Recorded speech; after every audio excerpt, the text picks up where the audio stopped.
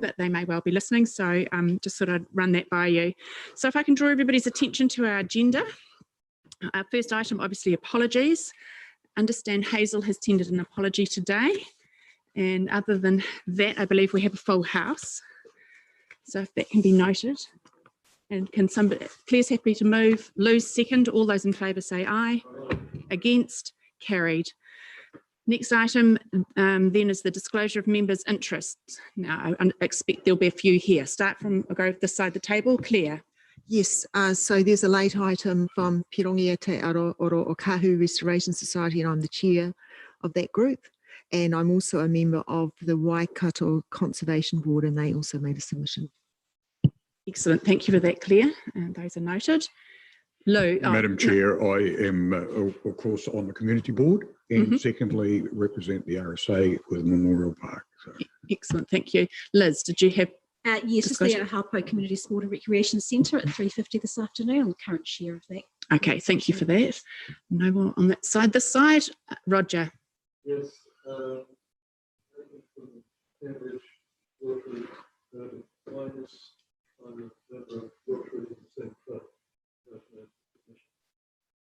Okay.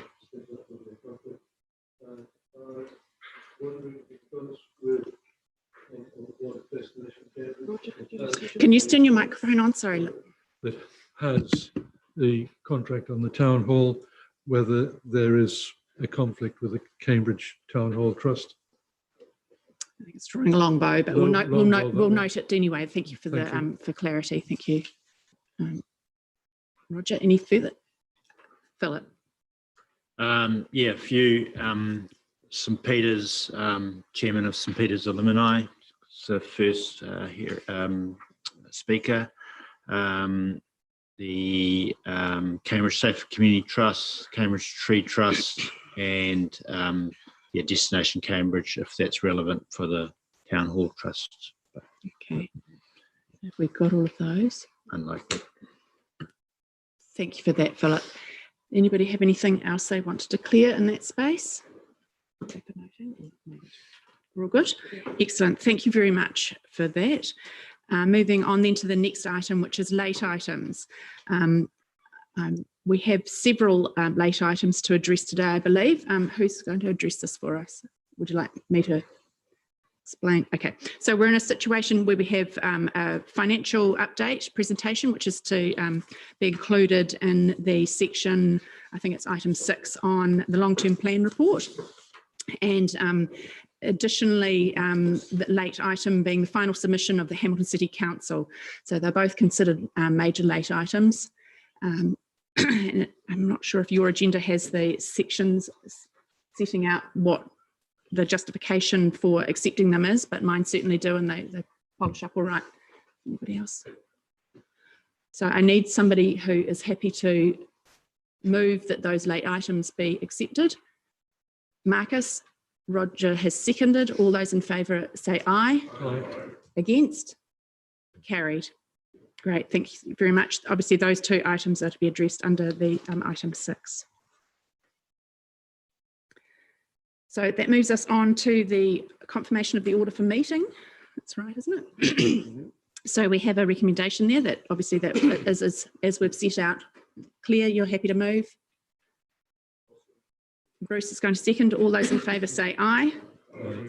Against? Carried.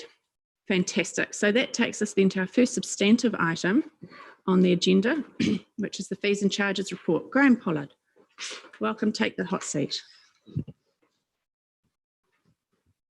Thank you, Chair, and good morning, everybody. This item is around the hearing of submissions on the draft fees and charges for 2021-22.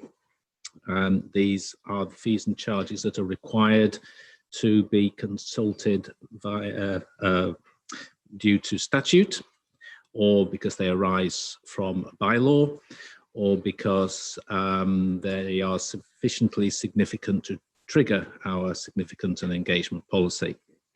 The public consultation coincided with the long-term plan. We have received 11 submissions on the fees and charges this year. 9 of which were about the new library fees. And we have one person who wishes to present their submission to you this morning, which is Elizabeth Kirby-MacLeod. And with your leave, Chair, I'd like to invite her to present to you. Thank you very much, Graham. Do we move the recommendations first and then hear it, or do we? Because certainly that's what my flow sheet is. So, okay.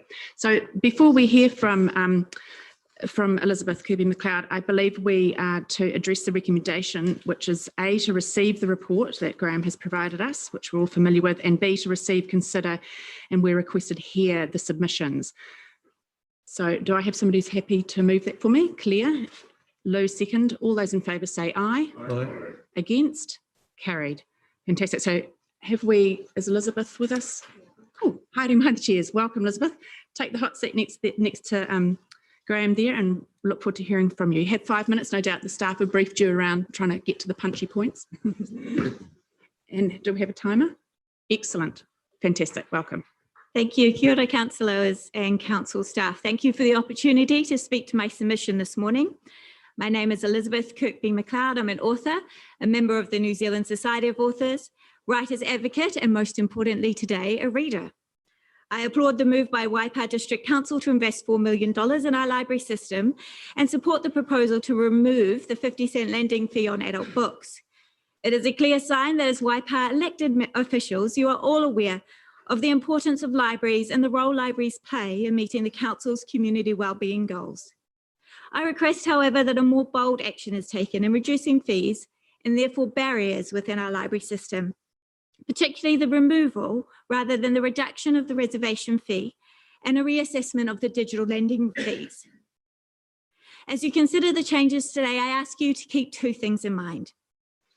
Firstly, it is sometimes suggested that library users should pay directly for library services, but there are many examples of council offering something for the public good rather than requiring it to be a commodity that users must pay for. There are many roads I will never drive on which my rates maintain for the public good. Many sports fields I will never play on that my rates maintain for the public good. Libraries are a collective memory for our district, a living force in the community, able to inform, educate and enrich the lives of Waipa residents. They are a strong example of a public good worthy of council investment. Secondly, when investment does occur, a 2014 report by the Library and Information Association of New Zealand, Aotearoa, Lianza, noted that for every $1 invested, between $3 and $9 of direct benefit is received by the community.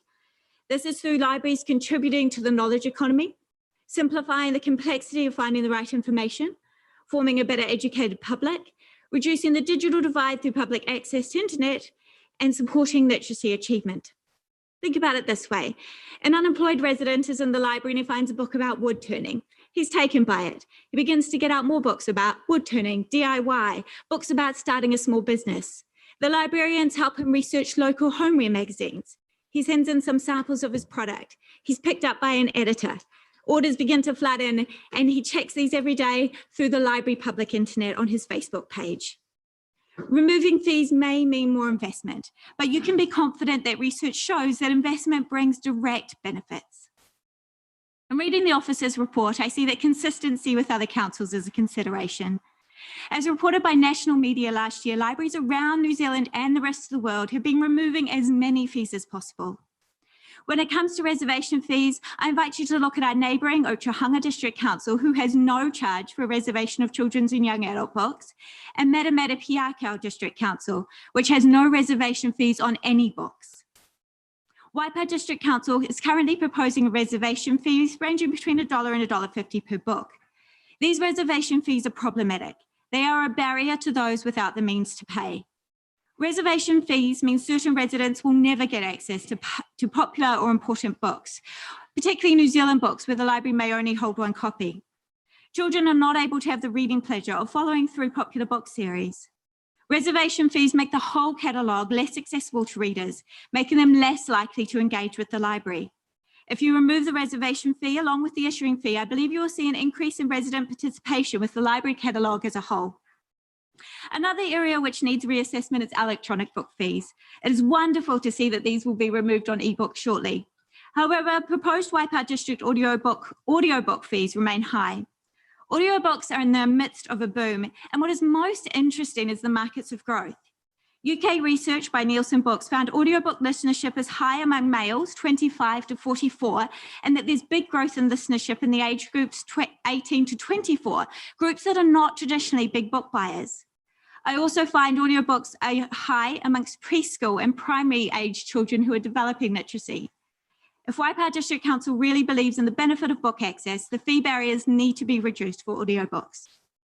I believe the special role libraries play in society justifies public support and funding, remembering, of course, that Leanza research that for every dollar you invest, $3 to $9 of direct benefit will result for Waipa residents. Fees build resentment and alienate people from the library, especially those without the means to pay. It is so heartening to see you as a council putting the issue for fees out for consultation and to see the steps already being discussed to remove fees. I ask that you continue to use bold leadership in this area. Thank you. Well, thank you so much for your informed and passionate submission, Elizabeth. It was fantastic. Does anybody have any questions for Elizabeth in terms of her submission? In terms of clarification or any extra points?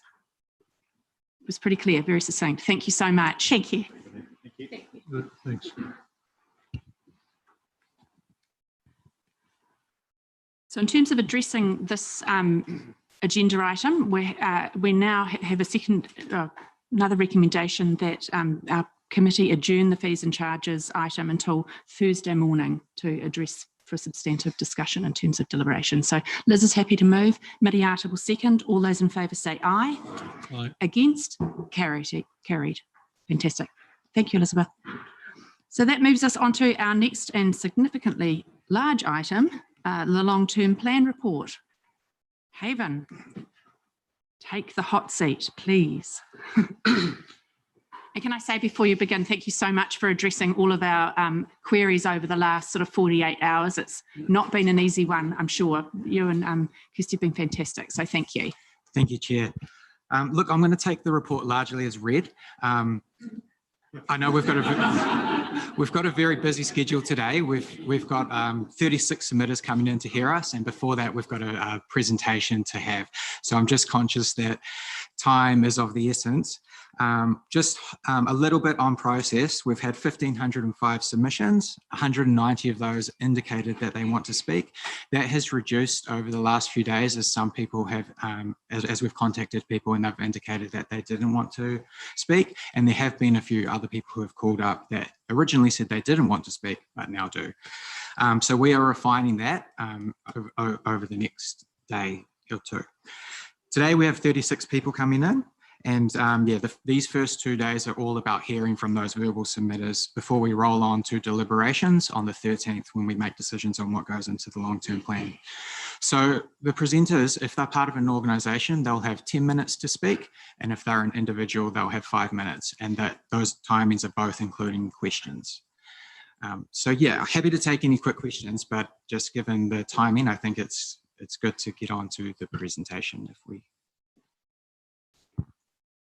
Anybody have any questions? I think we've been most of us have been through this before, and we've been over these documents many times. Yeah.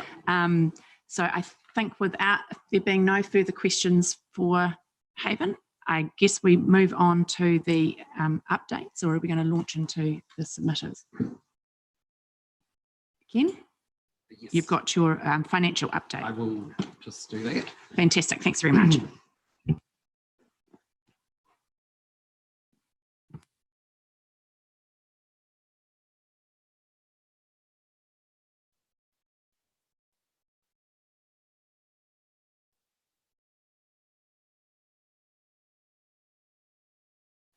Okay, so look, just sort of was opportune, really, just before we start hearing from the public, just to give you a very quick update on a couple of financial matters that have changed since since we started this consultation period, and really just a recap on where we were and a bit of a heads up on a couple of matters.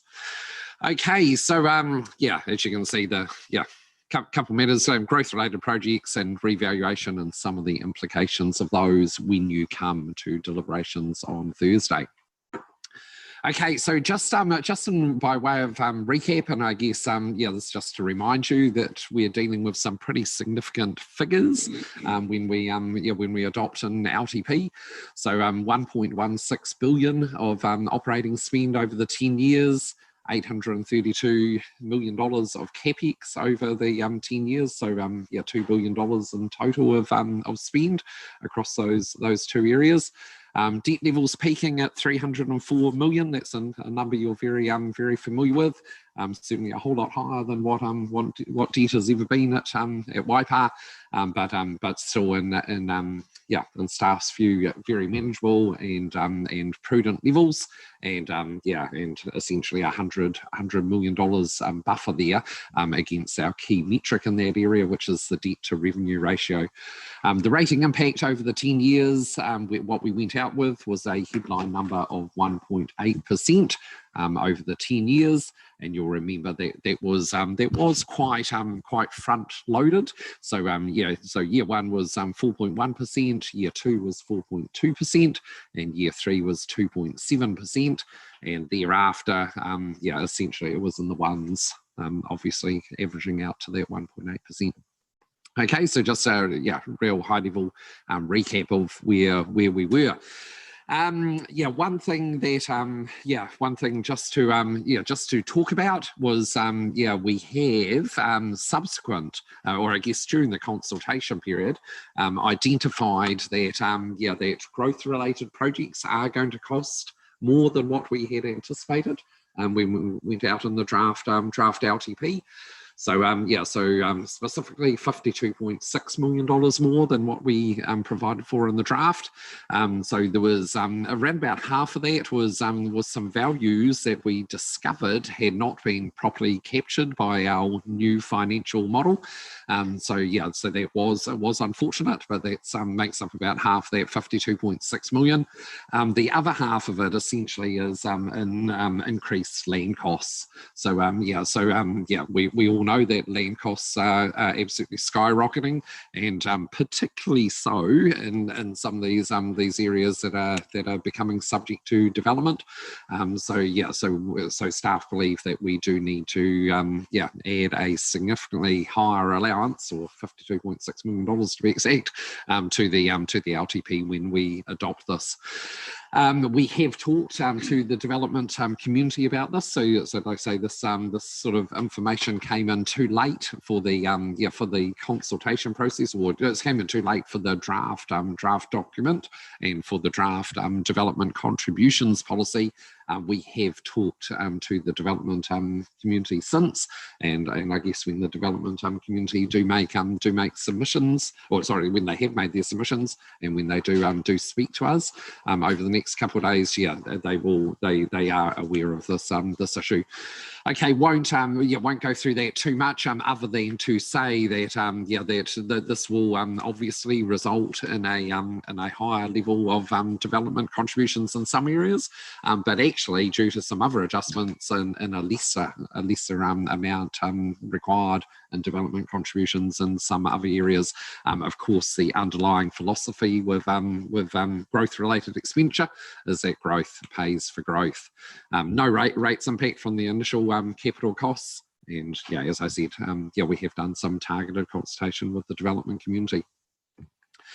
All right, the other matter, and this is a matter that is quite significant. You do need to be aware of, particularly in your deliberations on Thursday, is that so Waipa is required to have a full revaluation of its entire infrastructure effective on the 30th of June 2021. Okay, so essentially in line with the accounting rules and our policies and practice, essential that all of our roading infrastructure and all of our water infrastructure is revalued 30 June 2021. So we have had valuers obviously working on that assignment. They're working on that assignment primarily for our annual report at 30 June 2021. But of course, this is information that also has some impact into our long-term plan as well. And and what we have found, and we have only just in the last few days, very late last week, got these numbers back from the valuers. And whereas we had made allowance in our LTP planning and depreciation numbers, etc., we made them in line with estimates from Burl, who are a very recognised agency in terms of providing the local government sector with inflation numbers. I believe most councils in the country use Burl's advice. Whereas we had made some allowance for some value increases, what is transpiring is that the valuation increases are going to be significantly higher than what we had expected. There is also a little bit of flow through as well, obviously from those growth projects, not from the land value increase, but where some of that was built infrastructure on growth projects and some other capex timing changes as well. So look, really we're in a situation where we're anticipating a fairly significant increase in the amount of depreciation that we need to fund, and particularly in year one. Okay, so what's the implications of that? So so look, if the amount of depreciation that's coming from these increased asset values, if the amount of that is significant, and we fully fund depreciation, that's going to put quite a significant pressure on those rates increase numbers that I talked about, particularly the year one 4.1% and the 1.8% average over the 10 years. It will put quite a significant significant increase into those potentially. These are hot off the press, only received on Friday. So right now the accounting team are beavering through this. They're looking at those numbers. They're also considering what we can do to smooth some of that impact out, or to mitigate that impact. So looking at some operating reserve balances that we may be able to use, considering if we're going to have a higher cash surplus this year than what we had anticipated and are already using, etc. Okay, so so they are certainly putting some work in, and we are going to come back to you on Thursday morning with a full presentation of exactly what the lay of the land is in that regard, so that you have the benefit of knowing that before you deliberate on these submissions. I would have liked to have actually presented the figures today, but we can't. We do need to work through them. But I guess this is just almost just a little bit of a heads up, a little bit of a warning that obviously as you listen to our community over the next couple of days, which is a very, very important thing to do.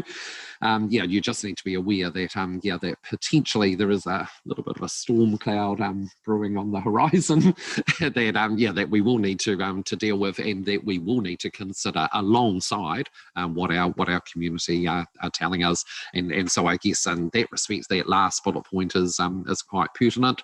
That any additional spend that you do decide that you want to look at is going to have I will need to find some savings elsewhere to assist with that, or this is potentially an increase in that 4.1%, the 1.8%.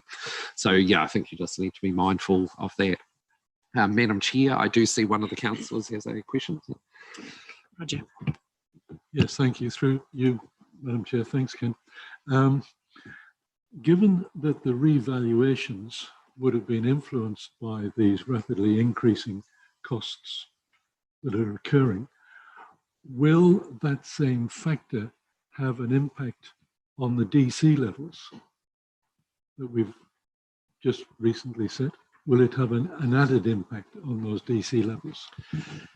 Yeah, so look, I guess with all of our capital projects, and I'm not sure if Dawn's Dawn's in the room. Yeah, she may actually be able to comment on this as well. Yeah, but all of our capital projects that are budgeted in the LTP, obviously, whether they be growth or whether they be levels of service or whether they be renewals. Yeah, look, we have been dealing with the best information that we've got. So very cognizant of current contract prices. They all will have a reasonable level of contingency built into those cost estimates as well. So so Dawn, without putting words in your mouth, I think we are pretty confident with the capital expenditure budgets that we've got here. So so look, I guess what we're dealing with this revaluation is a shift in the market over the last couple of years. So we've been using obviously the valuations of our assets have been using sort of construction costs of a couple of years ago. They've now come up and reflecting current current market prices, and so we've got a shift there, but still confident in our capital expenditure numbers going forward. So did anybody else have any questions for Ken in respect to that financial update? Fantastic. Doesn't look like it. Okay. Gary, were you going to? No? No.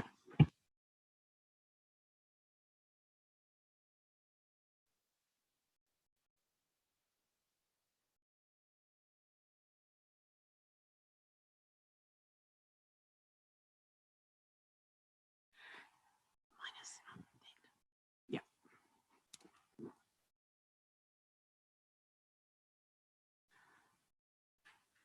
Yeah. Okay. So this takes us then to the recommendation that we have appearing on page 155 of our agendas. There are recommendations A, B, C, and D, which we'll address now. Paragraph A, however, will be amended to remove reference, is it A? Am I on the right page? Appendix 7. It doesn't correlate with our recommendation there in the agenda. Just add in receiving the late items. Yeah. So referring to our paper version of our agenda we have in front of us, recommendations A, B, C, and D. A obviously will be amended to remove the wording Appendix 7 supplementary information to Appendix 2 right through to the document number. So really, Appendix A will just read the Strategic Planning and Policy Committee receives the report of Haven Walsh and the late items financial update presentation and the Hamilton City Council final submission, providing us with a document number. The second one there, I presume you're all capable of reading that. I won't bore you all with reading the entire thing out, so I don't have any. Sorry, Susan, I don't have, I'm looking at page 155, but I don't have anything that seems to have Appendix 7 on that page. I'm a bit confused that you seem to have a different version to us. If you're looking at a page 155 of our agenda. Okay, what happened was that I think the Appendix 7 and the late items were added after this agenda was set. So I was to add those in, but now we're pulling one of them out. So there is actually going to be an amendment in terms of the additional late items being the financial presentation and the Hamilton City Council final submission. So the recommendation that you have in front of you isn't correct. Have we an ability to put it up on the screen? I think Claire would prefer to see it on the screen before we move them, which I appreciate. So the first one is obviously to receive his report. So the new version will say at your paragraph 1, the Strategic Planning and Policy Committee receives support of Haven Walsh Strategic Projects Driver. And then the addition will be, and the late items being financial update presentation, which Ken has just given us, and the Hamilton City Council final submission, document number 106100814. They were the two late items we added earlier in the late items, which we've received and agreed to. So it's just documenting that in that recommendation.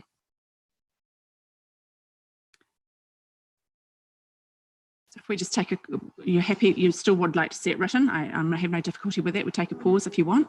Sorry to be difficult. It's just that we haven't had an explanation as to why we should receive Hamilton City Council's final late submission. Is it because they sent their initial submission in early enough but didn't give the detail till later?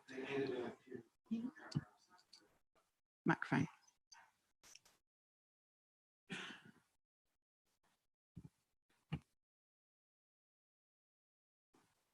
Hamilton City Council submitted an original submission on the 27th, and then they supplied an amended submission on the 29th after it had been through their council with a few minor changes.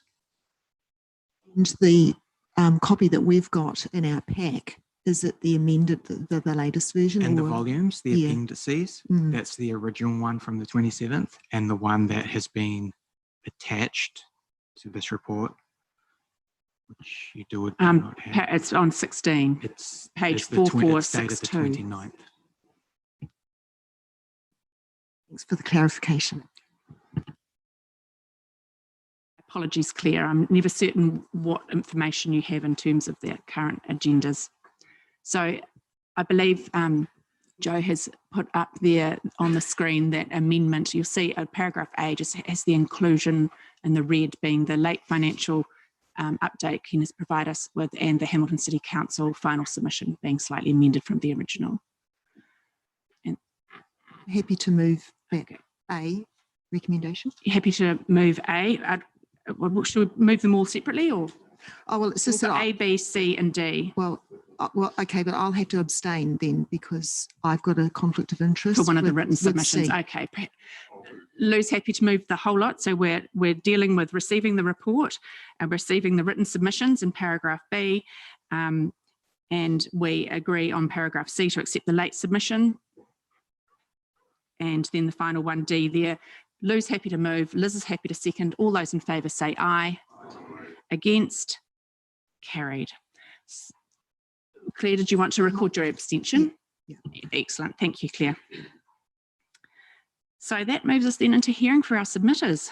And you'll have in front of you the agenda, I'm assuming, in terms of lists of who everybody is and the time slots that we have allocated them. And you'll see on the right-hand side, although I will repeat them, there's in my handwritten, which I think you've all got, copy of the actual page number of our agenda. The volume and page numbers had minimal assistance, I felt, so I've added there all of the diligent page numbers for the original submissions of each submitter. So hopefully that will help direct you to those original submissions should you wish to view them. So our first submitter is Lachlan Muldowney for the 3Ms, and I'm not sure if he's here. Is he here? Okay, he's not here, so we're ahead of time. So Yeah, we are ahead of time. how about we just adjourn for 5 minutes and then we'll get back to it.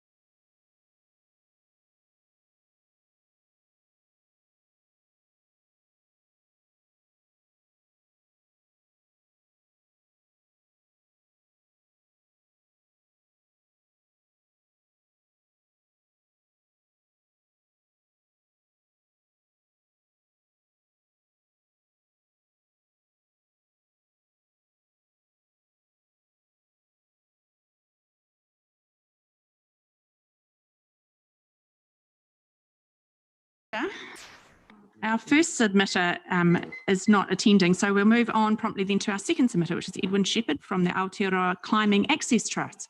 Welcome, Edwin. You obviously have been told you have 10 minutes. We'll give you a warning at 1 and keep it punchy and crisp, and as I'm sure you will, being the lawyer that you are. And we're here to listen to what you've got to say rather than us espousing views on what your position is. So take it away. Thank you for that. Yeah, good morning, everyone. I am here on behalf of the Aotearoa Climbing Access Trust.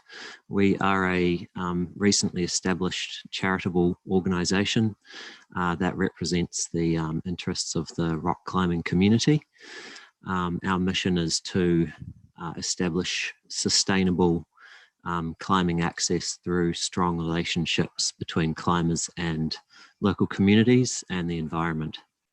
The reason that we wanted to talk to you today is that rock climbing is actually quite a big deal in the Waipa district. The area around the Wharepapa South region is what I'd describe as an epicenter of climbing in New Zealand and has been for the last 30 or 40 years. So there's some very high quality outdoor climbing areas, and we're talking about basically natural cliff faces that have been developed for climbing. They've got fixed anchors that have been drilled into the rock, and people can go there and climb safely, and it's maintained by the climbing community. So rock climbing is something that is increasing in popularity in New Zealand. The advent of indoor climbing gyms is something that has made the sport much more accessible to a wide range of communities. And there's a lot of young people right through to retirees that enjoy the sport. It's fun, it's exhilarating. These days it's also very safe, which is maybe contrary to popular perception. But it is quite a safe sport, and we're trying to doing our best to keep it that way. Unfortunately, we're facing something of an access crisis in New Zealand. So a lot of these, we don't get to choose where the outdoor climbing areas are. They are natural features that are scattered around the country. They're not that common. There's a lot of what climbers would call choss in New Zealand. It's we're geologically quite a young country, so finding really good quality rock climbing areas is quite hard. And the Wharepapa South region is hugely important for North Island climbing. About 50% of the climbing areas in the Wharepapa South region are currently closed to public access. They are all on farms. There are 5 climbing areas that remain open, also all on farms. So we've been trying to maintain relationships with private landowners, but one of the things that we are facing is that climbing, as it increases in popularity, is actually putting more pressure on those limited resources, and that can cause issues on farms. All it takes is somebody who doesn't know better or doesn't think about it bringing a dog onto a farm, not latching a gate properly and causing a stock mix-up, something like that, which can cause a hassle for the landowner. And bam, just like that, you've lost access to a high-quality climbing area that's been taken thousands of dollars and thousands of hours of effort to establish and maintain. So we've got very little security around access, and our organisation was basically established to try to come up with innovative solutions that will maintain access for current and future generations of rock climbers. I'll just give you an example of what is possible. So late last year, basically the 2 best climbing areas in the Wharepapa South region both went on sale. They were owned by the same landowner.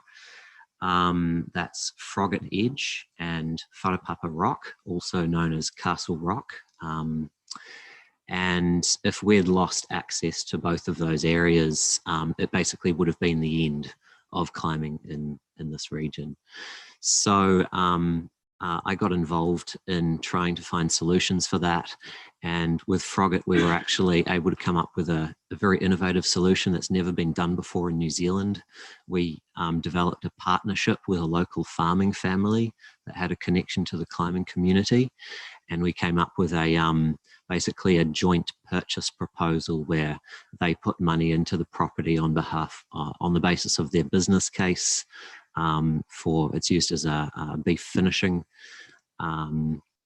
farm, and we put money into it on the basis of the value that it has to us as a community. And we were successful in purchasing the property on the basis of that partnership at the auction.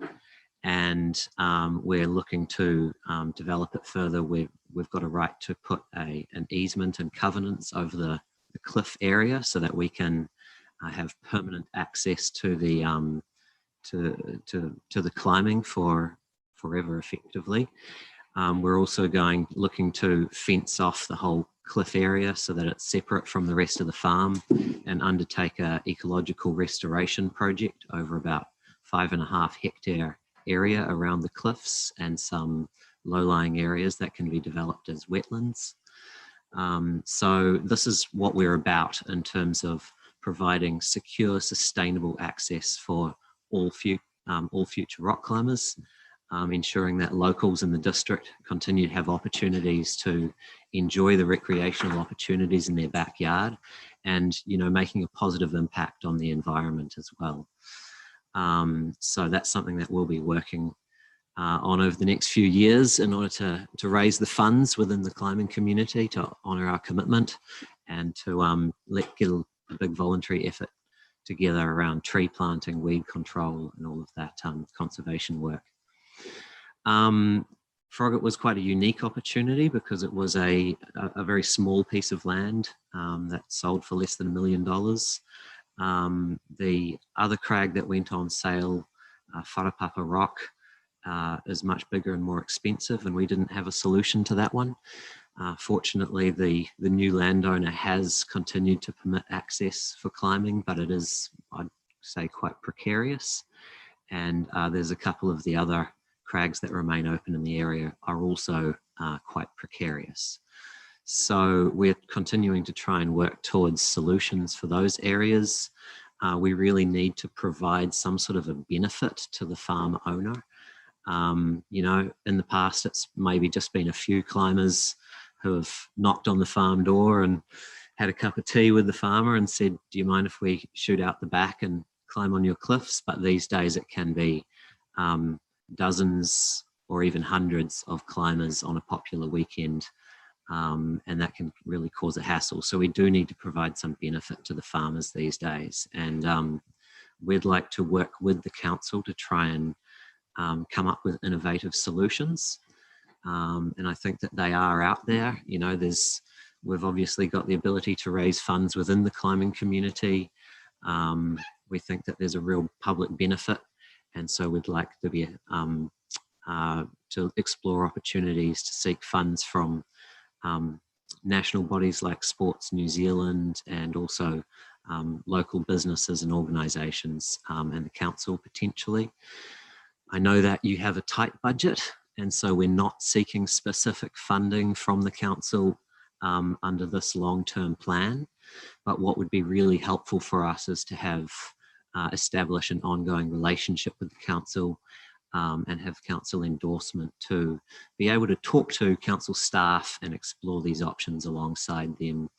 And there are, potential things that can be looked at on a case-by-case basis, such as environmental balance lots under the district plan, where we can protect natural areas, restore natural areas, protect recreational opportunities, and potentially use legal mechanisms that already exist to be able to provide a benefit to the farmer that will incentivise them allowing public access to their land.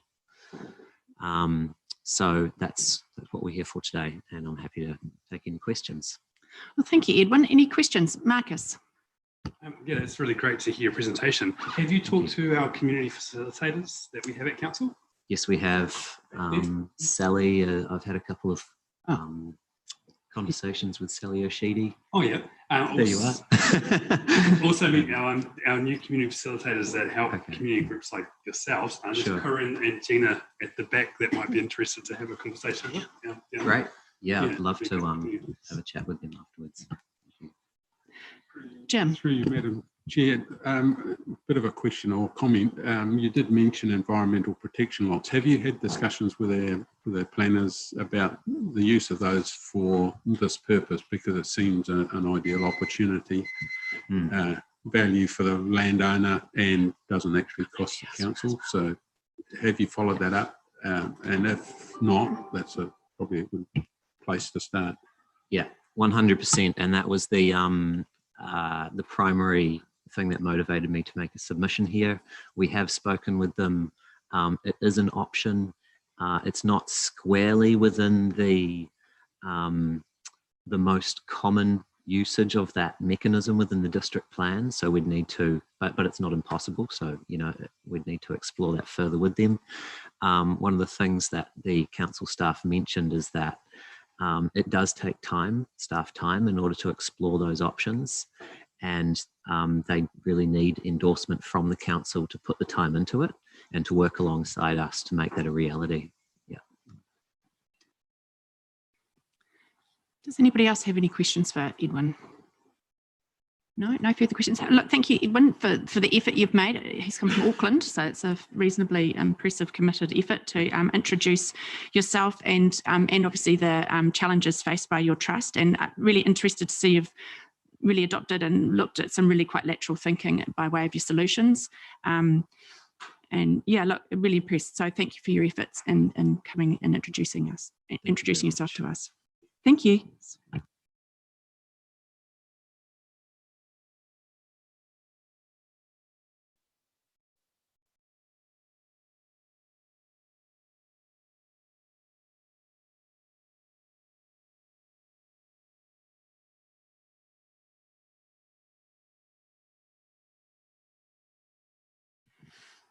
Okay, so we're actually skipping one submitter, moving on to the Bike Waikato submission, and we have Richard Porter with us instead of Stuart Penfold. So Richard, welcome. You've been given the rundown. I'm pressing the button. You have 10 minutes and our staff will indicate when you've got 1 minute left. So welcome and take it away. Thank you. Yes, I'm Richard Porter, Chair of Bike Waikato, spokesperson. I'm stepping in for Stuart Penfold today. He's busy with Waikato District Council hearings. Bike Waikato is a community organisation, incorporated society for the Waikato. We're not new, we're the extension and progression of Cycle Action Waikato, who have been around for quite many years, associated with Cycling Action Network in New Zealand.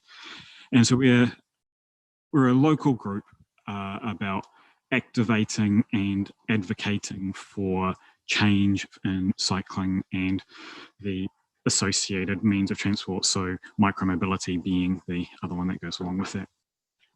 And so we've been quite dominant and focused on Hamilton in the past, and so it's that time that we need to spread ourselves out a bit further under our name. We're focusing on the Waikato as well, and there's some great things happening in the Waipa district that we're really impressed to see and want to encourage for the future. We see that in this long-term plan, Council has put together quite a great vision to help the towns in the district to progress in their transport options, and there's one of the things that we're focused on advocating for is providing transport equity and options for the community and allowing them to choose whatever suits them in terms of getting around, whether it's due to issues such as climate change or health and fitness, mental health as well, and doing it in a safe way and making sure that whatever we provide in terms of the transport choice is safe, whether people need to use a vehicle or choose or need to use another means of transport. So we can provide those safe ways to school for children, which are also healthy ways to school as well, and not requiring us to drop them off just a bit further from the school gate and then have them walk. They can choose to take their own path to school. So in terms of the plan, I mean, we're really pleased to see the recommended options in terms of the cycleways and the urban mobility that's being put forward. We're at a stage, and it's not just Waipa that's facing this issue as well. We're at a stage where all of the towns and cities in the country really are having to make changes in the way they offer transport choices to people, and it's not easy. We're having to make some really difficult decisions and talk to some people about making changes that they're not quite used to, and encouraging people to think outside the box when it comes to the way that they get around. But in terms of the plans put forward, the work that's already been done so far, the investment that's been made in things like Te Awa River Ride, and the current work, some of the Innovating Streets investment and ideas that have been put forward. And we really support the bold work that's been done there and the future vision to encourage people to think about how they get around. There's a lot of research out there that talks about who does and doesn't want to, say, get on a bike. Most commonly, 60% of the community, no matter which way you end up interviewing them or cutting them, are interested about getting on a bike but are concerned about their safety. So providing those safe networks, connected networks that are attractive to people as well and reasonably direct, so they make sense in terms of replacing short vehicle trips around our urban areas, are the ways that we can encourage those people to think about leaving the car at home and using another means of transport to get around towns, get between towns if they have a reasonably cohesive network to do that in. So all in all, we are really pleased to see what's going ahead, and we encourage you to really be bold about implementing these programs. And there's always going to be people that say that it can't be done or it's going to be difficult, and it's definitely going to be difficult. And like Waikato, would very much like to work with council to help encourage the public to implement those programs. So we're very supportive. We appreciate the work that's been done, and we'd like to see much more done in the future. Thank you. Thank you, Richard. Any questions for Richard? Liz, I think you're... Yeah. Hey, thanks, Richard. And you're quite right. We have been quite bold in our approach, and I guess we're really trying and making a lot of effort to bring the community with us. So I think you may have answered my question at the end, but I am really interested in bringing a number of the community groups who already have an interest. So your organisation is almost perfect to come on board with council a little more and certainly assist us with looking at I guess, new options, connections, those sorts of things. So lovely if you could leave your contact details. Definitely. And yeah, it'd be great to, if we can, work a little bit more closely. I suppose I didn't cover at the beginning. I'm a retired civil engineer. I've spent some time working with some of the staff at council, and we'll be making some more connections with them as well. But definitely we'll leave our details to make contact with and work as much as we can. Too young to be a retired engineer. Any other questions? I suddenly felt really old. The benefit of staying at home and looking after children. I hear you. Look, any other questions or comments for Richard? Claire. I note that you say not to forget the rural villages like Pirongia and Ohopo. Yeah, so do you have any suggestions on how we can progress those sort of options for biking in those areas? I think in ways it's thinking about, when we're thinking about the networks that we've got in those areas, there's not big, there can be big changes that we make, but it costs us a lot of money to do those changes as well. So it's about talking to the communities and seeing what they, and we're doing that job already, seeing what they want to do, whether we can change some streets around, and then progress from there. It's getting people involved. Any other questions for Richard? No. Hey, look, thank you so much for your time and effort, and definitely your support. It's really reassuring for us to know that we have the backing of organisations such as yours, and certainly a lot of your thinking mirrors a lot of the discussions that we're having in that transport space, and freeing up, making other alternatives available for transport modes. So thank you so much. There being no further questions for you, I will leave you to the rest of your day. Thank you.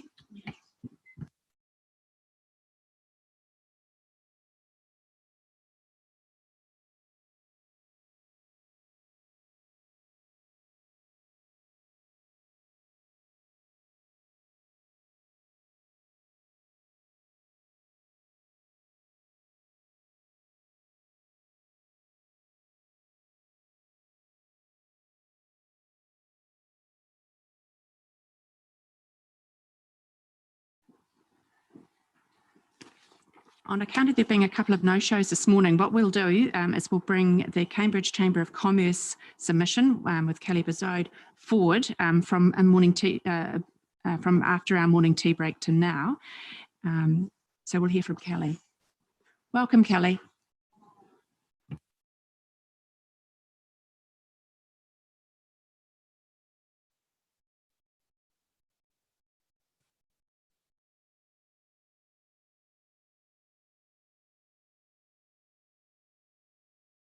Well, thank you for having us. I'm glad I came early. Morning, Kelly. No, just press it, and the button, the light should glow. You have 10 minutes. Jenny will give you a warning at 1 minute, and we'll take it from there. Thank you. Thank you. So again, thank you for the opportunity to be heard. We understand there's been about 1,500 submissions for council, so we're going to keep our 10 minutes tight and focused on the issues that we're looking for conversation on. So just stating straight up, the Cambridge Business Chamber is a very strong, recognised and trusted independent voice of our business community. Waipa is a great place to live, work and invest in, and we represent over 300 businesses, so a strong voice to continue to attract businesses and talent to our region. The Waipa Chambers of Commerce, yes, that's a term you're going to hear a lot more of. The TA Chamber is obviously in a position of rebuild, and the Cambridge Chamber is a very active and engaged chamber that we're going to look to support and collaborate on within the region itself moving forward. Together from the outset, we'd just like to say that we would love to see separate data around the two towns rather than just Waipa.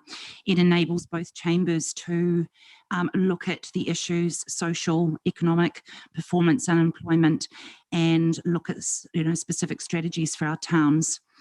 The first topic we're going to talk to is the issue of the third river crossing the bridge. You'll be aware that there is mounting pressure from our members to allocate resources to identify and protect a route for the third bridge. The Waipa businesses, and I'm sure the broader community, is rightly concerned that the council is abdicating on its responsibility and not planning for growth of Cambridge specifically, which is already outstripping previous forecasts. By ignoring concerns that have been repeatedly voiced and not exploring a third river crossing, we believe that the council will back itself into a corner and severely restrict the future livability of the town. It also does nothing for the confidence in the council, which undermines the great work that you guys do. We did a recent pulse survey of 80 members, to which 83.67% agreed there was a need to prepare now for the future in regards to pinpointing the location of a future river crossing. The general mood of the room is well represented by the following comment from one of our members. As a Waipa ratepayer who looks to council to provide leadership and sensible planning for the future, I cannot fathom why it does not have the foresight to plan for another river crossing before either demand or circumstances force it to build another bridge, and it doesn't have the options that are available today. So the Cambridge Business Chamber is asking for priority and funding for thorough evaluation to confirm a river crossing solution with an emphasis on resilience and future-proofing. We're asking that the 2021 Transport Review Strategy does include consideration of a third bridge. We're asking also if the council commit a dedicated work stream within the 2022 annual plan assessing alternative crossing sites and committing to one.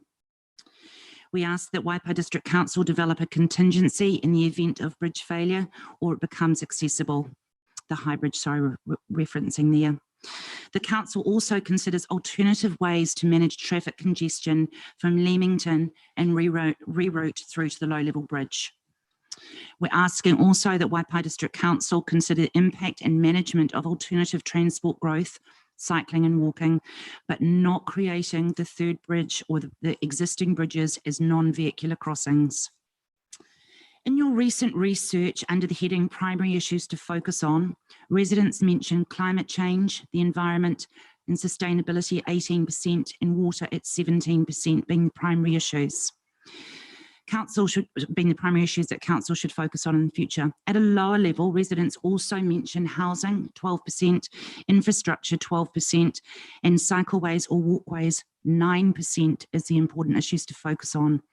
9%, and yet the council is spending millions on the urban mobility network. Cambridge and Leamington residents are more likely to mention the challenges or opportunities that pertain to a bridge, being 24%. This said, the investment in cycleways is significant and the bridge not budgeted for. I read this morning the staff recommendation in the Strategic Planning and Policy Committee public agenda, and it says obviously council do not have funding in the 21-31 draft long-term plan to designate or purchase land for a new bridge. There is funding, it's just not allocated to a bridge location. It also then states if the review of the integrated transport strategy identifies the need for a third river crossing within a 30-year planning horizon, then work can proceed to identify and secure a route in the 2024-34 long-term plan.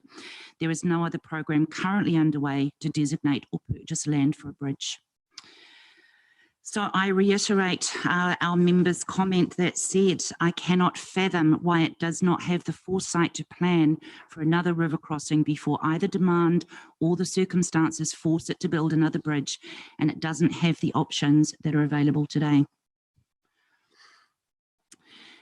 In regards to urban mobility network, there are wider concerns to which we're aware Andrea Twaddle appropriately raised at the service delivery meeting recently, to which many of our members agreed with. For a lawyer well-versed in resource consent, I pay attention when she says, I'm extremely concerned that this project is being prioritised over others, with little assessment as to the actual need of the scale of works intended, including alternatives.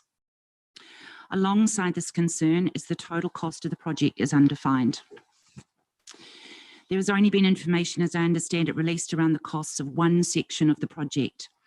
Council, without doubt, have fantastic aspirations in regards to safe streets in the district, encouraging active travel and reducing traffic.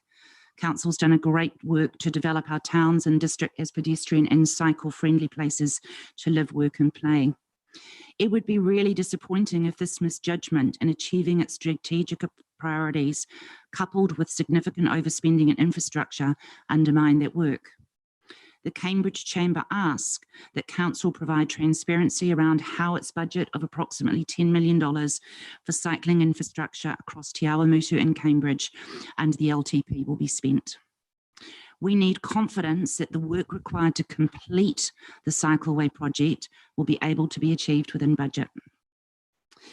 The council absolutely needs to understand and listen to the business and wider community during decision-making process. The urban mobility public submission is an example of where the process is challenged. Whilst there was, of course, public consultation, there was minimal engagement.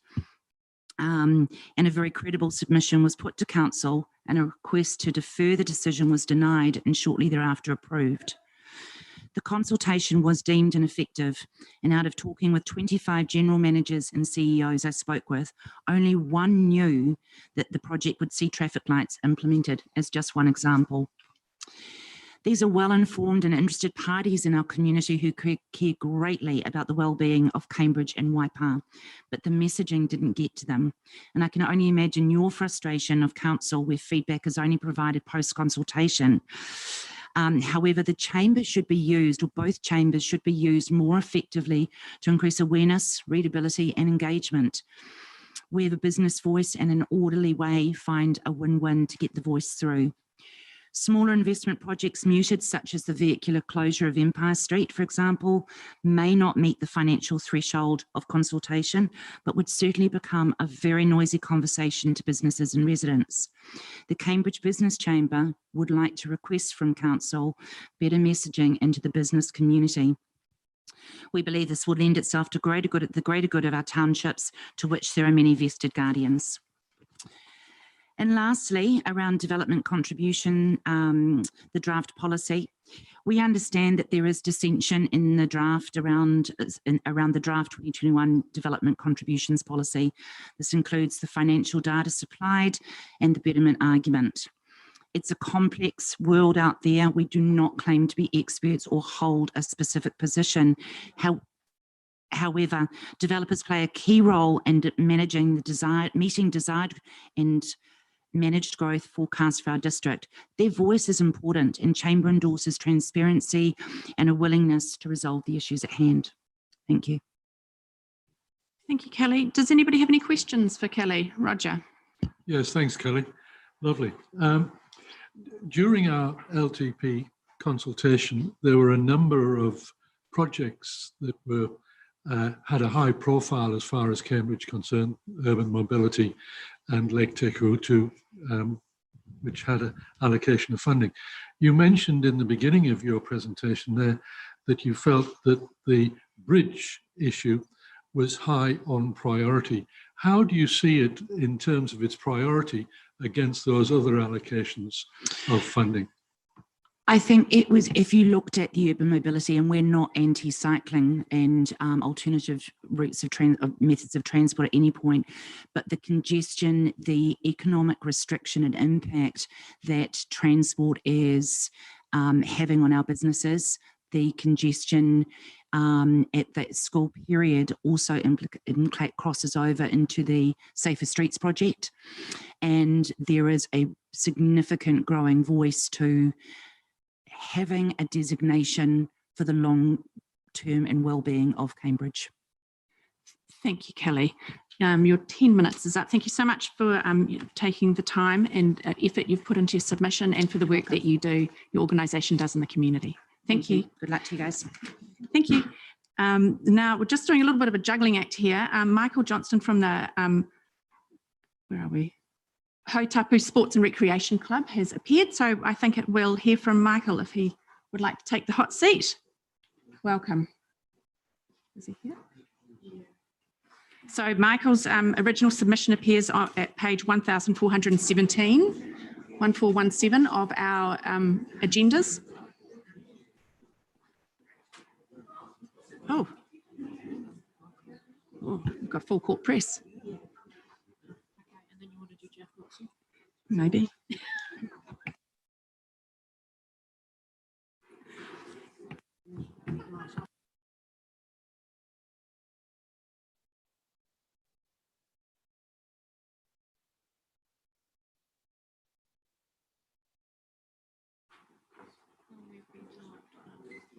This is for the Hautapu. Good morning. My apologies. You're from the Hautapu Sports and Recreation. Yes, the submission we have before us is from Michael Johnson. Clearly, you're not Michael Johnson. I appreciate if you could just introduce yourself and then launch into your submission. Thank you. Thank you very much, councillors. My name's Andrew Flexman. I'm on the Hautapu Sports Management Committee. With me is Anna Bodle, who's one of our women's rugby coaches at the club. We also have a delegation of representatives of the club here this morning, who I should just introduce, sitting in the gallery over here. So we have Ken Morland, our patron of the Hautapu Sports Rugby Club. We have Mike Johnson, who is our Director of Operations at the club. Kathy Shaw, well known to most of you, I'm sure, our Secretary at Hautapu. Also Craig Stevenson, our Director of Rugby. Dave Symes, who is the Chairman of the Management Committee, and also Mike Johnson, who is our Director of Operations at the club. So I'd just like to say first and foremost, thank you for the opportunity to present a verbal submission to you here today. This obviously sits alongside the written submission that we have lodged a week or so ago, which I trust you've all had an opportunity to have a look at. So the subject matter here this morning is, of course, an upgrade to the facilities at Memorial Park in Cambridge, which is obviously the home of Hautapu Sports and Recreation Club, rugby and broader sports. You're probably aware that Memorial Park is already a very well-used community facility in Cambridge, and our focus as a club has been and will continue to be to expand the use of that facility to a much broader range of sporting cohorts. I think you'll all agree for that to actually happen and to be effective, we need facilities at the park that are fit for purpose and I suppose cater adequately for the pretty substantial growth projections that the township has over the next 25 to 50 years. And in our view, what we're sort of talking about and discussing today very much fits within the tenor of the long-term plan thinking, which obviously aims to promote well-being and provide good facilities for ratepayers to live and play. I talk about it in the submission. I'll just flick through to that first page. I can. No, we seem to have a, oh, there we go, we've got it. Back we go, we're one ahead of ourselves.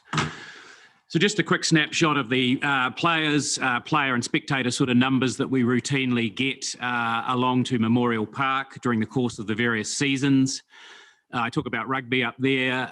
Approximately 1,000 people plus routinely attend our premier home games at the park, of which we generally have about 7 or 8 per season.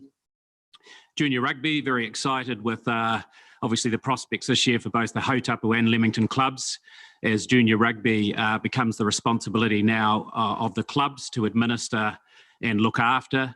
You're probably aware that for the last 10 years or so, that's been the responsibility of the primary schools to deliver that program.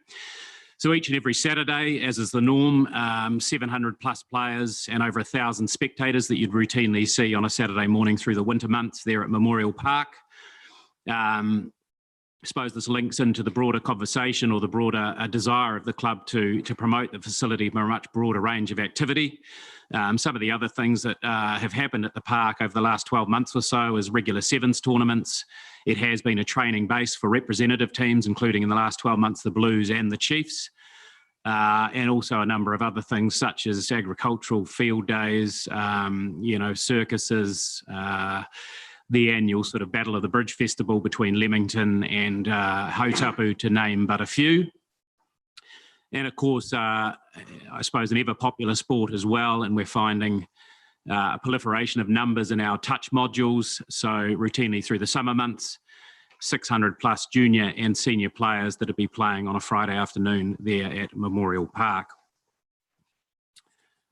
If I may just flick to the next page. So we're asking here, bold and bright there on the left, that we are asking for your support as a council, I suppose, for 2 specific projects that we're looking to get underway sooner rather than later at Memorial Park to ensure, as I touched on before, that we have facilities that are fit for purpose. So the first of those is the women's restrooms.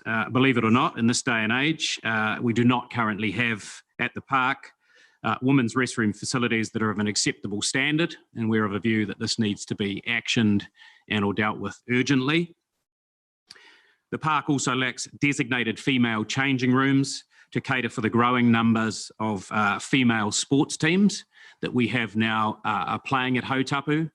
And I can assure you there has been exponential growth in female participation numbers across both rugby and touch in recent times.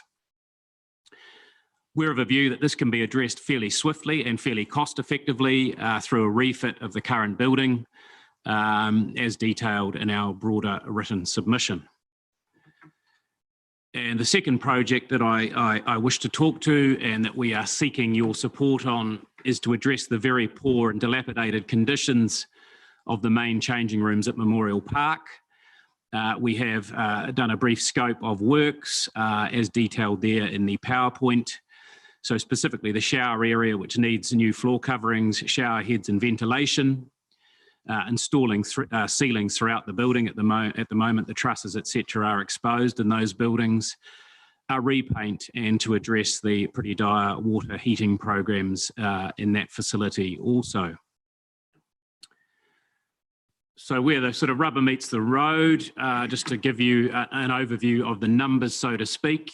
So in terms of the women's restroom and changing facilities, we are seeking support, or the cost, the estimated or quoted cost of that, 31,800 plus GST.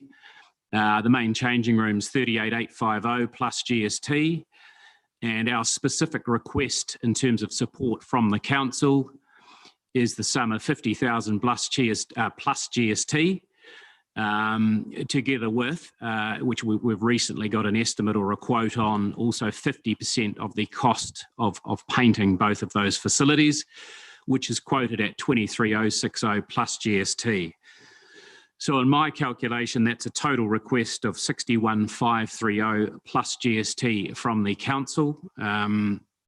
We would be absolutely delighted as a club if the council was prepared to look at funding potentially more of that. As it stands at the moment, if that was the accepted position and council was to support us in that sum, then we as a club would still be required to raise approximately $35,000 of our own funds to help support that project. That would be done through a variety of fundraising measures that as a club we routinely use, including trying to or engaging in discussions with some of our sponsors and support network.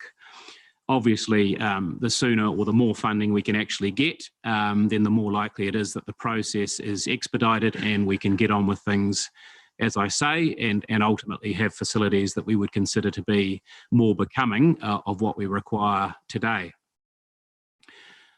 I should state too that these figures are course estimates only. We've had them quoted. We are of course prepared to work alongside council through a tender type process if that is what is required to make sure that we can ultimately complete these projects as cost effectively and in as timely a fashion as we can. If time permits, and I think it does, I might just hand over, if I may, very briefly to Anna, who can talk perhaps a little bit about some of the recent advancements in women's rugby at Hautapu, and indeed her involvement in delivering some of those programs. Thank you. Yeah, I've been coaching at Hautapu and Cambridge Junior Rugby and Cambridge High School for the past, this is my 10th or 11th year. And I've used those facilities all around that area for that amount of time with boys and girls. More recently, girls in the past, this is my 5th year with Cambridge High School. And I also do a coaching block with some year 7 and 8s, girls only modules, and that's based at the Hautapu area as well. And to be fair, we haven't really had the facilities we've needed for any of that really. The changing sheds are boys based pretty much, and the facilities for the bathrooms for the girls are not really up to scratch either. So from a point of view from the girls game, we are growing rapidly. We've had a Hautapu team, teens team, women's team in there last year. I'm coaching at the school, and those girls have an avenue to go into Hautapu in the women's game after this, and our school-based rugby is also growing exponentially as well, which is fantastic. And we have tournaments over at next door at Hautapu, and often there's a heck of a lot of girls at those tournaments, girls only tournaments, and there's just not the facilities needed for all those girls, let alone having some showers or something to shower in. That's actually non-existent unless you go into the boys ones, which are already depleted, as we've mentioned. So it's not a very good experience, especially when you're hosting some of these tournaments, and the girls, we're trying to send them off to various toilets around the place. But it would be great to have our girls only area where you're not bypassing boys in the showers, girls in the showers, all that sort of stuff, which in today's world is not really a good look. Okay, thank you, Anna and Andrew.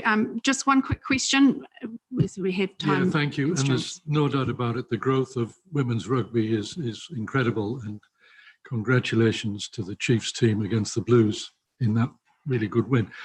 One of the other things that's coming across in the news is, of course, the potential sale of a portion of New Zealand rugby to an external body, quite considerable, and indications are that a lot of that money is going to be put back into grassroots of rugby. What's your perception on how that might have an impact on, say, the facilities around the country that are needed for the growth in the game?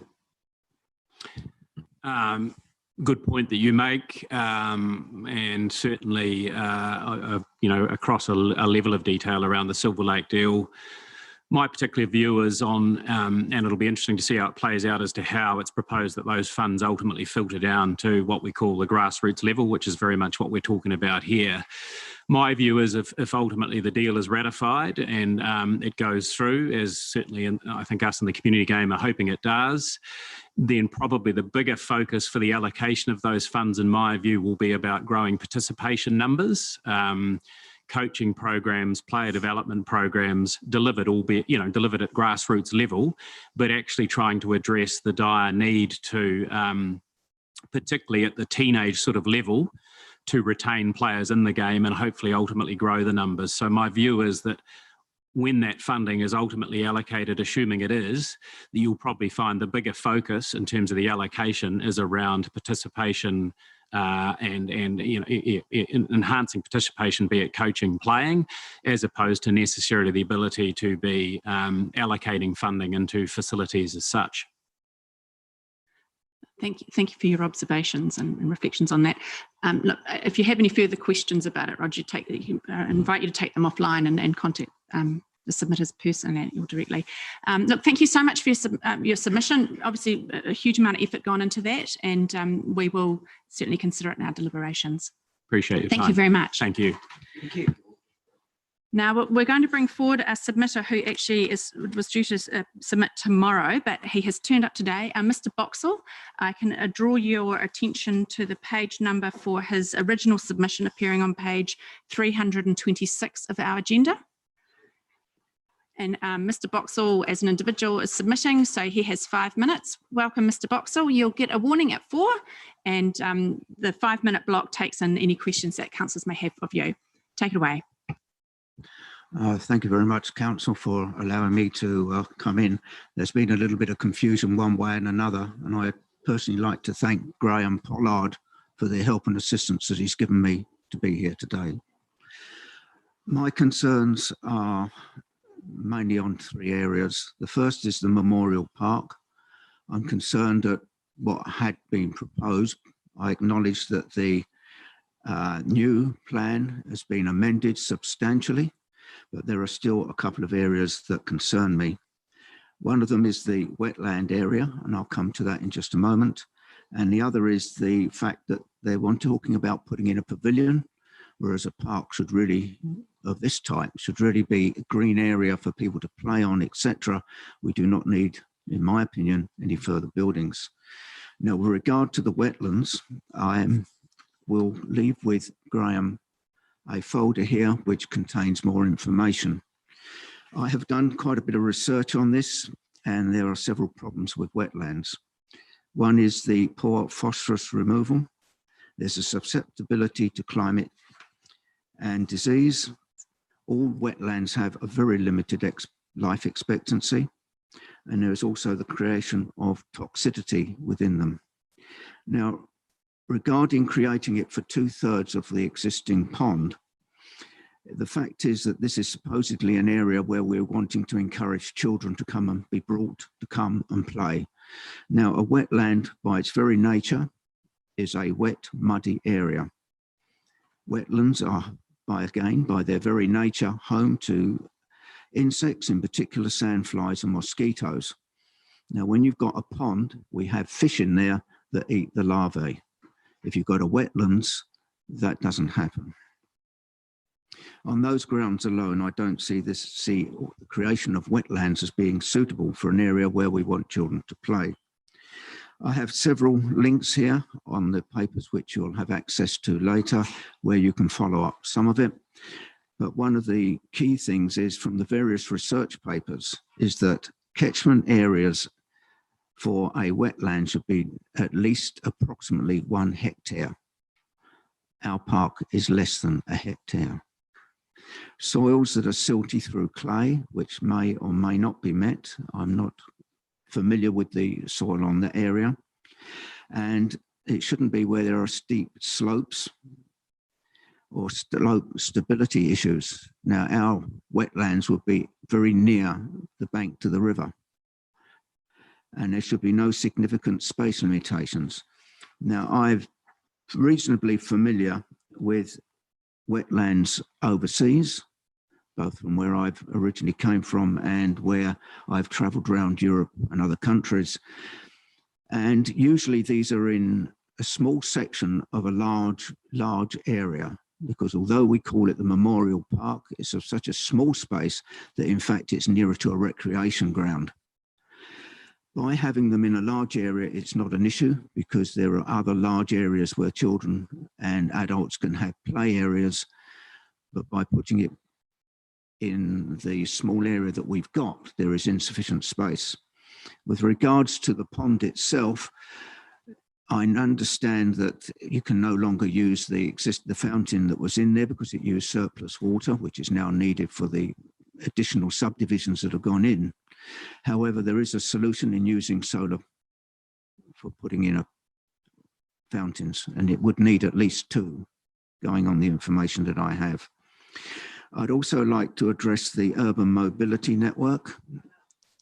And on that regards, the paperwork is in here. It's just that on reading a lot of stuff from the UK, they have introduced them there and they have come across several issues of quite significance, and there's been quite a rollback.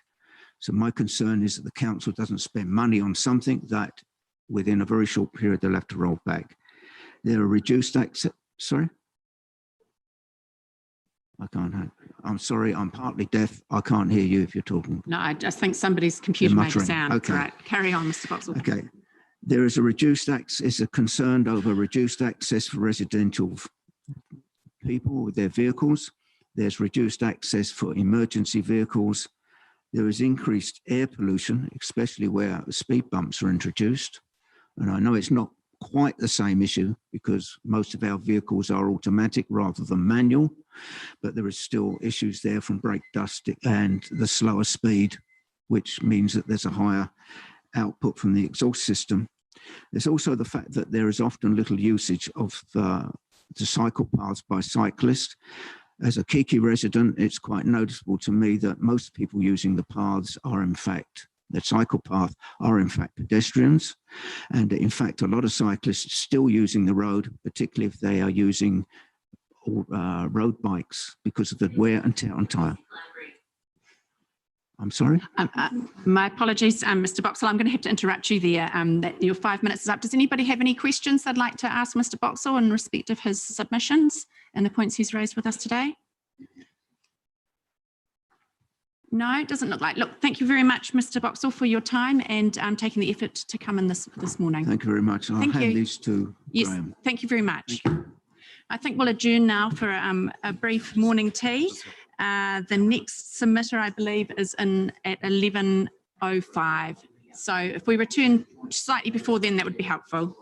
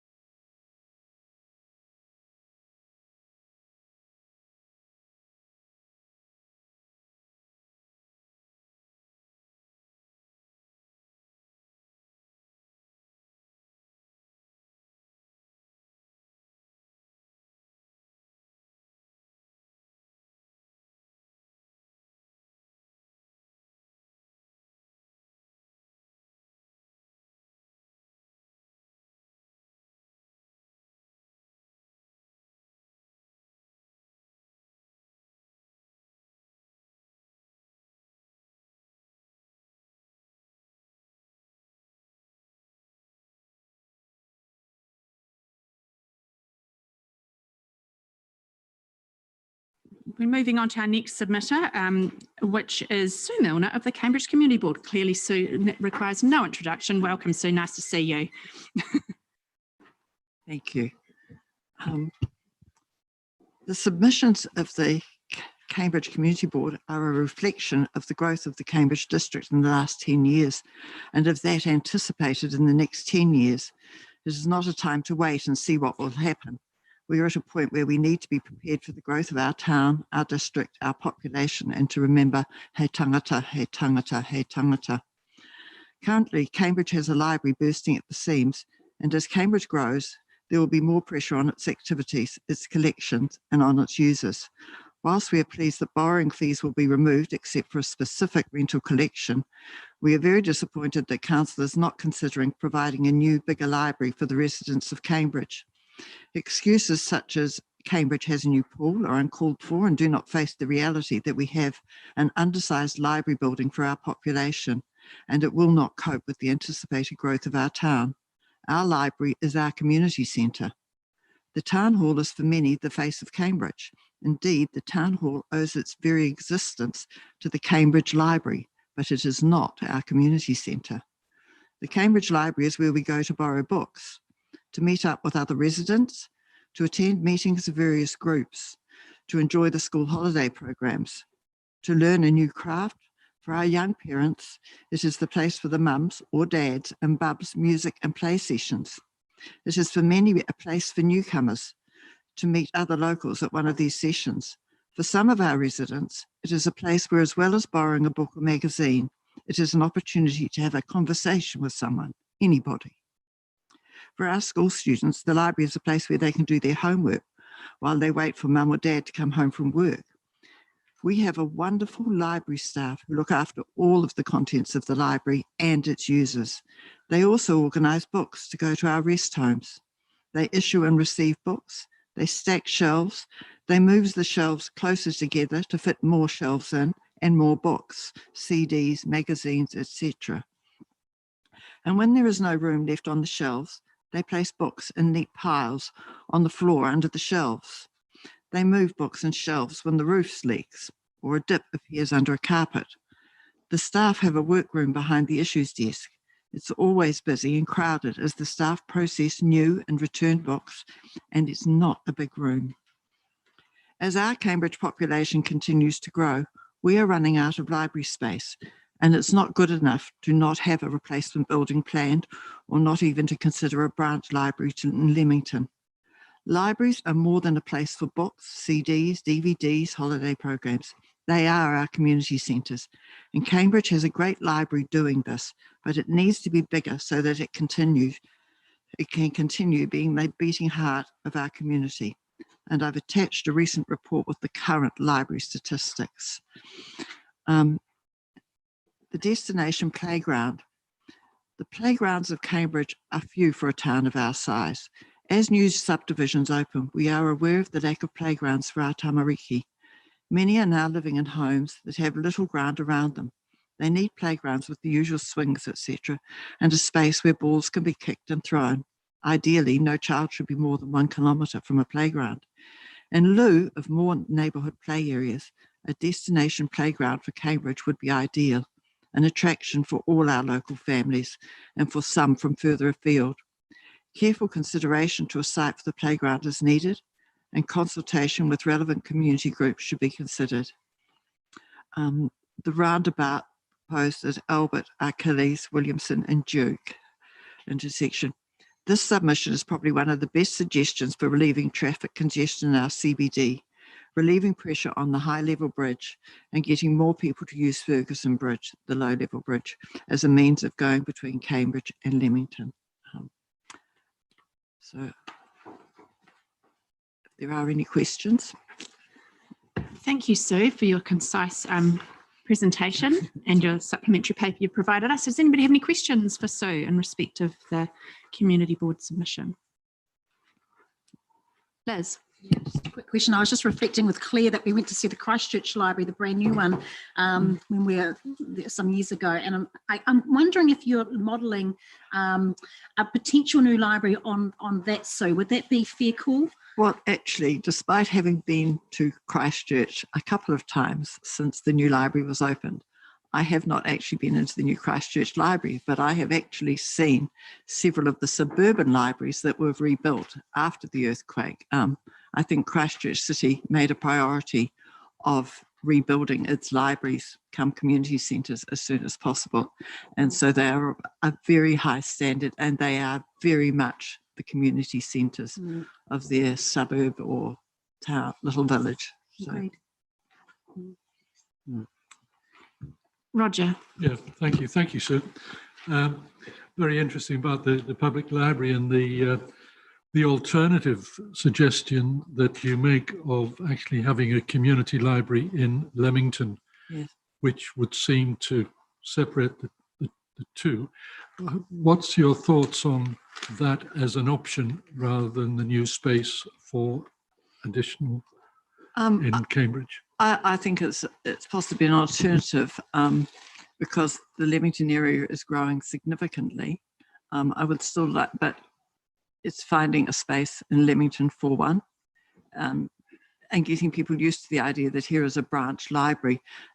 As in the Christchurch situation, they have the big library and they do have suburban libraries, but suburban libraries don't necessarily take the place of the big community library. And I think wherever we have a population that is doing most of its shopping, paying bills, etc., in the centre of town, going through to the high school, etc., we certainly need one big library in Cambridge. But I certainly think a branch library would be ideal for Leamington, particularly as it grows. But I don't see that we need to. It would be run. The Christchurch Library runs all those suburban libraries, so we're not looking at a separate institution. Does anybody else have any questions for Sue? No further questions? That's wonderful. Look, thank you so much, Sue. And we have your submission here as well in writing, so it's very helpful for us to consider later. Thanks, Sue. Moving on to our next submission, which is from the Cambridge Motorcycle Club, and we don't have Lauren Stockley, we have Jude Eads instead. So Jude, could you please take a seat? And I believe you've brought some written material for us to consider as well, which staff are just circulating amongst members currently. Oh, thank you. So the original submission for this appears on page 1309, if anybody's interested.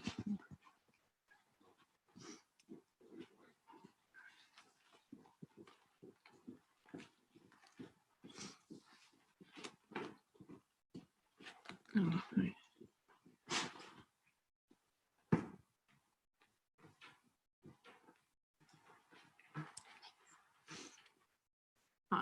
Just when you're ready, Yeah, Jude. okay. Hi, my name's Jude. I'm here on behalf of Cambridge Motocross Track. Unfortunately, the president and secretary couldn't make it, and there was supposed to be a couple more who were going to come and ask motocross questions. I'm just a new motocross mum, so not too up to date on the technicalities of motocross, but I'm here to inform you of where the motocross track is at and where we're hoping to go. So most of you have got the presentation, so I'll flip through it. So most of you will know what motocross is. It's motorbike riding on a track between 10 and 15 minutes long. In New Zealand, motocross is actually world class. We've had plenty. Oh, this is Trent who can answer some technical questions. So motocross is world class in New Zealand. We've had many world champions, and currently the Courtney Duncan from New Zealand has won the last 2 world championships, and Rachel Archer, who is actually a club member, is 2nd overall in America. So we're top of the world down here. And in Waipa, we also have many national champions, and there's a list there. There's some benefits of motocross, which you've probably read. So motocross in New Zealand is actually quite large. It's got 5,000 members, registered members, and they're only the racing members. That doesn't include all the trail riders and everything else. It has 52 clubs. They run 561 events, and they have 58,000 people. This was all 2019 results. That's just motocross racing. That's not trail riding. In the Waikato, there's 7 clubs sort of from Huntly down to Taupo. The big ones are Cambridge, Pariatonga, which is sort of by Maramarua, and Taupo. They're your large ones. The rest are on little farms type thing. And we're one of the large ones. We've won the Battle of the Clubs, which is around all the clubs in New Zealand. So we're 4 times champions, 2016, 2017, 2018 and 2020. So we're one of the best clubs in New Zealand. A bit of history. So we were founded in 1917 by Sir Edmund's uncle, Jack Hillary, and we've been at our current site, Rolling Place, since the mid-70s. So we've been there nearly 50 years. Our current resource consent allows us to operate 6 times per year, but our resource consent's only valid until the C4 district plan is operative. And under Plan Change 13, we're aware that it could be operative as early as 2022. Which leaves our club without a home. So we're just currently in the process of obviously relocating it.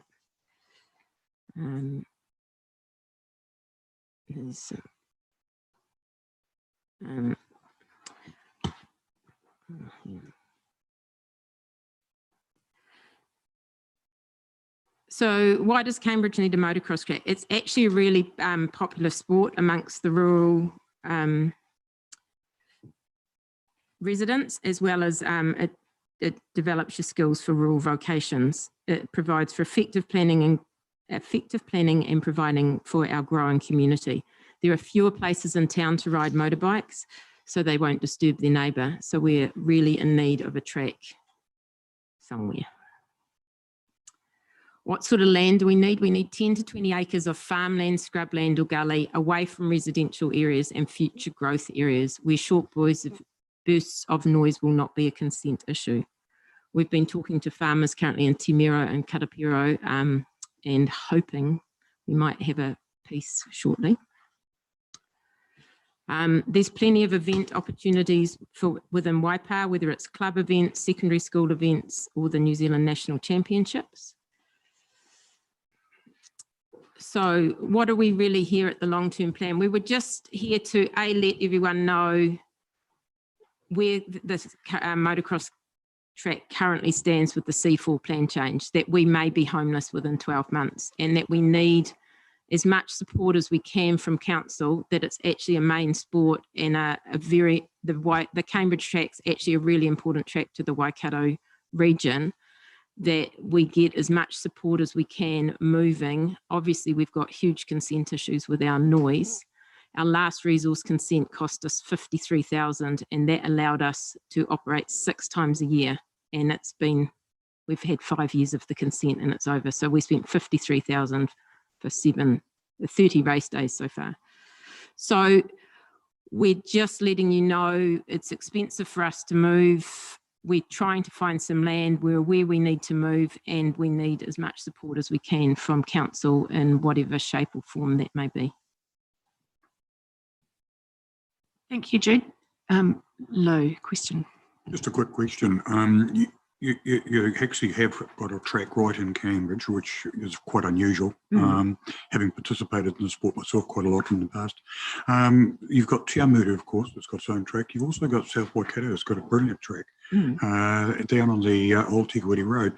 Would it be better, conversion to actually combine or work together with this? Because these facilities are going to be very difficult to obtain. I just wonder whether you thought of that.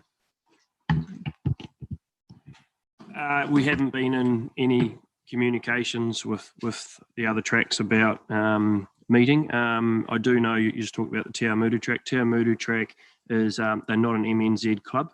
They're not affiliated with MNZ New Zealand.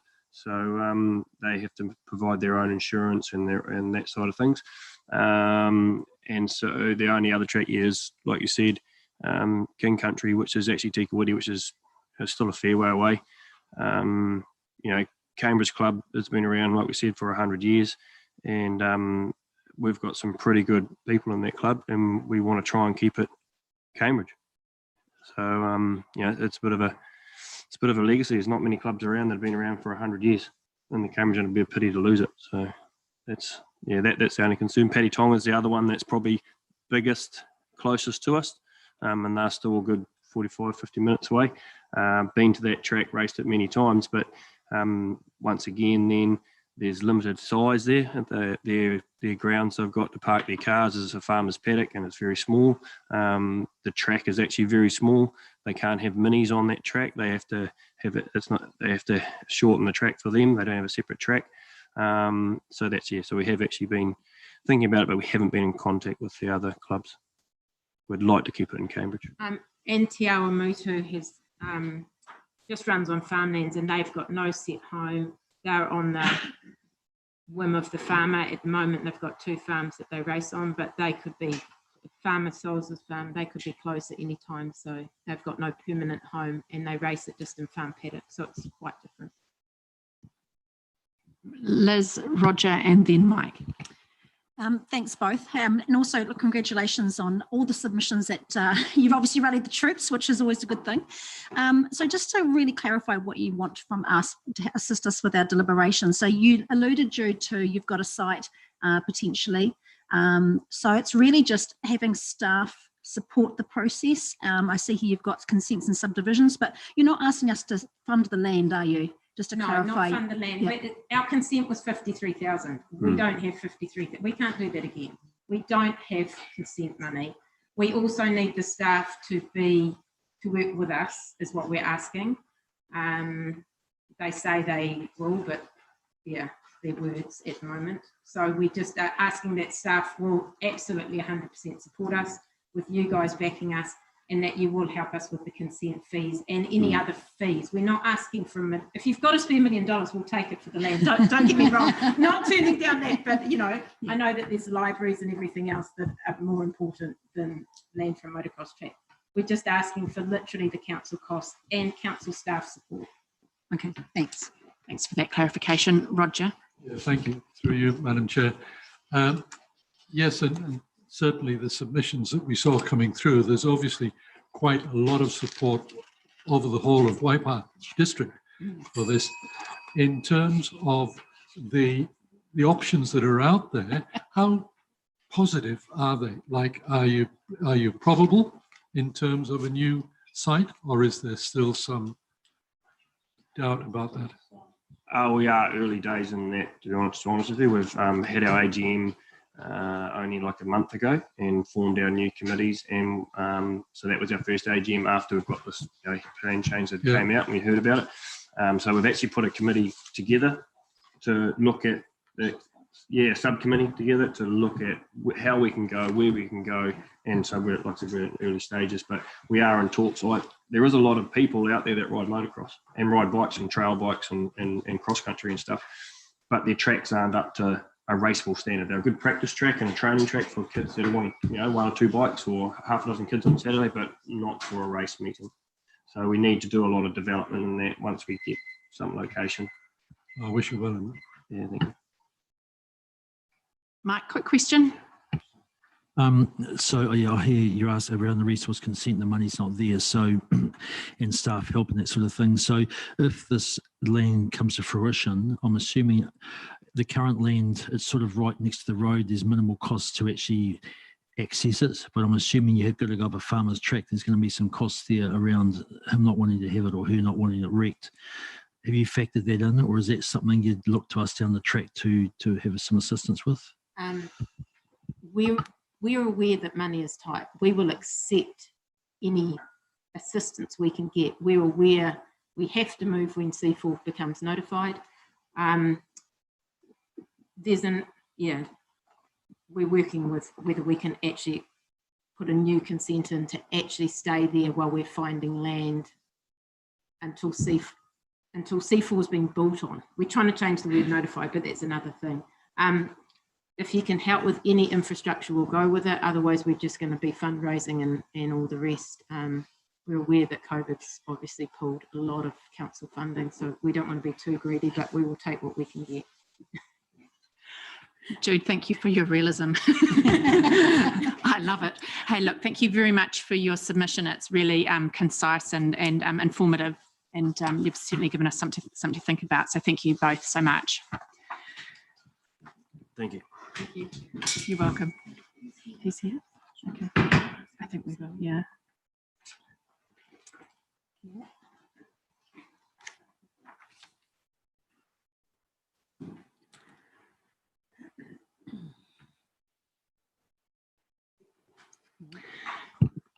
So we have yet another change in the order of our submitters today. We have the Cambridge Petanque Club about to deliver their submission. Mr. Stuart Stace, welcome. Thank you. Take the hot seat.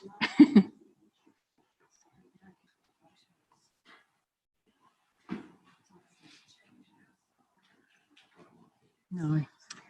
Now the submission for the Petanque Club appears on page 632 of our agendas.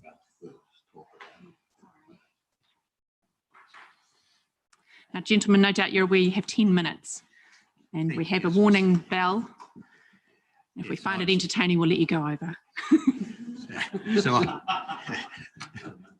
So I'm Stuart Stace and this is Brian Ramage. We're on the committee of the Cambridge Petanque Club. What we're after is funds, obviously, to expand the piece that we have existing in the Leamington domain now. Unfortunately, I'd sent through photos, which I hope you could all see, but they haven't been able to be displayed. Our situation right now is that we are sitting right next to a children's playground, and that in itself presents a couple of problems. One being that the children use it like a sandpit and throw the stones all around. Not that it harm, but they throw it on the grass surrounding the piece, which is not good for your gang mowers. And the second thing, which is more concerning to us, is the safety aspects of it. And what we have is the children, little children, and you can't blame them because they're little children. They just run on in the middle of when we're playing, and we're throwing 700-gram steel balls. So, I mean, if it hits somebody, it would really hurt. So for that reason, we need to do one of two things: stay where we are, but it needs to be fenced. Or secondly, go to the far end of the Leamington domain next to the golf croquet, which Philip has seen. You've sighted that and inspected it, and it is a good site for it. What we're looking for is where we have one piece now, which we do put a string down the middle to create two, but it's not the right size. It's an international size petanque piece is 15 by 4 meters, but you could still have a club piece that measures say 15 by 3 meters wide. What we'd like to get is enough room to have 6 piece that we can invite other clubs from other regions. And we've had that indication from clubs where we've gone and played ourselves that they would come and visit us and play there if we had the facilities. So, so that's the first thing. The second thing is that there was another option which didn't come to fruition, and it is the best option and it is the cheapest option, and that is to take half of the Thornton Road Bowling Club bowling green, which is not being used and is in a state of disrepair. It is an artificial green that the stitching is coming apart on, but it would be okay for us. Now, Philip has represented us at a meeting there, but to no avail. They're just not interested in having us there. They do have a petanque piece alongside, which unfortunately, although it is the correct size, has not been constructed correctly. And so a petanque piece uses a firm base with a thin layer of either fine gravel or crushed shells is okay. But it is about 100 mils deep, so when you throw a petanque ball, it just sinks in like playing on the beach. And so it's just not playing petanque the way it should be. Yes, so the other thing is we also had a bit of interest last year from the Alliance Française group in Hamilton, who were put in touch with me through the council and wanted to play on the piste at Leamington, which is no problem because it's not our piste anyway, it's the council's piste. But I said to them, well, quite frankly, if your numbers are 12 or more, it's just no use playing here because there's not enough room. So I guided them to the Green Hill subdivision where there is 2 petanque pieces there. Not that they've formed correctly, but they've done a really good job of the surrounds and seating around it. And there's 2 pieces. So we played there. But that's another group that would join us, and because they're French and it's a French game, would be more inclined to play. But once again, we just don't have those facilities available to us to do that. So yes, what we're after is we were looking for funding. I believe it would cost somewhere between 10 and 15,000 to do the one at the far end by the Golf Croquet Club. That would include a fence, like a post and rail type fence. So it's really there to keep motorbikes, bikes, cars off it, rather than the security of keeping young children from running onto it, because the young children are down the other end at the playground. So yeah, that's what we're after. Is there anything to add to that, Brian? Covered it well. So any questions, Councillor? Thank you, gentlemen. Yes, any questions for these men? Liz? Yeah, I have a question. Hey, look, I'm really impressed by your enthusiasm, and great to see other recreational sports coming to Cambridge. So my question is, I guess, often council works in partnership with groups, and we might provide the land and the group fundraisers to provide the rest. Or there are obviously lots of other funding organisations to be approached. So I just wondered with the other funders, because I think you have quite a strong case to maybe look at some of the other funding organisations. So there was a bit more of a partnership with council and them and yourselves. Yes. Is that something that you're open to? Well, that's something, if the council don't give us the money to be able to do it, we would need to look somewhere else. But we first need from the council permission to operate from whatever site. So that's the first thing from the council we need. Until we have the permission to do that, chasing private funding is really not an option until that happens. So I guess we would need something in writing from the council saying, yes, you have permission to use this block of land here. And if it comes down to that, we will chase private funding then. I'm just going to suggest that maybe we connect you with Sally Sheedy, who's over the corner there, around securing the best option. Is that okay, Sally? Yeah. Okay. Yep. Thank you. Yes. Yeah, just good idea, Liz. And just to add to that, Madam Chair, you've had meetings with Parks and Reserves team with Matt Johnson, who Sally works alongside, or was the head of too. So they've been supportive with you and helped you with the surface you've got now at the domain. Yes, yes, indeed. The other thing that Matt did offer at one stage was to reconstruct the piece at the Thornton Road one. And I think that I was quite grateful that they did that. But as I said to Matt, it is still one piece where we're looking for a club. It's like having a tennis club with one tennis court. It doesn't really work that well to expand the club. So yeah. So okay. And thank you for that. And just to add to that, the one at Thornton Road, you haven't got the room there to add more pieces to in the contour and the land that we've got there. And we've got the bowling green, which you talked about, but that's a no-go. But the actual contours undulating and not suitable. That's right. Although it's a great venue. It is. It's great spot, a wonderful great site, perfect site. Underutilised probably, but yeah, it's a shame every time I drive past that bowling green and look at it and thinking, what a waste.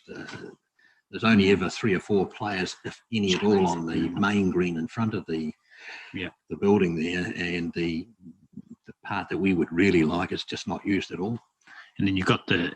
Can I just interrupt for a minute, Philip? I understand what you're saying, and you're obviously very supportive of this group, but you sort of find yourself in a potential conflict at advancing these people's cause, and I would just word of caution. I understand your passion and that you've been of some assistance to them, but it might be clearer and tidier if you don't take that issue any further. But thank you. Any other questions for these gentlemen in respect of their organisation and activities and their submission today? No. Was there anything else anybody you wanted to add that you haven't covered, gentlemen? You still have time. No, basically just something. The one thing I guess I could add to that is if we stay where we are for safety reasons, I would ask the council to at least put some sort of fence around the piece and maybe notification that this is not part of the playground equipment. It is a petanque piece and it's meant for adults, not young children. Yeah, quite a sensible request to make, I would have thought, in the circumstances. Yeah, absolutely. Look, thank you very much for your time and today and in compiling a submission. And thank you. Thank you, councillors.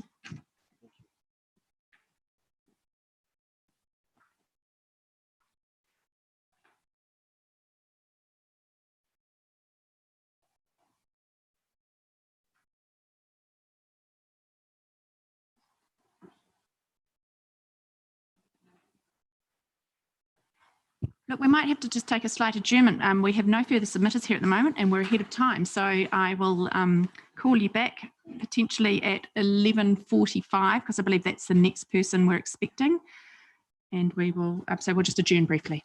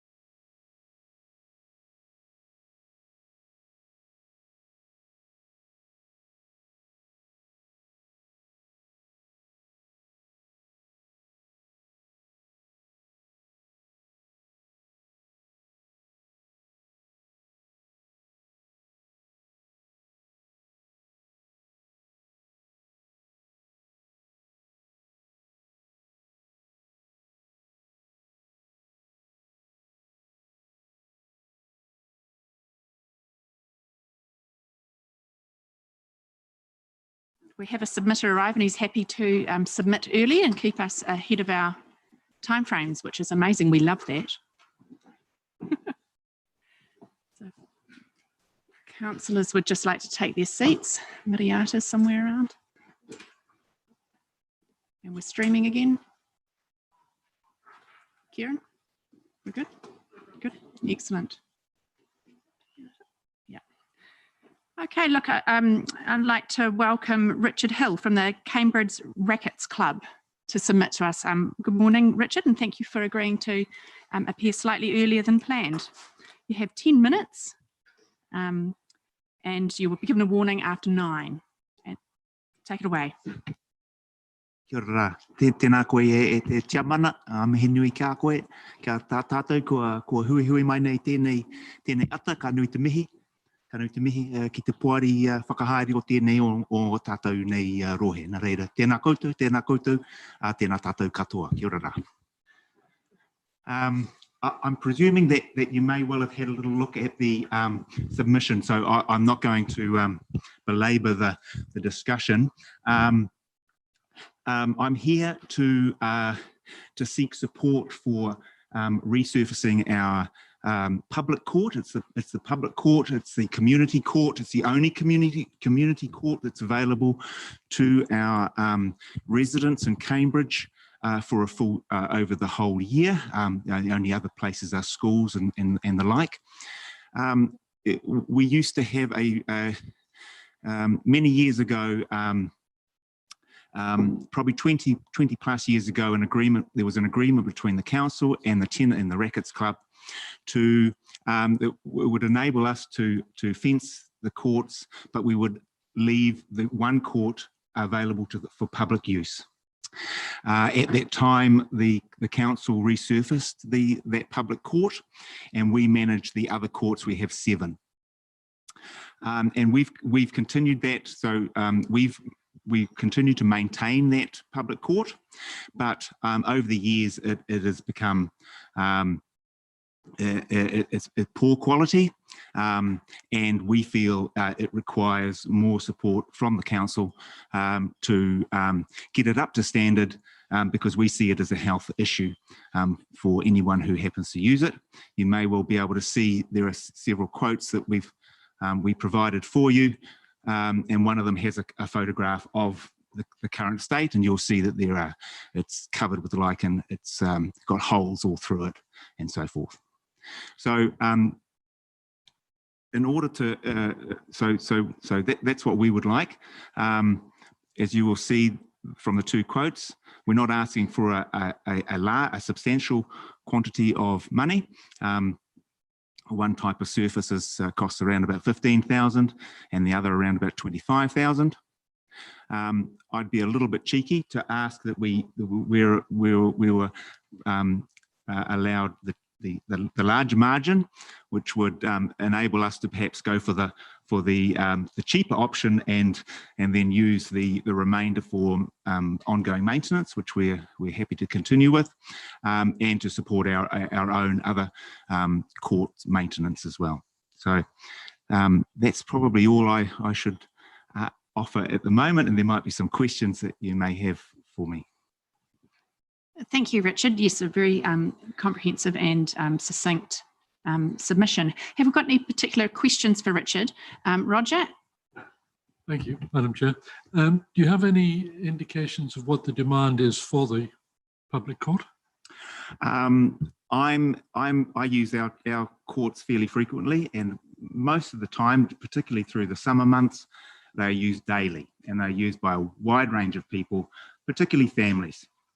Parents bringing their children down to play.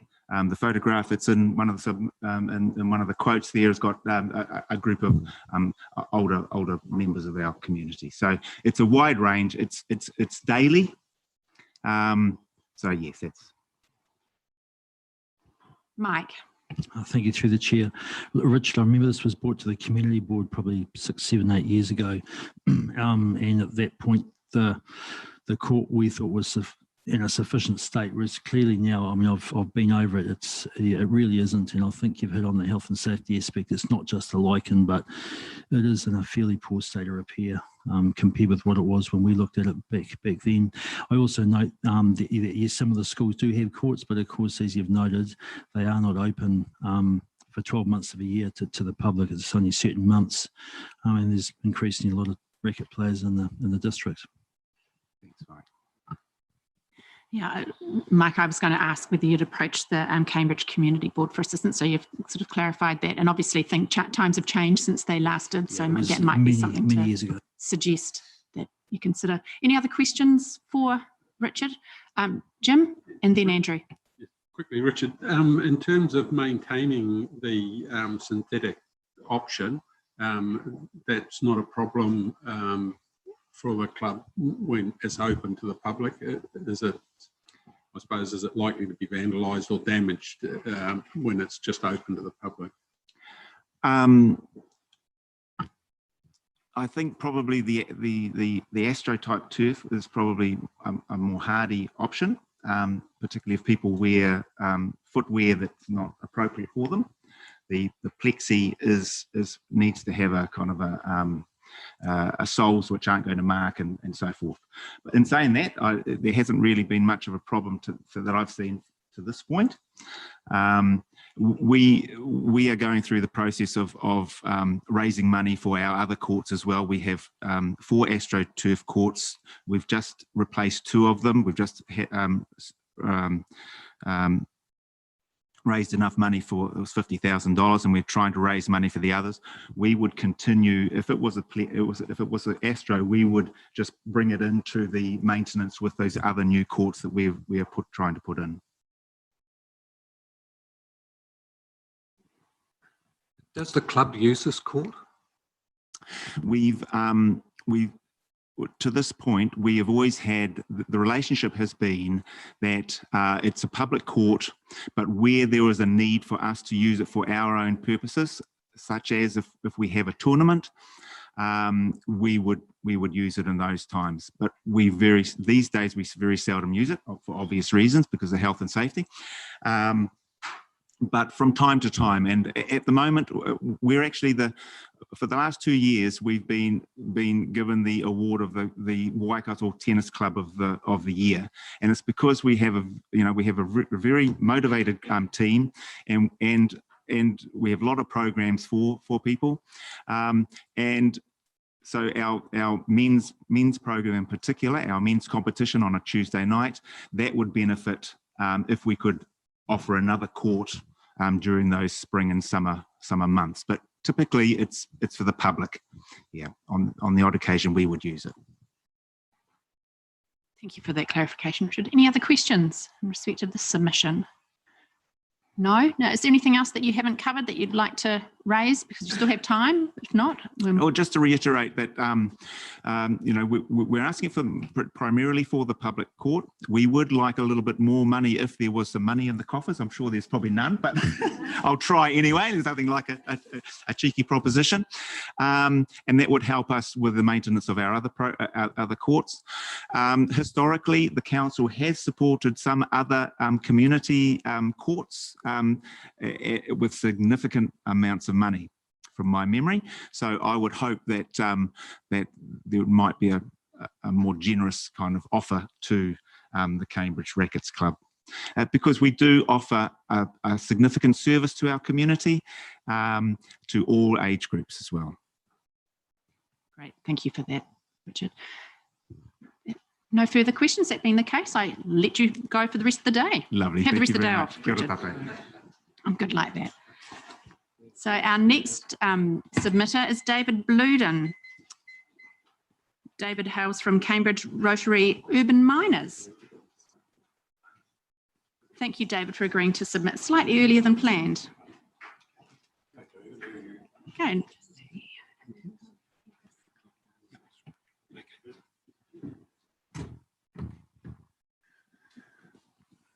Good morning.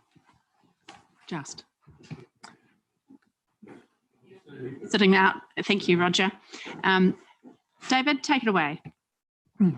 Good morning. Good morning, Your Worship, the Mayor, councillors, board members, members of the community.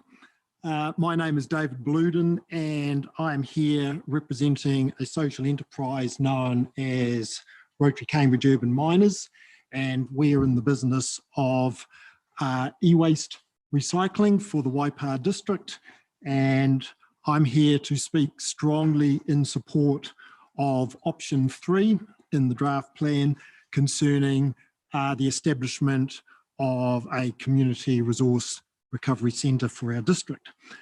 I think it's fair to say that Waipa is probably 10 to 20 years behind many other territorial authorities in terms of moving down this route, so I congratulate Council on taking this initiative.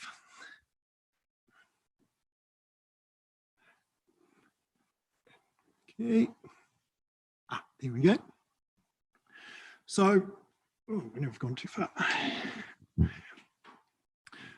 So we strongly believe that option 3 embraces the philosophy and ethos of the Zero Waste Network, which is a representative organisation that represents community-based organisations that work in this area, and that there are 3 or 4 key areas that such an initiative would support. The first is that it enables local communities to protect and enhance their own local environment and their social economies. For example, research has shown that 80 cents in the dollar that these types of enterprises generate tends to go back into the local community as opposed to leave it. And they do also, because they are quite labour intensive, provide meaningful employment opportunities within the community, and in particular for some of the more disadvantaged members of the community. They also offer the prospects of real recycling. Now, what I mean by real recycling is that to generate high quality feedstock for further processing and on use, all waste streams need to be very highly categorised and sorted. So commingled wheelie bins, sadly, don't meet that requirement, and research from overseas shows that commingled recycling has costs in terms of additional energy, wastage through contamination, and I know that you are dealing with that issue at the moment, and that there is potentially a lot of wastage and more diversion through to landfill. It also, I think, embraces kaitiakitanga, the Maori concept of product stewardship or stewardship. The ethos says that all members of the community should be responsible for the management of their waste streams, and I believe that this initiative strongly supports that. So you probably knew most of that already, and what I'm really here to talk about is siting of such a facility. Now, if someone were to ask me to describe the ideal site that I thought such a enterprise could operate from, I would say that council is already in possession of such a site. So before I talk about that, some of the key features of a community resource recovery centre are that they allow members of the public to drop off. They're staffed, they have published opening hours, they accept a wide range of domestic items, and I'll talk about that a little bit more later. They do require significant space and facilities, both covered and uncovered. Generally, they will have a retail outlet, repair facilities. They are very financially challenging to run because they are very labour intensive. They do not act as transfer stations. They have an education and advocacy role, and as I've already mentioned, employment opportunities. So what about a site for such a facility?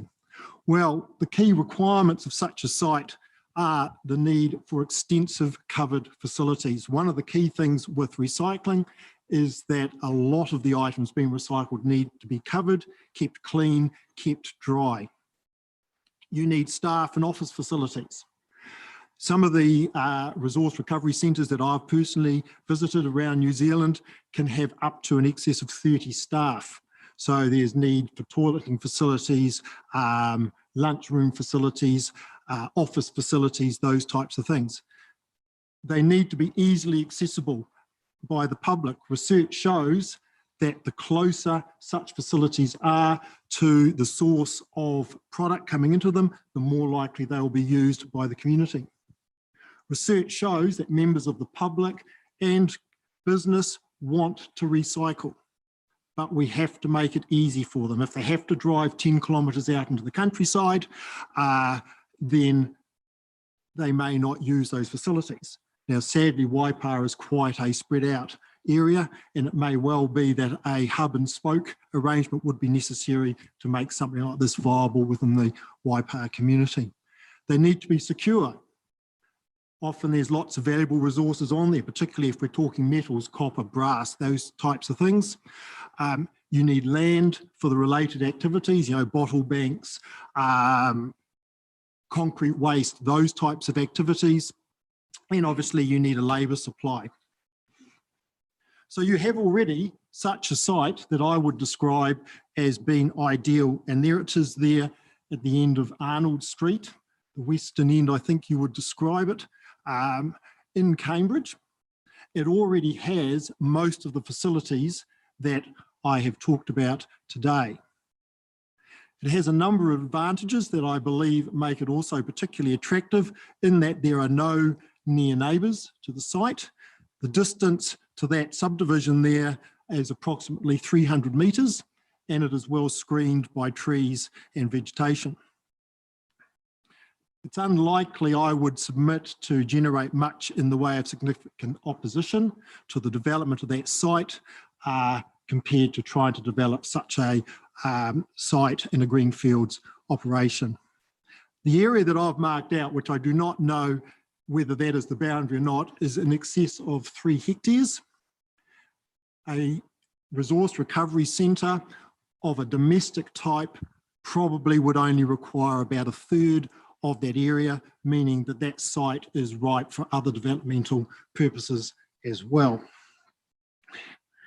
And to that end, I'd just like to throw out one other idea, and that is the concept of a resource recovery park.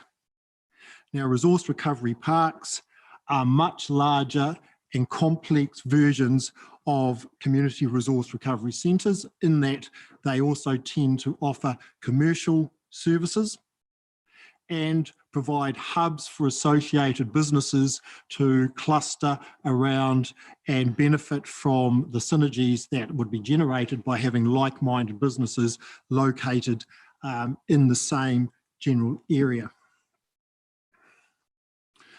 So I'm open to questions, and I just throw up some points for your information in our area of current speciality, which is e-waste. Thank you. Hey, look, thank you so much. That was really interesting, David. Any other questions? Have we got any questions for David? Mike. The chair, just a statement. So that's David, that's the old rubbish dump sort of area, isn't it? Is that correct? It's adjacent to where the old rubbish dump was. It used to be, back in the day, the council parks and reserves depot. Okay. And I think the dog pound was there, and a few other of those council type facilities. Yeah. Hey, look, I'd just like to say, hey, well done on the work that you're doing there, but also in identifying the potential sites that on the surface of it is quite a long way from any sort of residential areas, and is away from public view. So yeah, it'd be interesting to see how it progresses.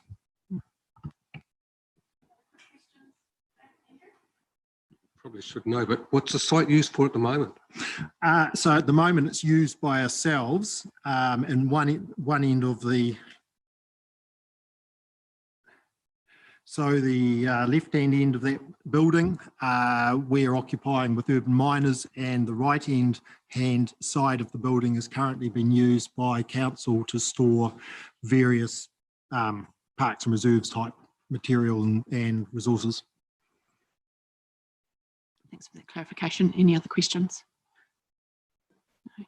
Hey, look, thank you for your support in terms of what I think is a really potentially exciting and transformative project, and for your perspectives around the appropriateness of your site for those activities. So thank you. Thank you very much. Thank you. Our next submitter is Mr. Ian Hughes for the Cambridge Safer Community Charitable Trust. It's a bit of a mouthful. Welcome, Ian.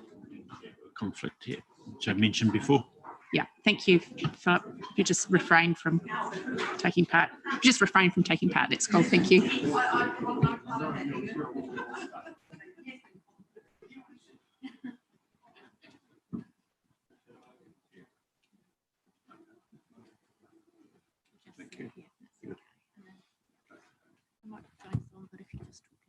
Okay.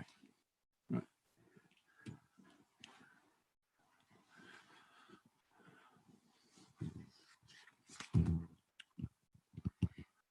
Good morning, gentlemen.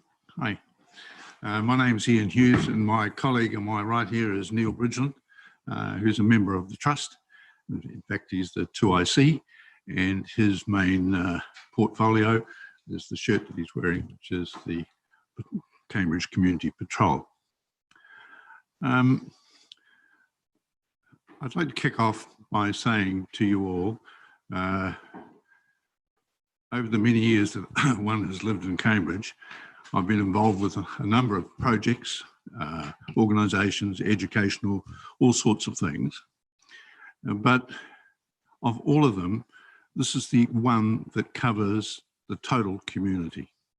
Neighbourhood support is there for everyone. And that is our aim. Unfortunately, like lots of organisations, voluntary organisations, we are geared to the dollar sign. And we can't cover at this stage the total area of Cambridge in its population form. Reason? We employ one person at 20 hours a week, and Eileen covers the whole area in that particular time, which is an impossibility. For us to put neighbourhood support out to all folk, we would need to look at a money return, a money source that was going to guarantee that we could keep that particular person and employ that person for 35 to 40 hours a week. Then we'd know we'd cover Cambridge, and hopefully we would cover into the future as the town and the district grow. So basically, what do we do? And I think in my paper to you, you would have seen that we have been involved with civil defence, we've been involved with CCTV, and we're involved with not only neighbourhood support, but now the Cambridge Community Patrol. And of course, that all takes time and energy. We've recently had to vacate our position at the old police station sergeant's house as it gets demolished, ready for the new Cambridge police station.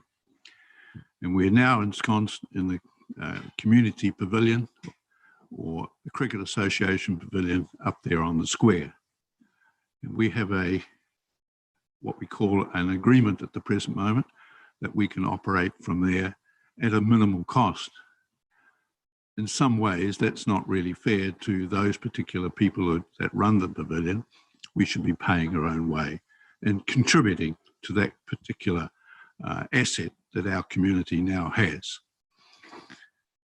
So, good folk, I'm not going to spend any more time outlining. I think my paper does that to you. I'm pretty sure there will be questions that you want to ask of me or from Neil, and we'll see what we can do in answering those for you. So back to you, Madam Chairman. Thank you. And does anybody have any questions for Ian or Neil? Neil, what's the current grant that you get from 25? Is it? Thank you. I just wanted some clarification. You've talked 35 to 40 hours per week. What does that, so what kind of quantum are we talking? We're talking 40 grand. You're talking 40 grand. Yeah. Okay. Does anybody else have a question for these gentlemen? Yeah, Madam Chair, I just wanted to say, Neil, Eileen came with us on our rural tour on Saturday out to Whitehall, Tiamero and Fencourt, and it was very, very well received and good information. And getting those rural people on board, I think, is only going to add to it for you. Yeah. Yes, she has particular strengths, which is really good for us. We're fortunate in getting such a person. it's holding on to that person, which is like our previous person that we had, Jenny, really couldn't stay with us because she wasn't earning enough money for her family. So we lost her. We've gained Eileen. That's great. We'd like to keep Eileen. And if Eileen has other particular things to do as well, even if we had 2 Eileens, but it ended up being a partnership situation. Our previous Jenny, just to let you go know further, was very involved while COVID was down. And she worked something like 70, 80 hours a week during that period of time, but we couldn't recompense her in any way or form. So we feel a little bit guilty about that, but that's what it is today. Great. Look, thank you very much. Any other questions for either of these fine gentlemen? No? No further questions? Look, thank you very much for your submission and your time in coming today and your agreement to submit slightly earlier. Thank you, gentlemen. You can now have lunch. Thank you. No, you're right on the money. We can now have lunch. I'd like to adjourn for lunch. Our first submitter after lunch is actually at 12:45, but we shall see. We may have somebody appear earlier. You never know. So it's adjourned for lunch.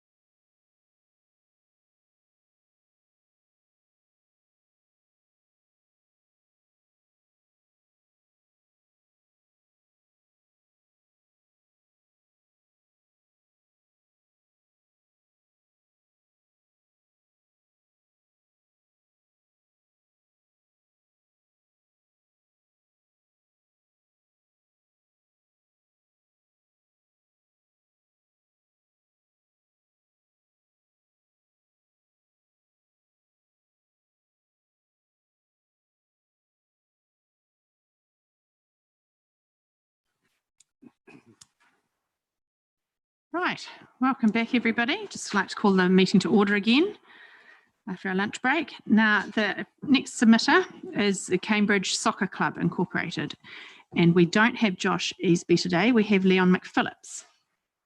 So Leon, would you like to take the hot seat in front of me here and talk to us about your submission? Welcome, gentlemen.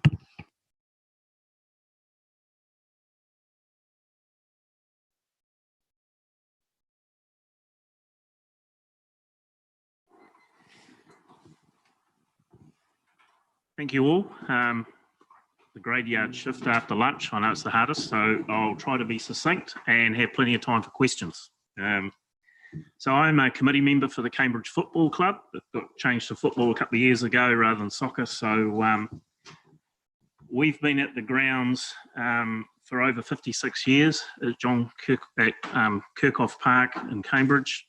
My presentation will cover 4 areas. I'll cover our lease. I want to cover the growth that we've had and what we're expecting. I want to cover health and safety, and I want to cover sustainability. So as I said, then open for questions from you, which hopefully there'll be a couple. Otherwise, I know I have put you to sleep. So as I said, over 56 years ago, we were able to obtain the lease for the grounds in Cambridge. Our lease expires in June next year, and the issue we have as a club is, and it was mentioned in the long-term plan, that you're looking to perhaps change the lease model. If that happens, that will actually kill us as a club, because we are a 12-month of the year football club. So we operate in as much in summer as we do in winter. If we went to a model similar to what they went to in Hamilton, we don't have, or we have limited access over the summer months. We have exactly the same issue that the Hamilton clubs have, and that they can't get on their pitches when they want for pre-season and for things later in the season. We've worked out that we'll lose at least 6 of our major funding opportunities if we don't have a renewal of our lease. So the lease is the most important thing. That's probably the key requirement we're seeking in terms of the long-term planning, is we want to plan for the next 56 years. I mean, Peter is our president, has been with the club over 65 years. So we want to see those 2nd, 3rd, 4th generation people come through. In terms of growth, we've taken last year out of the equation because of obviously the anomalies that were associated with COVID. We've got a 15% increase on junior numbers, and that's become a real issue for us. We've got over 530 junior players. So they're not only Cambridge, they're outside the Cambridge district that come to Cambridge to play. And obviously we have visitors coming as well. So we get 1,000 juniors to our club every week. And it started on Saturday, and it was mayhem. And I'll cover that off in terms of our submission, because it's causing a few other issues as well. The senior club, we've got a 10% increase on seniors this year, and we've put another football team in, and we're getting good response in terms of inquiry for the teams as well. We represent 12 nationalities or birthplaces of team players and club members. So there's actually 12 people or 12 different nationalities at the club represented. So we're not just New Zealand based, we're not just male, we're male, female, and as I said, we have a number of Hamilton players that actually play for us as well, so they'll come out from Hamilton to play for us on the weekend. Five-a-side, we have 40 teams in the summer, and we have to close that off. We have to close it off because of the grounds. We don't have the capacity to take any more, but that's played every Wednesday night over the summer period for a 10 to 12 week period. We'd like to take more, and we have a lot of people that don't normally play on a Saturday, but we're limited by the grounds. So that's an issue for us as well. And we recently hosted the New Zealand Under-17 team, and Danny Hay, who's the New Zealand coach, was at Cambridge for a week, and he was couldn't say enough about Cambridge and about the football club. He stayed in Cambridge at the Lakewood Trust motels there. He said it's a fantastic place. The under-17s are coming back again next month to train. And he's just, he couldn't speak more highly of it. And he said Cambridge is a key place for them because it actually brings people in from other areas. They can have their training with the facilities. So he said it's really important that, we keep that relationship going. And we've, the Women's World Cup next, or the year after next, we're hoping to get some teams using our facilities. Hamilton have the major rights, but there is opportunity with some of those teams as well. And as I said, New Zealand football are aware of what we've been doing, how we've been doing it, and they've been supportive to date. Safety, because of the junior numbers, the issue we have is car parking. Vogel Street, which is 2K, 1K, 2K long, absolutely full of cars on the weekend. There's a new subdivision that's gone in right opposite the junior football club, and that's taken up a whole lot of parks. We had people all the way down to the main road, both sides of the road, side streets, and that's becoming a real issue for us as car parking.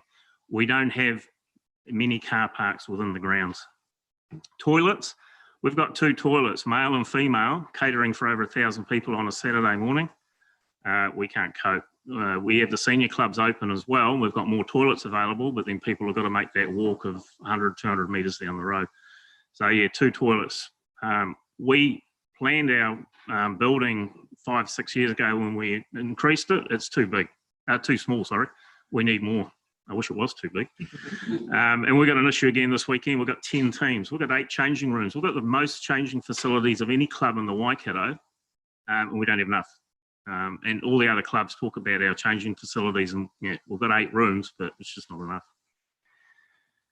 And we've also got a drain that causes quite a few issues. We've got a number of fields that are taken out of play, especially in winter because they're too wet.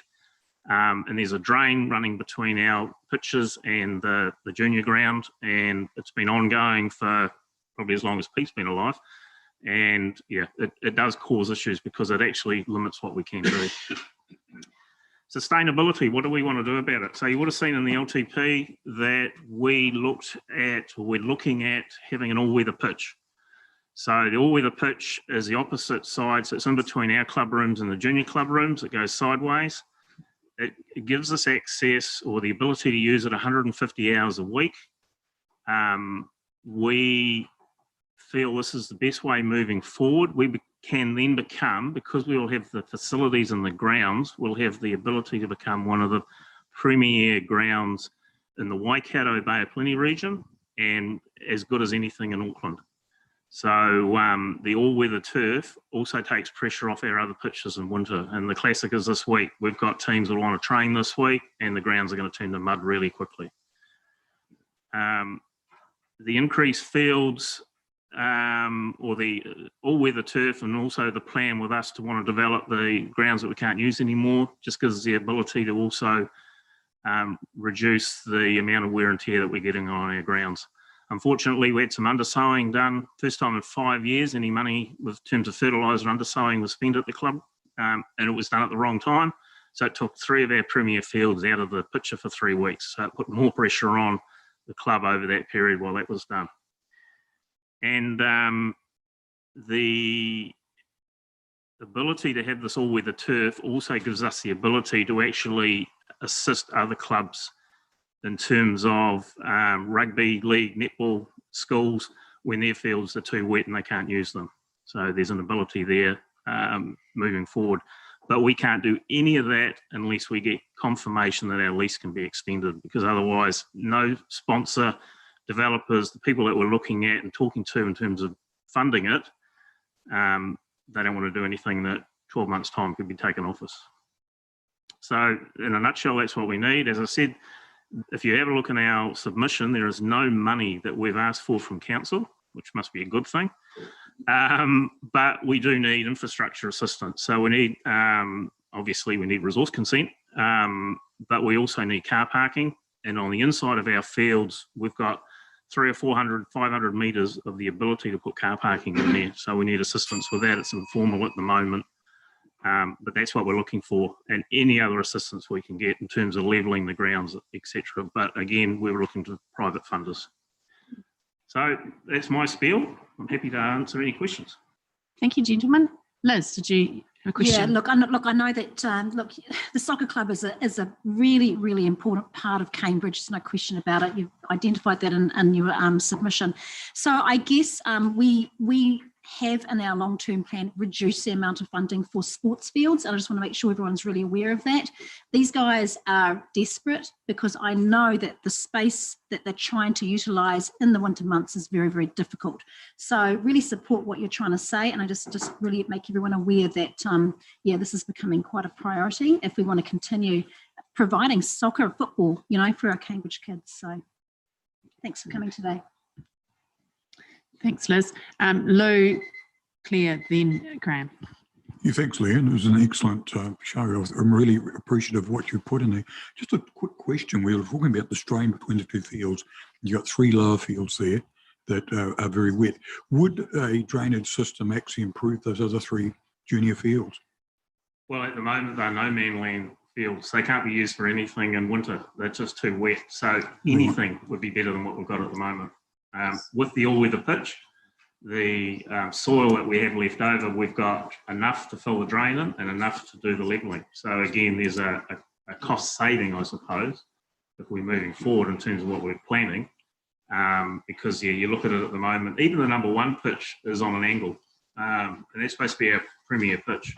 So we've got quotes in for the levelling.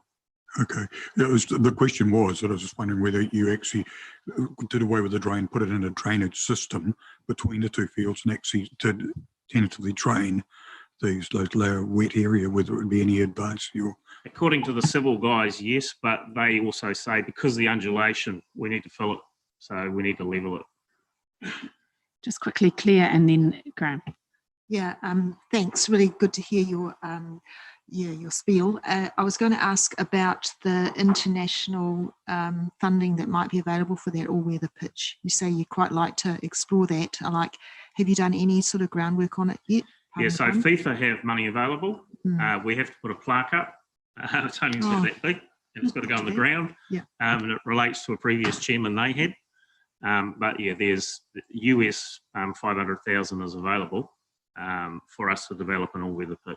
So we've got the necessary skills within the club to be able to access that funding.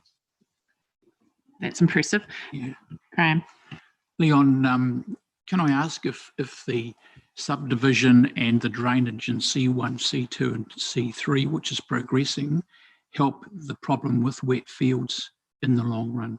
You know what I'm talking about? It could exacerbate the problem because it might push the water back.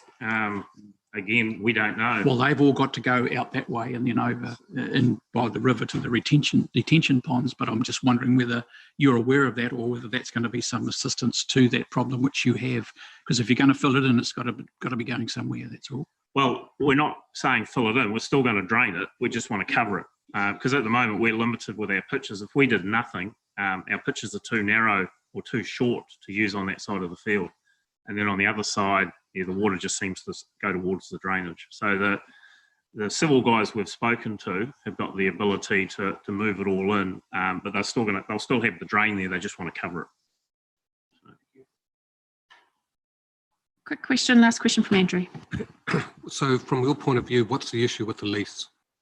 It expires next year and we're worried that you're going to go to a model where we don't have access to the grounds for 12 months. Okay, thank you.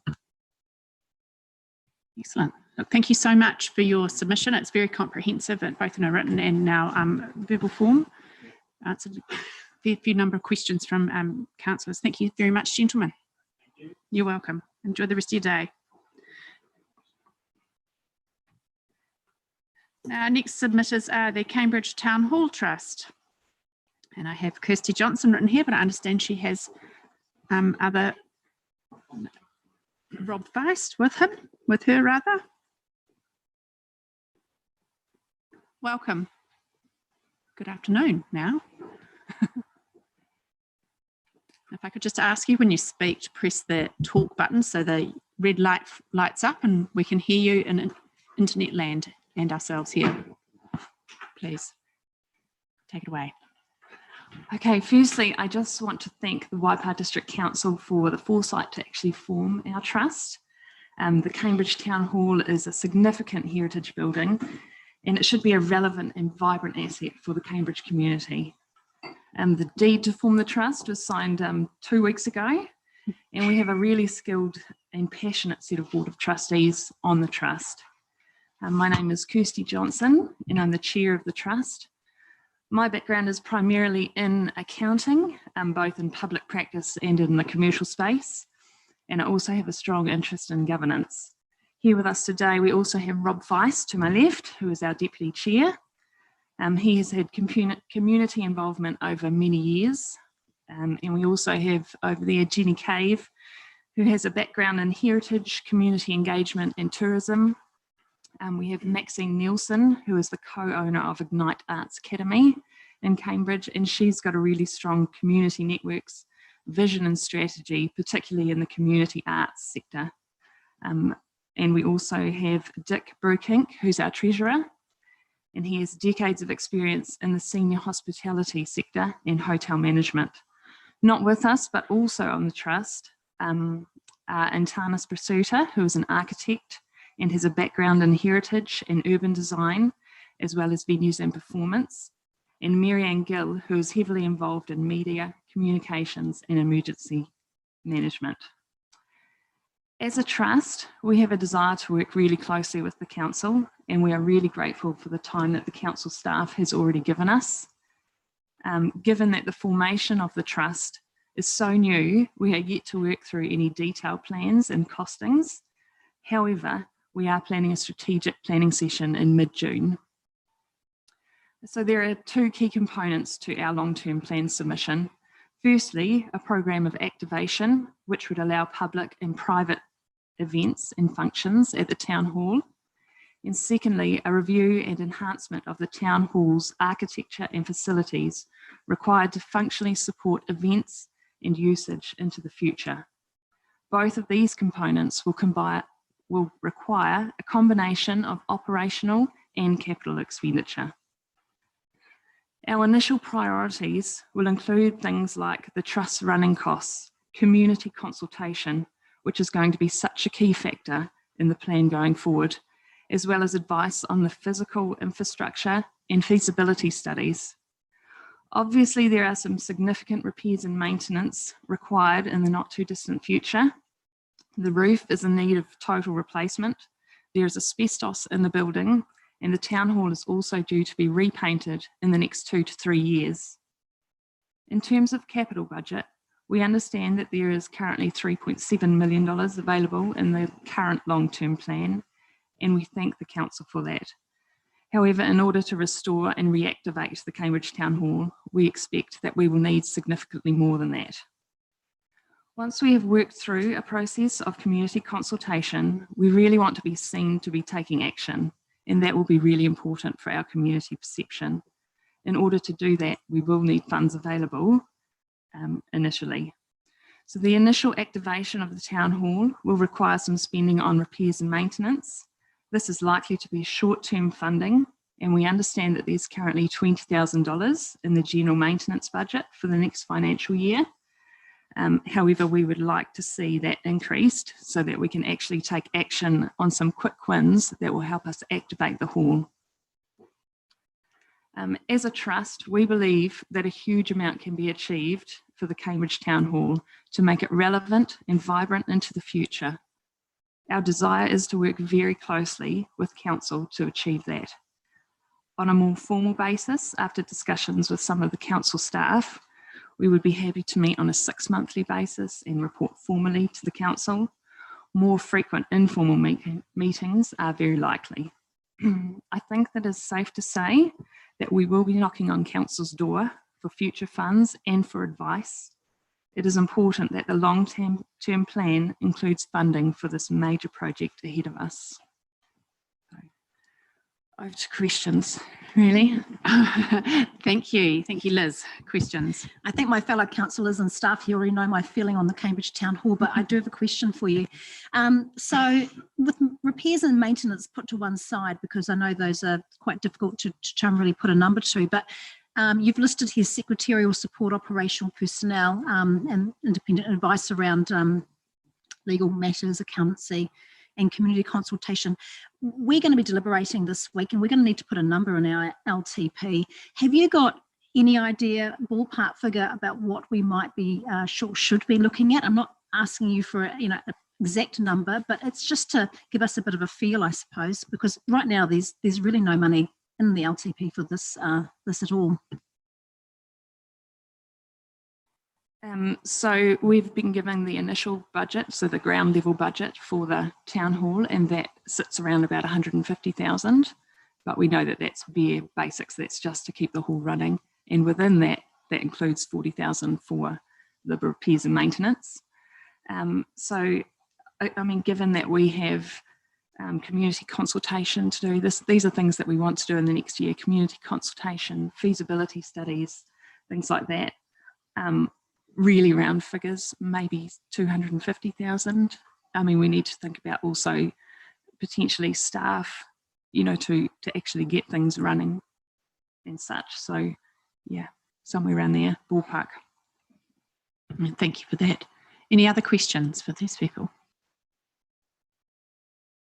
No questions. Look, hey, thank you so much for coming, and certainly it's more of an introduction, if you like. I mean, we've, as Liz said earlier, we've supported and created this trust, and we don't want to be in a position where we kind of hamstring you. So it's really nice to be able to put names to faces, and we'll certainly take on board the comments you've made and the ballpark figure that you've given us. And I appreciate that it is only sort of wet finger in the wind at the moment, given the embryonic stages of your trust.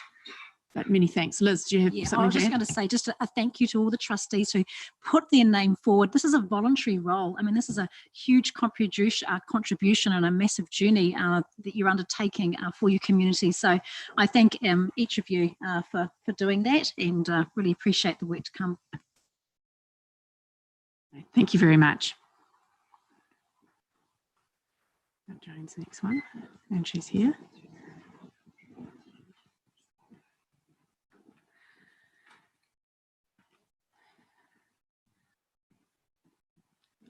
Moving on to our next submitter. Submission is from the Cambridge Tree Trust. This is Joan McCarthy.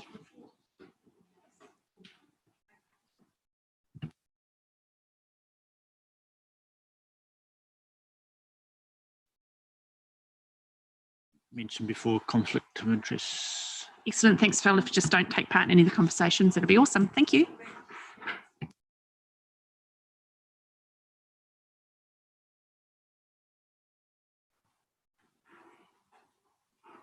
Good afternoon, ladies. Good afternoon. I'm Joan McCarthy. This is Jan Todd. Welcome. From the Cambridge Tree Trust. Welcome. We have copies of our full report. Our submission is being handed around if anybody has not seen it and would like a copy. Thank you very much. I thought I would start with a little history of the area, as some of you may not be aware of the background. In 1880, the Cambridge Domain Board had the park gazetted at the reserve. I mean, that was a mighty step that they took in 1880. It's a concern to read that in 1882, concern was expressed that the drainage from the land above would turn the lake into a cesspool. One wonders what's happened since. All right. In 1933, rushes were cleared. In 1960, the progress was made with clearing the rushes, but not sustained.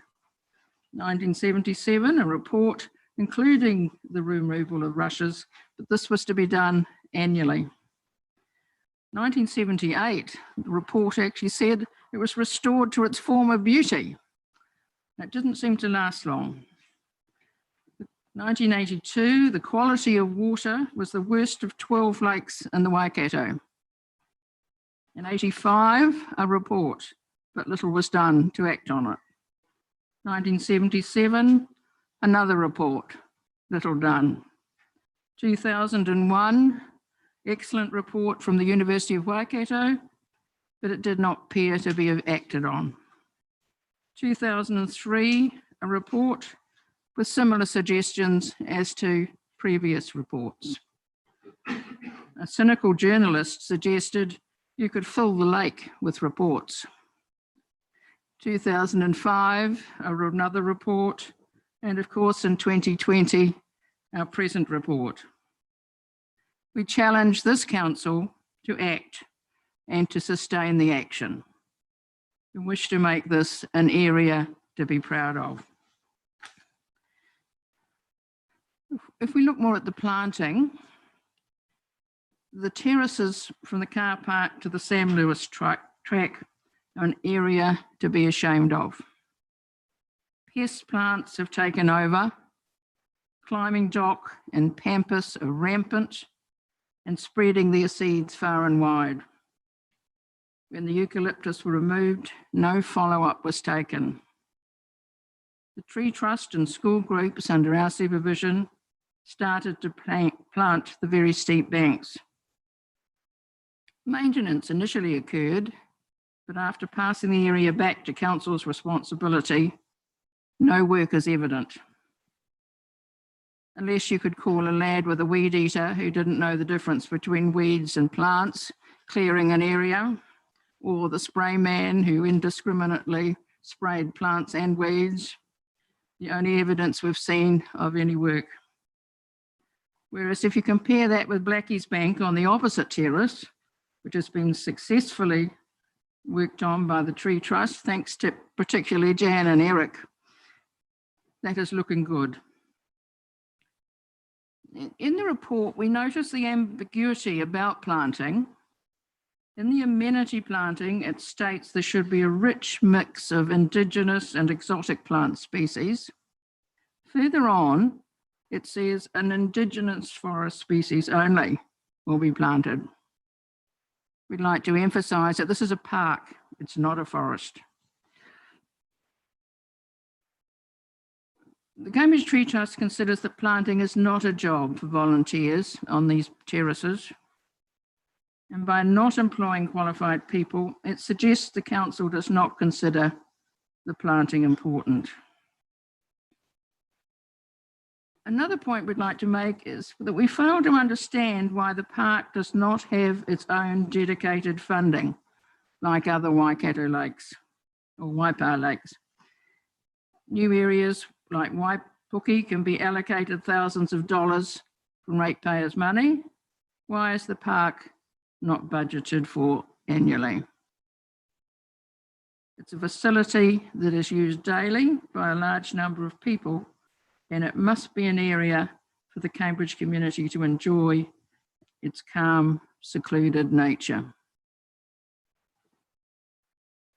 Two priorities stand out: the need to improve the water quality and the terrace planting maintenance. The wants are the gates and the signage, which can be delayed until funding available. Playgrounds and pavilion do not have a place in this area. Details of the areas that must be preserved intact are included in our full report. But we would question the reason for crown lifting trees and for sightlines. These measures can let light in and encourage weed growth. Details of the importance of retaining the natural qualities for the Cambridge citizens to enjoy, feel refreshed away from buildings and traffic, must be emphasised. So that's the main points I'd like to make now. You may well have some questions. Thank you, Joan. Does anybody have any questions for these ladies? Roger. Yes, hi. Hi, Roger. Through you, Madam Chair. As the first thing, I'd just like to acknowledge the incredible work that the Tree Trust does in all of the area. Mm-hmm. And I certainly endorse your comment about the health and safety factor of some of your members getting up on those steep slopes to do planting. And I certainly wouldn't do that myself, so I endorse that comment. But thank you for the work that you do. I'm very interested in some of the comments that you made in your submission. Thank you. Does anybody else have any questions or comments to make in respect of the Cambridge Tree Trust's submission? Nobody? Oh, just very briefly, just that I do agree with a lot of what you've said in this document, you know, in the sense that there's no annual dedicated fund to you know, some of the important parts that of course are needed for Lake Te Kutu. So yeah, I've read this thoroughly. I think other councillors have too. So yeah, we deliberate later on this week, but yeah, there's some really important pieces or missing links, I guess, they've highlighted to us, which is yeah, really well received. And thank you for your work. Jan and I see each other regularly and really appreciate what you do for the community. Thanks. Thanks for those comments, Liz. Anybody else have anything for these two fine ladies? No? Well, that would be it. Thank you very much, ladies. And once again, thank you very much for the work you do.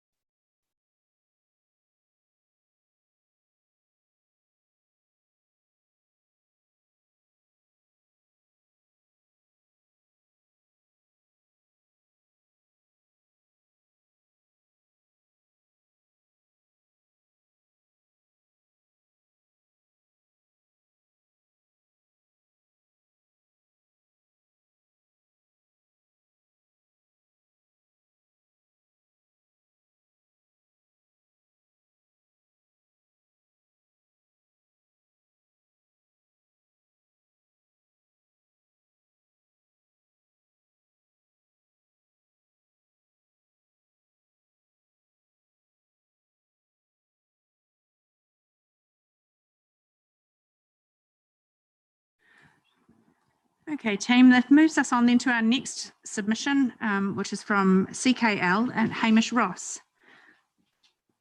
Hamish, if you could take the hot seat and address your submission for us.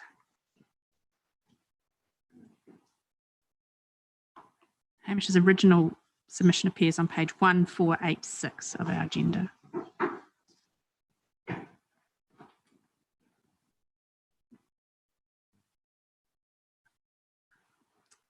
Hello everybody, I'm Hamish Ross from CKL. I'm actually representing a group of landowners from the Alhopo township. So look, we've been working with a group of landowners in the 03 and 04 growth cells out there for probably 12 months, trying to look at options for developing that land. Those growth cells happen to be post 2035 growth cells, which means obviously not designated for after post 2035. So the process to develop that land's a little bit harder than it might otherwise be. There has been a pathway forwards in the district plan whereby we can apply for a structure plan if there's no pre-2035 growth cells. However, plan change 13, which is currently being worked through, will remove that option. So what it means for us is that it's very difficult to move forwards and develop land with these landowners in Alhopo. You'll be aware that there's land in Hinapuri that's currently being developed. There's land in Pukeatua that will get rezoned with plan change 13. There's land in Pirongia, so there's land available in the villages for development. However, this is not the case with Alhopo. So as I say, we've got some landowners quite keen to push on, but that's going to be a difficult process. We've been engaging with council for a good 12 months, looking at options, and as we've moved further forwards with plan change 13, I think the means of progressing have probably got harder and harder. With other developments, council are now considering or looking at densifying land and that type of thing, and the thought of perhaps looking at a residential type zoning for Alhopo has been suggested. In order to do that, what we'll need is a wastewater network, similar to what happened in Kiki a few years ago. Without wastewater, we're limited to a minimum lot size of 2,500 square metres. So look, I mean, that's another option that I think needs to be looked at. So as I say, talking with various people, including council and landowners, we would like some money put aside in the budget to investigate what can be done out there, whether that's an investigation of providing wastewater. I guess you've got the airport in close proximity. There's going to be demand for sections from that area, from people living in Te Awamutu and obviously Hamilton as well. So look, we'd like some money put aside for an investigation, as I say, wastewater, perhaps a council-led plan change to rezone this land. The door is largely closed other than by way of private plan change, and given future proof and the national policy statement on urban development and bits and pieces like that, pushing forward with a large lot type development, so your rural residential is going to be difficult given council's looking at bits and pieces. So yeah, essentially that's what I'm here to ask for, that council consider that. The need is there, the will is there by the developers. So yeah, I would ask that you consider looking at some funding for that in the near future. So look, happy to take any questions on that. Thank you, Hamish. Claire. Yeah, thank you, Hamish. Yeah, I'm pretty concerned to hear that there's no sort of potential for a residential development to be expanded further in Ohopo. Like, could I just have a clarification from you that you do have landowners that are keen to progress that right now? We have landowners that are quite keen. We've met with council on a number of occasions. As I say, we've got landowners keen probably to go with the rural residential style, and people are also keen to look at residential. Residential requires the wastewater, but I think everybody would be keen to progress. Yes, so definitely the will is there. Yes. I was just going to say I can understand why a lot of people would want to move and live in Ohopo. It's a pretty great place to live. Yeah. So I think this is, I'm a bit biased here. So I guess this is something we need to progress with staff. That's where I think we're at. We need to get a bit of an update. Thanks. That seems pretty sensible to me. Does anybody else have any other questions for Hamish while he's in the hot seat? No. Oh, Gary. Could I just clarify, Hamish, with large lot residential, approximately how many allotments are you thinking might be? Well, large lot, there was about 60 odd sections there. And that's a function of the topography and that type of thing as well.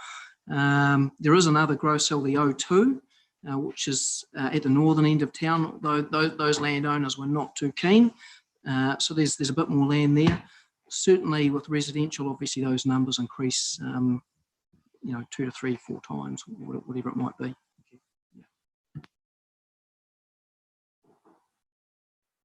Anybody else have any questions for Hamish?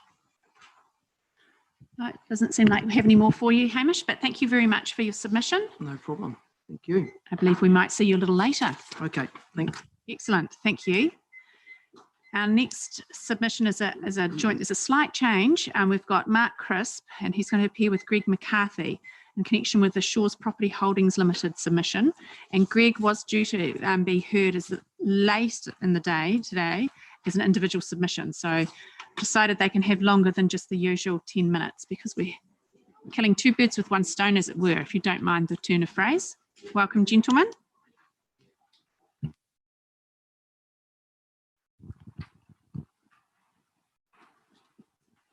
When you're ready. Thank you, Madam Chair, councillors. For those of you that don't know me, my name's Mark Crisp. I'm a planning consultant with Mitchell Dash. Been working in the Waipa district for about 30 years and done a lot of development work, particularly around Cambridge. I'm here today on behalf of Johnny Schick from Shores Wire Ropes Limited. Johnny puts in his apologies today. He couldn't make it, had another meeting. But he wanted me to emphasise to you that the reason for his submission was so that the development community and council can work constructively together.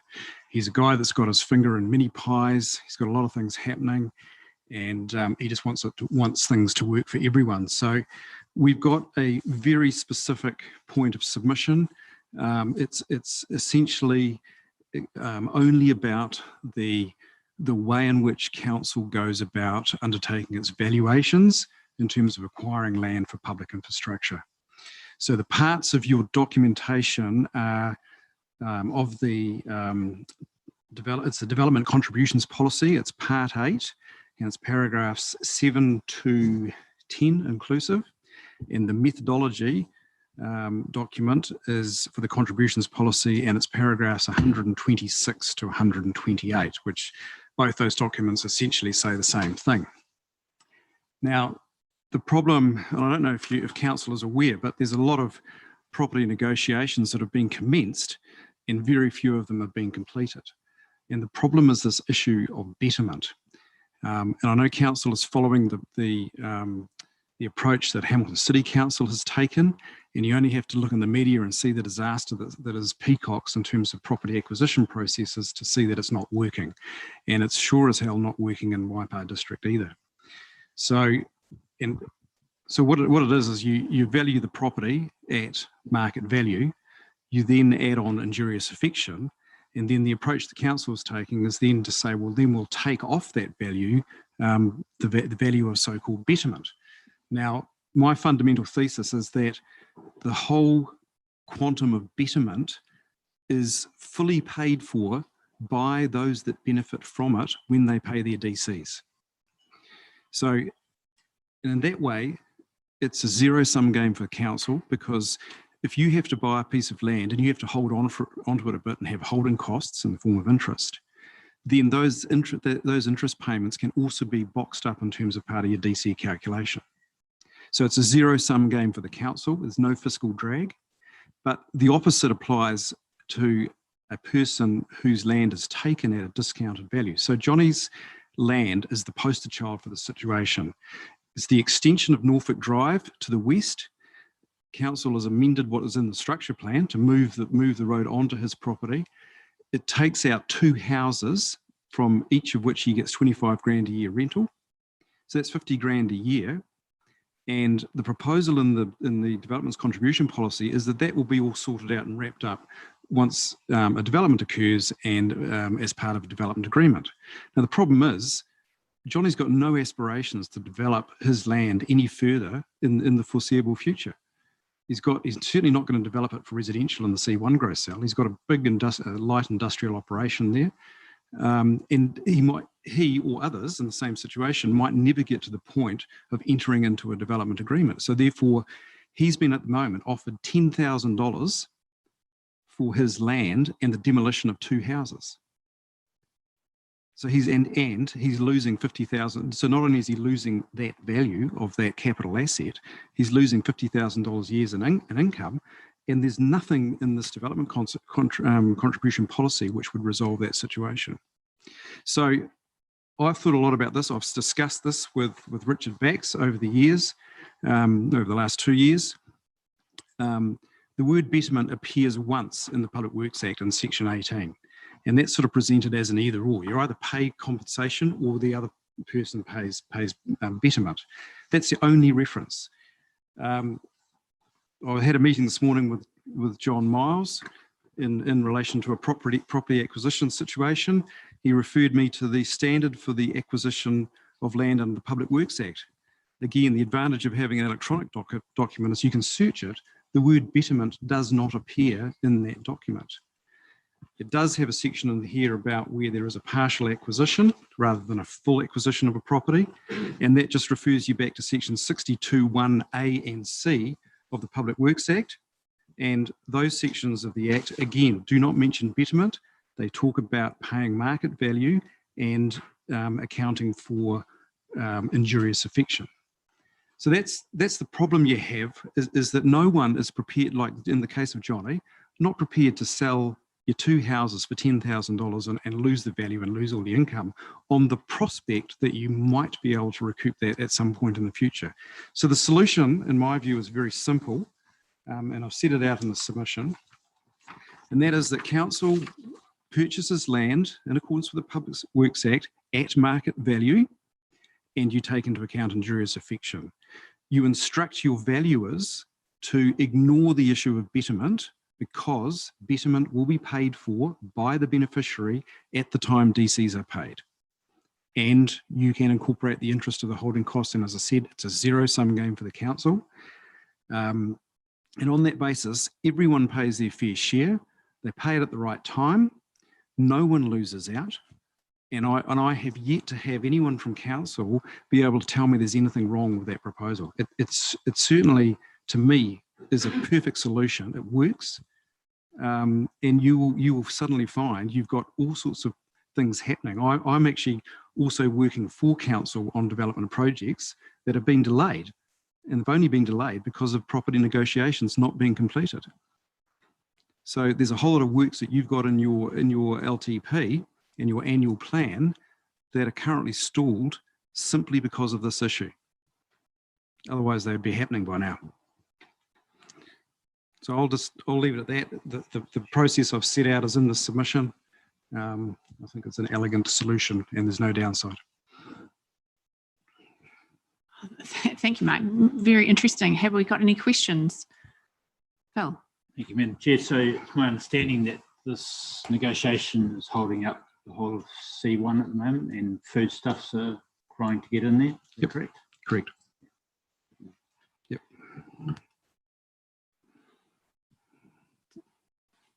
Claire. Thanks, Mark. I just wanted to have the benefit of your knowledge of betterment, and just whether or not you could give me some idea of why it seems to be a process that might be offered as an alternative to the injurious affection one that you mentioned. Like, what, there must be a reason why the betterment is being looked at. So betterment and injurious affection are the opposite sides of the same coin. So it's if you look at the market value, you work out a square metre rate, any competent valuer can do that. But the assessment of injurious affection and the assessment of betterment is a far more subjective exercise, where you're looking at, in terms of injurious affection, so if we put a public work on your property, and a state highway is a good example, you say, well, you take the value of the land, but now you're going to have a whole lot of cars roaring past you and trucks all night and day, that you're going to have to experience the effects of that. So that's a good example of injurious affection. An example where, and so you're compensated for that as well. So for example, St Kilda, when the road went through, what was just a rural area, paid for the value of the land plus injurious affection. That was it. In the example of, say, one of your growth cells, if there's a collector road taken, and Greg's going to talk about this as an example, where you have two landowners on each side of the road and you have a completely different situation. So I won't steal his thunder, but basically you end up in a situation where there is an assessed benefit because you've got a collector road going past or through your property. That enables you to then tap into it, which assists your development. So that's where the betterment is determined. But as I say, you pay for that development through your DCs. So why would you have that deducted from your property acquisition process now, when it might be, as we all know, what's in a structure plan does not necessarily materialise as what happens down the track. These things change with detailed design. Council's done it itself. It's approved other examples. The T1 growth cell, the actual end, the layout at the end is completely different to what was in the structure plan. The Norfolk Drive example for Johnny, that is a situation where the council of its own volition has decided to move the road onto his property, whereas in the structure plan it wasn't on his property. So things move around, and you can't assume that because you had an assessment of betterment now that that's actually what will occur down the track. So the whole thing is hugely problematic. Right. Yeah, and very interesting. Any other questions for this gentleman? No. Greg, did you want to add to your submission? Sure, no, and thank you for the opportunity to talk today. So my name's Greg McCarthy, and I own land within the C4 growth cell in Cambridge, approximately about 2/3 of the area of C4. And I have made a very similar submission to Shaw Wire Rope submission to this aspect of the proposed policy, because I anticipate that this will be an issue that I will have to confront at a future point in time. It's not currently a live issue, but it seems to me I've just tried to look at this through the lens of any landowner.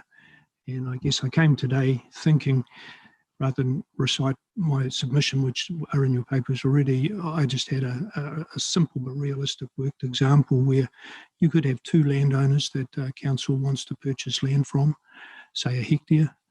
For the purposes of the discussion, assume that they're just identical in every way. Party A, it's a standalone piece of land for a hectare. Party B, it's a hectare that's connected with other land that's within the growth cell. The way this policy will be applied, effectively, Party A will be paid full market value for their land because there's no other land that they own that betterment can attach to. But Party B will have a significant amount of value deducted from the assessment of that hectare because of this notional or theoretical assessment of betterment. And whilst council staff might argue that the policy thereafter provides for that value to somehow be recovered through some future development agreement, it seems to me there's no certainty as to whether such an agreement will ever be entered into and or the timing of when that agreement might be entered into. And as Mark just said, these things evolve over time. And so, you know, I could just imagine myself trying to have a conversation with somebody some years down the track and things have changed. And so that to me creates a level of risk and uncertainty for Party A landowner, which is just inequitable and quite unnecessary. And so I've submitted very similarly to Shore Wire Ropes that there is a simple solution here that doesn't provide Party B with any economic advantage. It just avoids them suffering an economic disadvantage. And so, you know, I submit that as being a logical way forward. Thank you. Certainly logic to it. Roger. Yes, thank you very much. Just a point of clarification. If betterment was associated with an initial purchase and that benefit does not occur at some time in the future, there's no way in which there can be any reciprocal addressing of that betterment paid. That's correct. Yeah. No.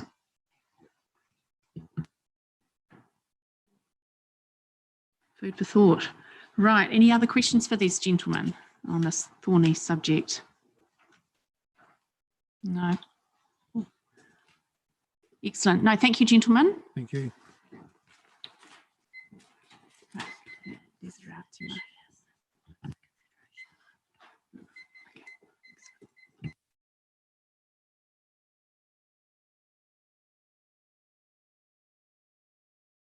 Our next submission is from Creative Waikato, Desiratima. Am I saying that correctly? Correct. Wonderful. Thank you. Have a seat. Des.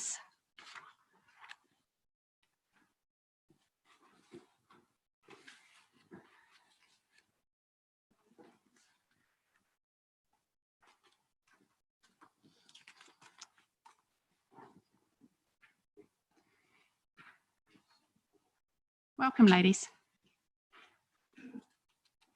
Feel free to begin when you feel comfortable. Thank you very much. Kia ora koutou, my name is Desiratima and with me is Adrienne Clothier and we're here on behalf of Creative Waikato. I would like to start by acknowledging the council and staff for your work in going through this long-term plan process. I know there are lots of submissions and a lot to consider. We also commend council on your very clear and engaging consultation document. The issues, this council has chosen to focus on indicate there is a clear desire to create vibrant communities, nurture and respect your unique culture and heritage, and provide for your growing communities. Pirongia, Ngā Roto Te Amutu, Cycling Connection, Lake Te Kuutu and Memorial Park provide opportunities for your community and visitors to experience what your district has to offer. And I'm sure these will be valuable amenities moving forward. We also look forward to seeing further progress with the Te Arawai Museum in the future and what will be a significant cultural asset, not only for the district, but for Aotearoa. Te Arawai journeys is something you should be particularly proud of, a beautiful and interactive way to tell your stories. By proactively valuing and supporting the arts, culture and creative sector, we can add value and enhance the well-being of our people. From well-being to recovery to livability, to the nature of creativity being one of the fundamental qualities that make us human. These things are measurable, even though the lived holistic experience of them is ephemeral and intangible, but often the best things in life are like that. But also for those who want more facts and figures, we can also talk to the economic benefit of investment in the arts. It is currently huge and could be even more through increased civic investment. We know that this investment flows through our local growing community of creative professionals. We know it enables creative professionals to be based in the Waikato region rather than moving to Wellington, Auckland or overseas. This increases the overall appeal of our region. This investment flows through the soft and hard infrastructure in the local sector, a sector that regularly makes each dollar go far further than its initial monetary value, through the passionate support, countless volunteer hours, and in-kind support from local businesses and professionals. This broad societal engagement and nourishment of arts, culture, and creativity is a strength for our region. To further empower this, we present the Waikato Arts Navigator Strategy, which you would have seen in the submission.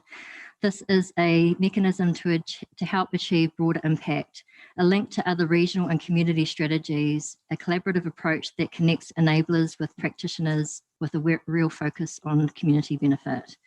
Since the COVID pandemic, Creative Waikato has been talking to councils about opportunities to utilise arts solutions for post-COVID recovery.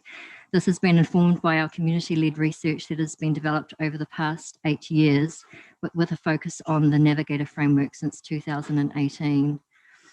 We present this as a shared framework, including a vision and strategy for supporting and strengthening our arts and culture in the region. It can serve to guide planning and decision-making. Our aspirational vision is to see our region become a place with a vibrant arts and cultural sector that thrives with diverse and transformative creative activity.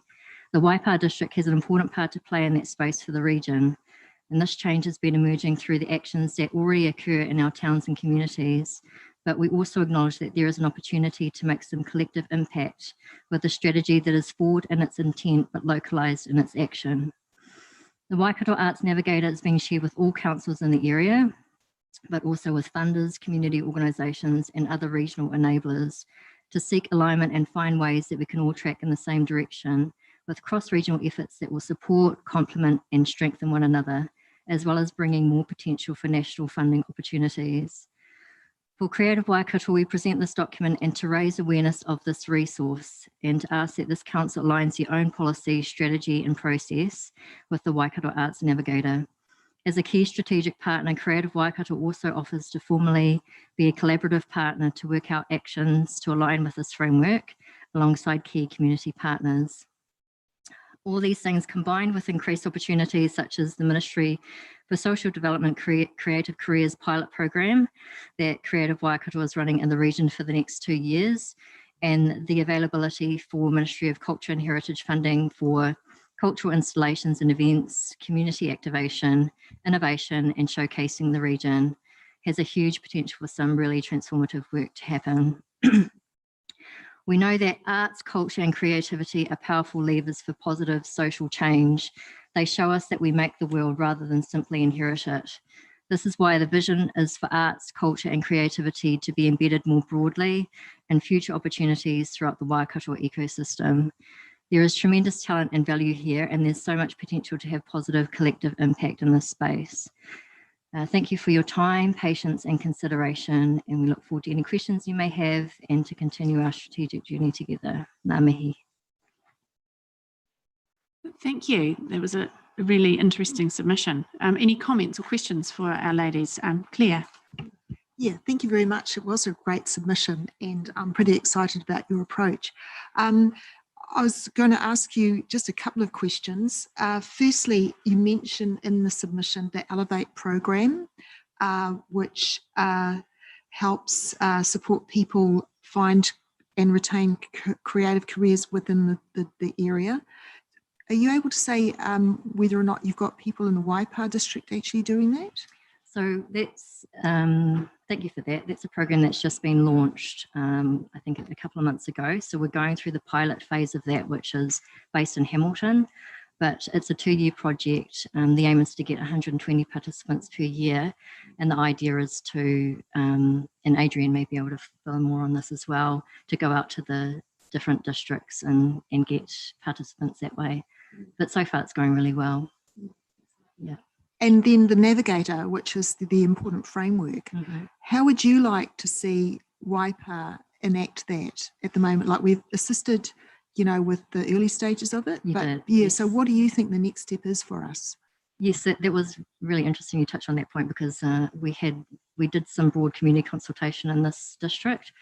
And I think we had some workshops in 2019 in Te Awamutu and Waipa, and we wanted at that stage to get a lay of the land and sort of see what was happening. And I think, if you remember, we presented an infographic at a council meeting last year in terms of the strengths of the area and your different events. And this is a very strong district, and certainly of all the councils in our district so far, it's really strong in the arts, and it was really great to see those projects in there. So I congratulate you on that. In terms of what council can do now, I think you've had a broad framework previously, which you've endorsed. Now we've provided more context around the actual strategy and a vision. So we'd seek endorsement of that. The next stage would be to develop an arts action plan, which you may choose to align with your current public art plan and any other related plans or policies that you have. I think the main purpose in having sort of collective agreement around the strategy is our advocacy to central government in terms of collective outcomes for our region. But obviously it's very localised in its intent, and it would be based on what the strengths are here also. Do you feel that if we were working closely with you, there might be the opportunity to leverage some central government funding? We would hope. Yeah. So yeah, that's probably one of the primary drivers around the endorsement of the strategy, is that we can use it as for some key advocacy for central government funding particularly. I had heard another funding option from Rotorua actually, where they add 1% to the cost of a capital project for a community facility or something. Yes. As a means to fund some sort of creative installation related to it. Like, what are your thoughts about that approach? Well, that's done quite a bit overseas. It's called the Percent for Art scheme. So the usual version of that is that for any capital works project within council, whether it's transportation or otherwise, a percentage of that is dedicated towards public art. And it's really helpful if that's done at the beginning of a project, because then you can start to see real true integration in terms of the outcome, rather than adding a public art sculpture on at the end. Yeah, so it's been really well received overseas, and it's good to hear that Rotorua is doing that as well. Yeah. Questions, Claire. Any other quick questions for these fine women? No? No. Hey, look, thank you very much for your submission, and thank you for your supportive comments in terms of some of our activities under the LTP. It's always nice to get a few bouquets rather than brickbats from time to time, so thank you very much. Thank you for having us.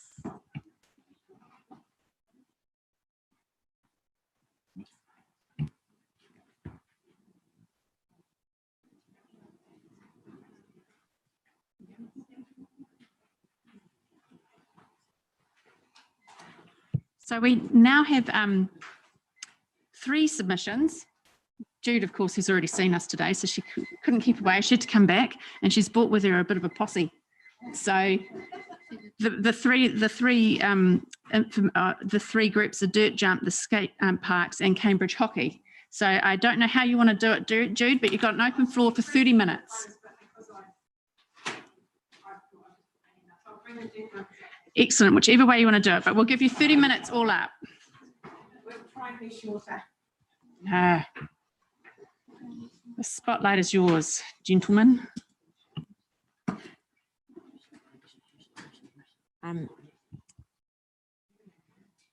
So I'll just introduce, we've got Paul Langlands, who's an amazing dirt jumper and probably one of the best in the country, who's based here in Cambridge.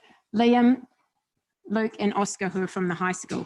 So when I did the pump track, these kids came up to me and like, we want dirt jumps next. And I'm like, that's fine. So I'm just here to guide them how to get dirt jumps in Cambridge. So on the picture there, that's Queenstown Dirt Jumps. They are world renowned. People could travel internationally to go to the dirt jumps. It's called Gorge Road. And yeah. Oh. Okay, so I will just, so there's another lot of dirt jumps. So you can just sort of see what they're like. And I will get the boys to talk a bit now on why they want some dirt jumps in Cambridge. So who's going to go first? Liam's going to go first.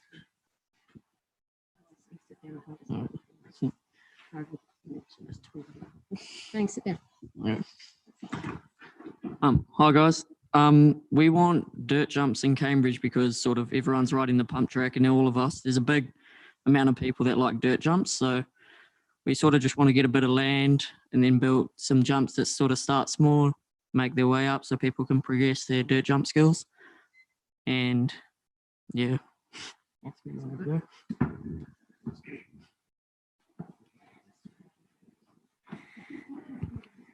Hi there. I reckon it would be good to have dirt jumps in Cambridge because instead of like kids going home to play on their phones or something, they could go down, dig a bit of dirt, then ride jumps and have a bit of fun, which I reckon would be quite cool. They'd learn how to like do a bit of work and then do jumps, so do the mahi, get the treat, kind of something like that.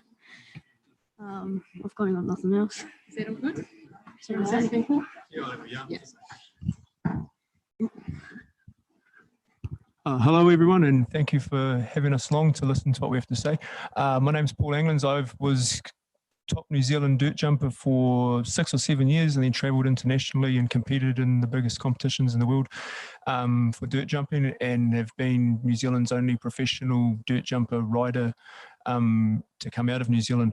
One reason being because we don't have the facilities available for people to progress. Like when we first started traveling overseas to try and make it into the America scene and that, which is where there's a high level of professionals, we would come back and practice here, and the jumps and things that we were riding here were just not up to the level of the international standards. So we had to go through the process of building these for ourselves in the backyard of my parents' house. Luckily, they were quite helpful with that.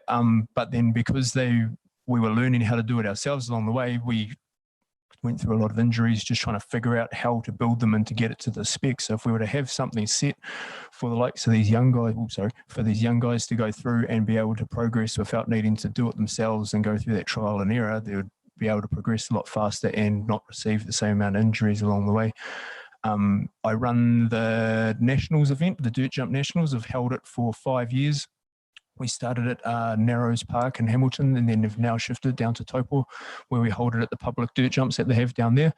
Apart from those dirt jumps in Taupo, the only other ones are the ones in Queenstown that you saw on the screen, which people travel from Auckland to Taupo to ride, or from internationally down to Queenstown to ride. So it's a big, it's in its growing phase where it's more of like it's only just been coming into the Olympics and that kind of thing. So it is, but it's about to take off and progress.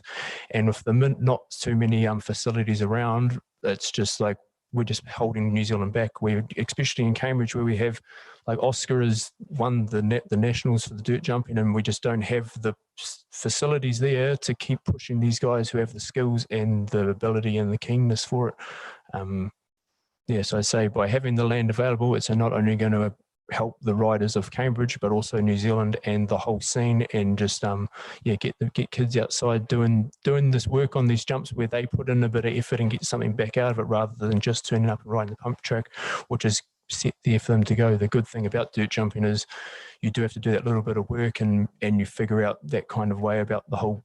There's more to it than just hopping on the bike and having to go. You know, there's that community kind of effect with it, where you're riding the same stuff as your mates, and if you're not the one fixing it, well then everyone's not going to benefit from it, kind of thing. So it's a real communal kind of thing that's only going to benefit the community and wider New Zealand when we start looking to hopefully hold the nationals in Cambridge, which I'm keen to do, get it out of Taupo and bring it to Cambridge, which is like the hub of cycling for New Zealand. So it'd be good to have this like national facility there while we've got the velodrome and all of these other, and the BMX track and all of that kind of stuff, bring this national dirt jump park to Cambridge, which will then have people, rather than going from Auckland down to Taupo or Auckland down to Queenstown, they'll have a whole lot more visitors to Cambridge for cycling as well, which I kind of see it as a positive thing, you know. And then events and all of that kind of stuff, it's just going to keep growing, which is already sprouted. So I think it'd be good. Yeah. Thank you very much. Oh, any questions, sweeties? Thank you, guys. Jim. Chair. Looks exciting for young bones. Not wrong. And look, it's just a technical question. Looks more like concrete than dirt. Is it? Is it mixed? No, it's the type of soil that you use like a good strong clay so that you pack it and it holds that shape, and then that way it doesn't get worn down from maintenance, like, you know, require so much maintenance, that kind of thing. Plus, yeah, you do have, but it's more just like the shape of it like that. You've used the least amount of dirt that you needed, and then it just helps it to hold together and pack in real nice and solid. Yeah.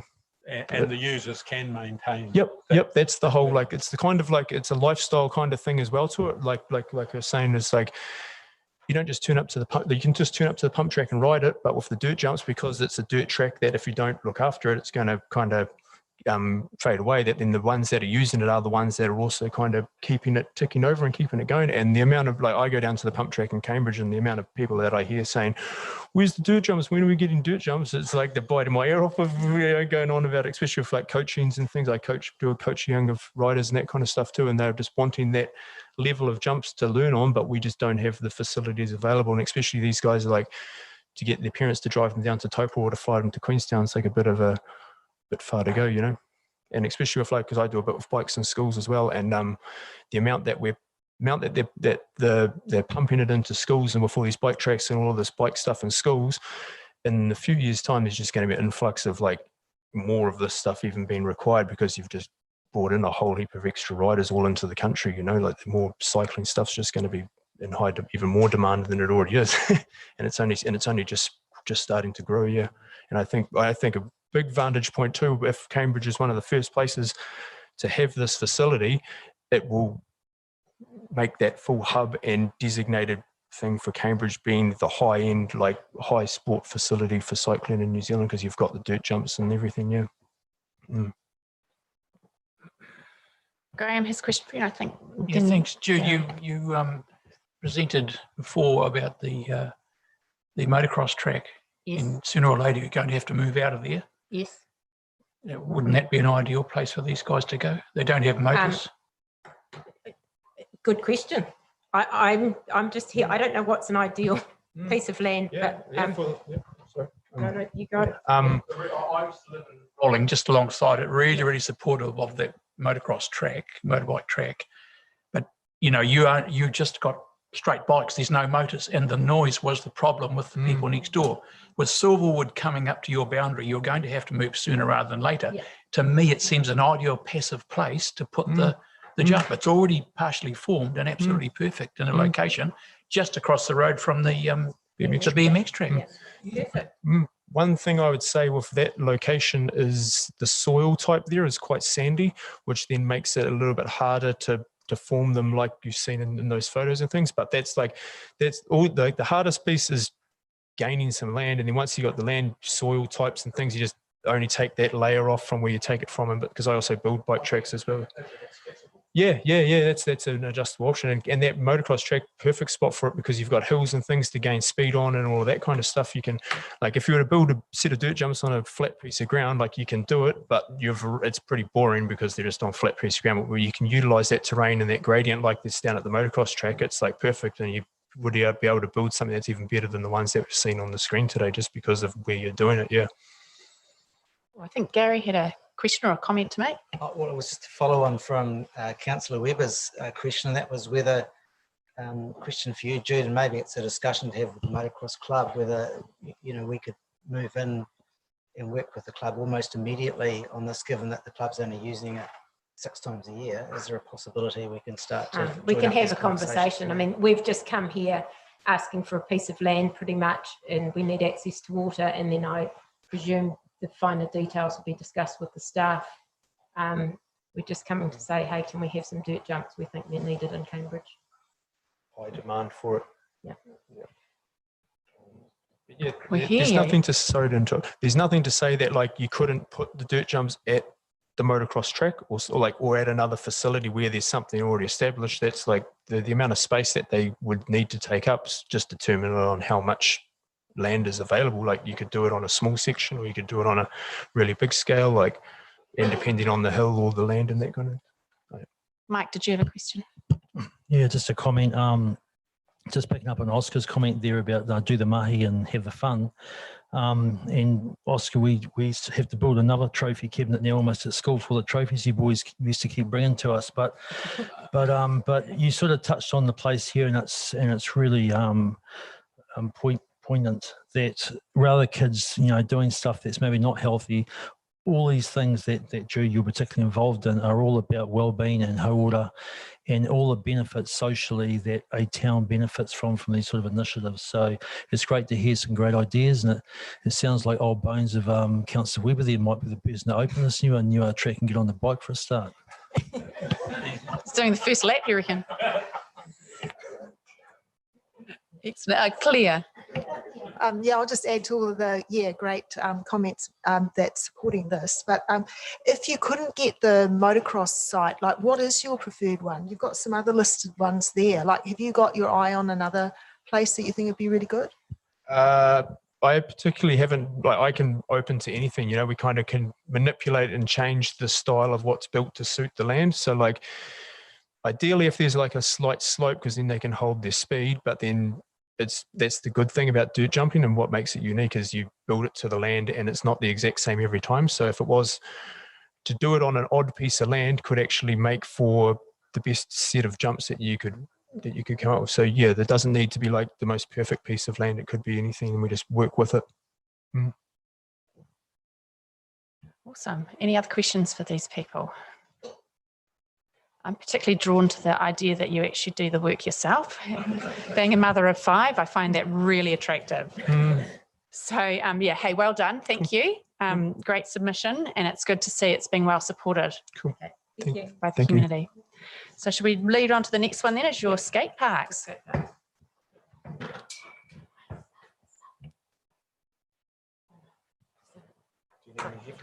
No. Yep, all good, thanks.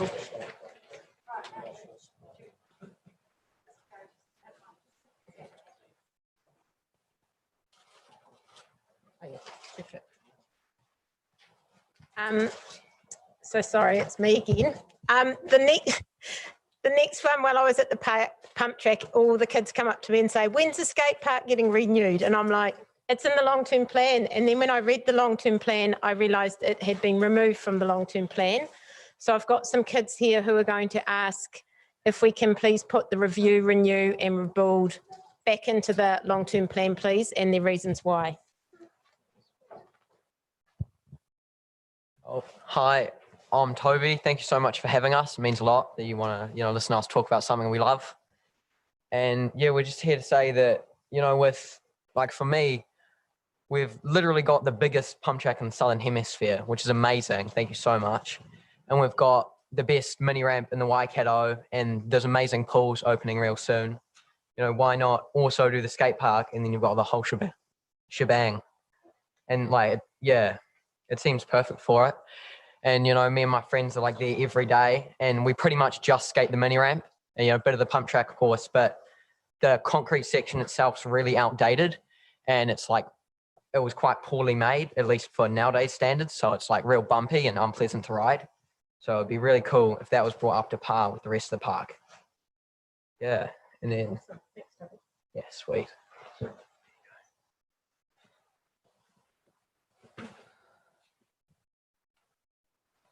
So I just thought that like people won't just come to like Cambridge to ride the skate park and everything. They'll also like maybe stay the night and like go back there the other day. So it also like helps kind of Cambridge. And then also like with skate parks, it's quite cool because it encourages like play, I guess. So like you could like do like this line that goes straight, but you could do this other line and you could like do lots of tricks that way or something. So it's like, so it's quite good for the creativity in kids. So yeah.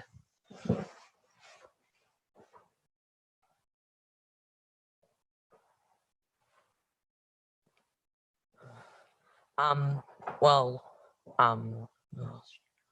sorry.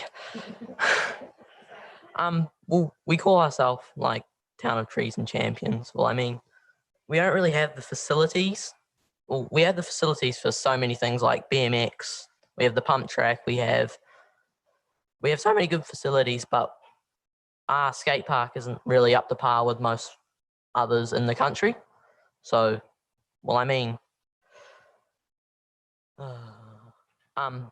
we could do better, if that makes sense. So. Thanks, Matt. Awesome, thank you. Hi, the name's Oscar. Altogether, the skate park is a great community and one of the healthiest communities I see all around Cambridge. And I think bringing all these scooters and bikes and skateboards into this one area is great.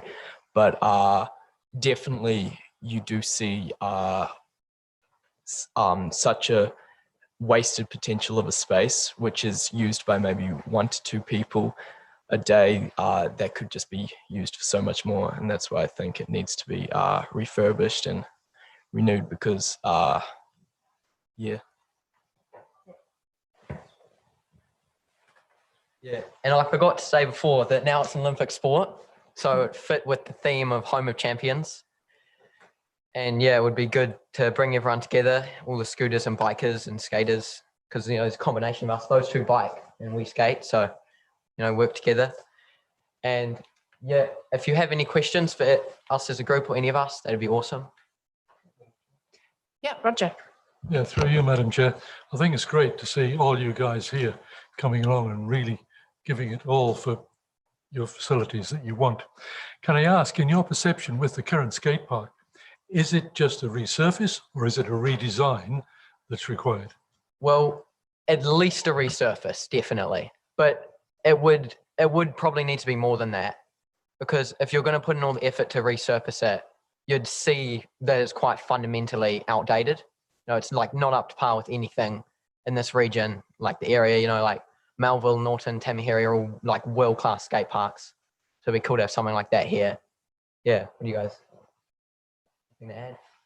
If you look at the transition, I didn't know till my son pointed out, the transition actually goes at an angle. It's not a nice, I know nothing about skating, right? It's not a nice curve. It actually goes like that. And I said, why aren't you dropping in here? He goes, no way. It actually, if you're realistic, it needs to be bold and started again. You probably lost me there. Yeah. You can't skate something But in I the think right angle. the idea that it needs a redesign is what you're getting to. Yeah, It definitely. definitely does. Yeah. Madam Chair, can I just add in, I led the fundraising group that got the park there. And at that time, we sought a design information from the New Zealand champion. I just don't remember the guy's name. So that was what was ruling at that stage. And it was at that stage that was at the state of art. But I can understand why you want something optimal or revamped there. Yeah. Definitely. When was it built? A while ago, eh? Yeah. So yeah, it would have been really good then. Yeah. It's old as the hills now. So old. I am Liz. Yeah.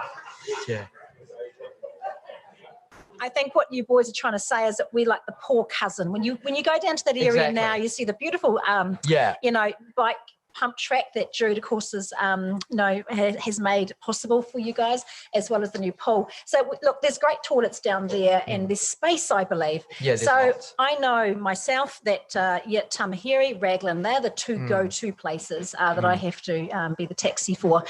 Cambridge never features to go down to the skate park with my boys. So I guess my question is, would you guys be interested in helping with what designs need to be incorporated? Because I think, I think you're keen. Yeah.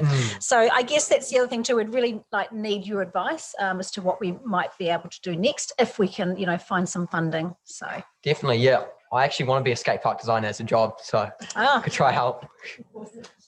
Okay. Yeah. Free. Hey, can I just say that across a lot of we got lots and lots of submissions right through this long-term plan process, and I have to say that skate parks came up a lot, and not just in Cambridge, across the district. So you're certainly not on your own in terms of being your age, wanting these facilities and wanting them in the district. So you're on the money in that space. So, and well done. Thank you for coming and enunciating your visions and your goals. It's awesome to hear from you. Yeah, thank you so much for having us. Awesome. Pleasure. Thank you. Liz will be in touch. Yeah, thanks.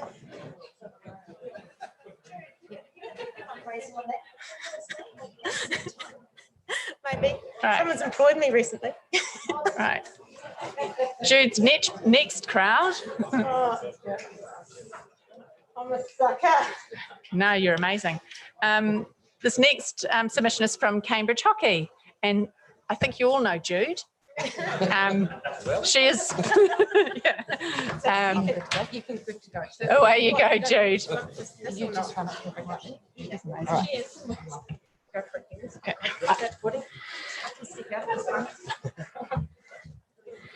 Okay, tina koutou, tina koutou, tina koutou katoa. Ko Mount Tallest, ko Rawai Te Monga, ko Wairika Te Awa, ko Canterbury tuku iwi, ko Greendale tuku hapu, ko John Collin Roa, ko Peggy Collin, o ko Matua, ko Glenys Bicken tuku ingoa, no rewa tina koutou, tina koutou, tina koutou katoa. My name is Glenys Bicken. I'm the teacher in charge of Cambridge High Hockey.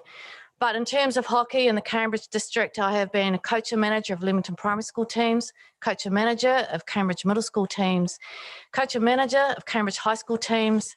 I play hockey still in Taumitu Club, and I play Masters for Waikato. So hockey is very much a part of who I am and what I've done. My son is the current coach of the Cambridge High School First 11. And so I know and understand the huge need that Cambridge High and the Cambridge District and Cambridge Primary, all the primary schools, all the regions have for a hockey turf in Cambridge. Without a hockey turf there, the sport can't flourish as it needs to. And so I thought it would be best if our students, again, gave voice to their story. And so I'm going to ask first for student committee head, Ben, to share his story. Ben.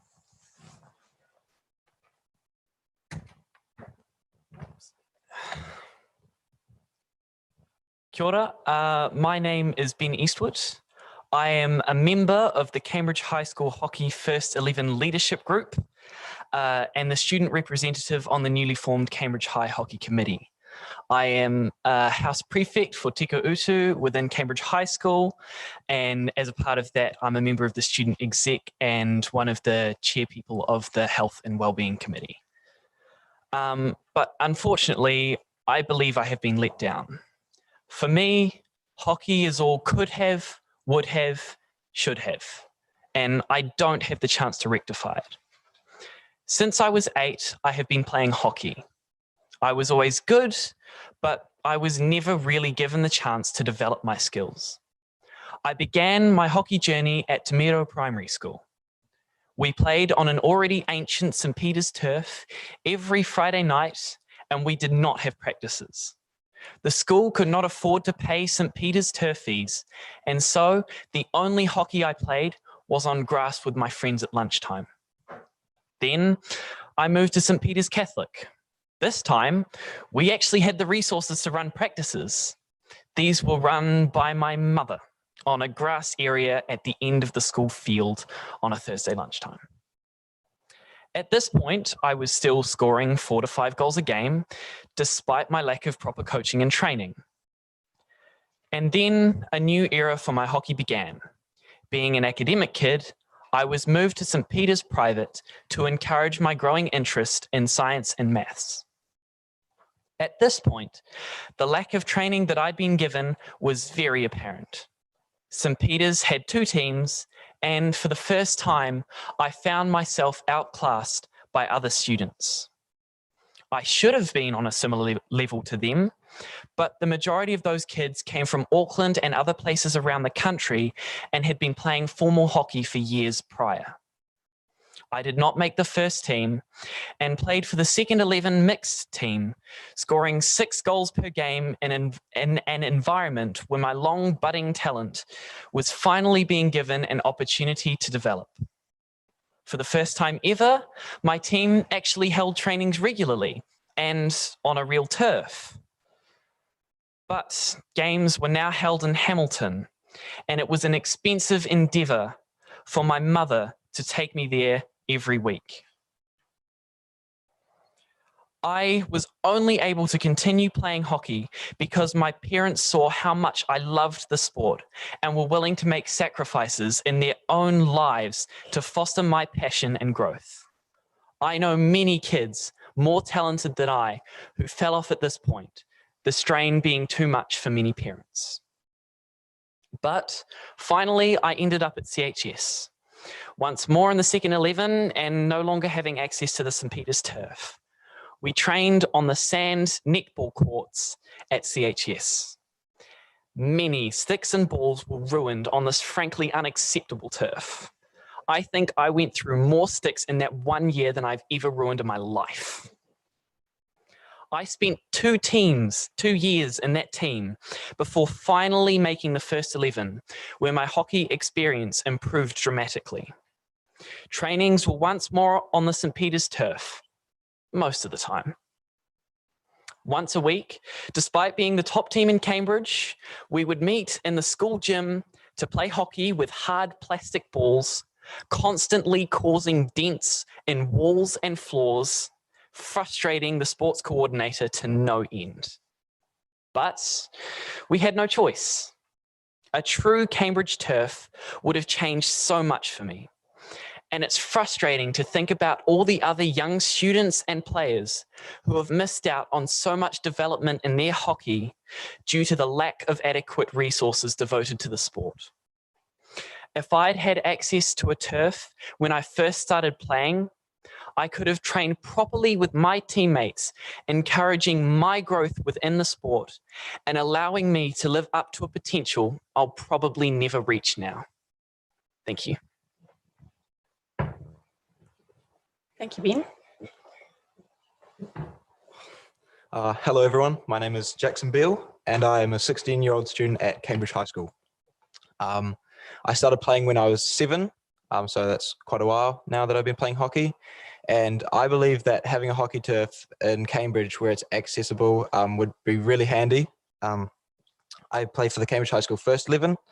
I also play for the TA Orcas, which is my TA team. And then I play under 18s as well as a Waikato representative.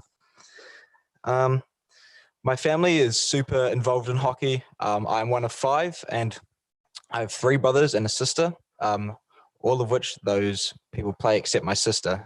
She's just netball. And they're all aspiring to be like as to where I am. I think I would say now, up to that under 18 level and that men's hockey level. So I think that would be really good if they had a turf to train on in their own time and stuff like that. So I think that would be super handy. My dream as a player, I want to be the best that I can be. I think that's a really big thing within sport is playing to a point where you're happy, and just having that happiness and involvement in the sport is also really crucial. I would also like to be involved with the Black Sticks, which is the New Zealand national team. I think that'll be a good goal to try and achieve when I'm older. And also if something like that also happens, possibly going over to the Netherlands and playing for a club over there would also be really good. So yeah. Sorry, can you tell me the makeup of your Waikato team? Where do they all come from? So in our Waikato under 18 team, there are 9 players from Hamilton Boys. Why do you think so many from there? Because they just got they got good facilities and stuff like that, and they have turf and they have paid coaches as well, and they also have paid players. So they import players from different countries and from different schools around New Zealand to come play for their school.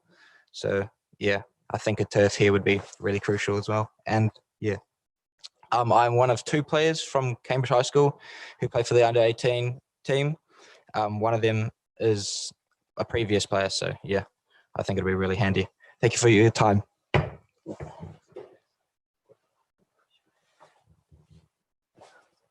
Hi, my name is Bastian Banks and I'm the student rep to the Board of Trustees at Cambridge High School. I've been playing hockey since the age of 6, since playing quarter turf on St. Peter's turf all the way through my primary school years. Started training full on in year 7 every week, game and training. I also play for Te Awamutu, and just a turf in the Cambridge area would just be extremely beneficial to all schools in this area. I know middle school, hockey is just such a growing sport through all ages, and I think we have 5 teams at Cambridge High this year, 6 teams at Cambridge High this year, and just with one real turf at school, and that is a sandy netball field. And St. Peter's, which is again expensive to hire out for trainings. It'd just be extremely beneficial to have the resources to actually grow and develop as players. Thanks. That's a 62% growth in 9 years for hockey in the Cambridge area. I just want to add something between these guys. Cambridge High School has 5 rugby teams, and they have available to them, they have 5 rugby pitches. It now has 6 hockey teams and not a single field. Even the facilities inside the schools are not adequate.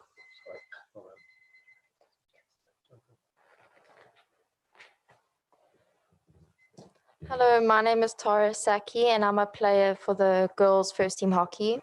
This is my first year for playing for Cambridge High School hockey, and I believe that if Cambridge High got an AstroTurf, we could increase our hockey community within Cambridge, but we could also build strong relationships with people who enjoy and share the same interests with us. Having a hockey turf, we could spend more time practicing our skills on our own ground instead of using another team's turf or traveling long distances to Hamilton. This could help us in the long run to win the best team in the Waikato. Hockey is a growing sport at Cambridge High School, but if we had a turf, it would be very easy to get people to join our hockey. Having a hockey turf, we could impact our team's performance and skills greatly and for future generations to come.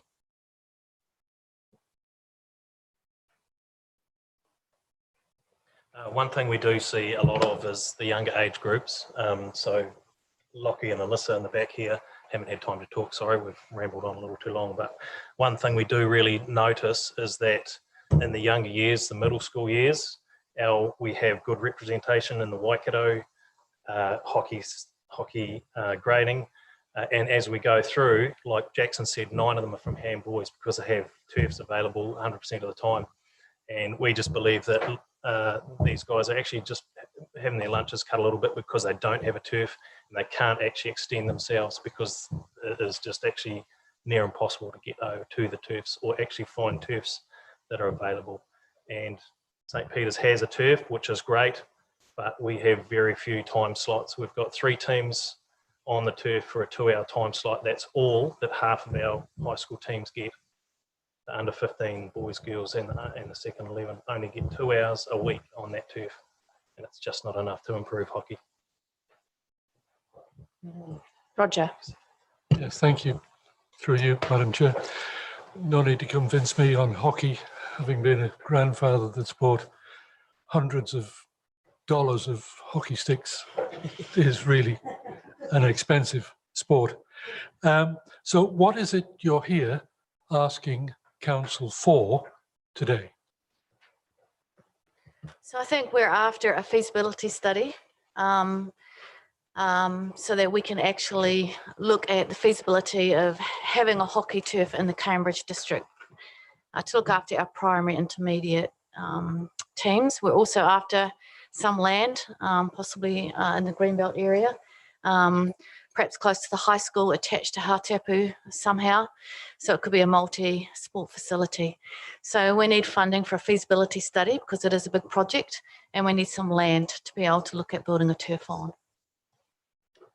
It won't only be a facility for hockey. So I've got 2 daughters and a son, and they all play hockey, and the 2 daughters play lacrosse. So, and it would be a turf that would actually be available to other sports such as lacrosse, because on a wet and it's winter sport, wet days they do struggle on the fields. It is pretty tough going. yeah, so it would be not only hockey, it would be opened up to lacrosse as well. Just following on from that, soccer as well, play on the same pitch or not?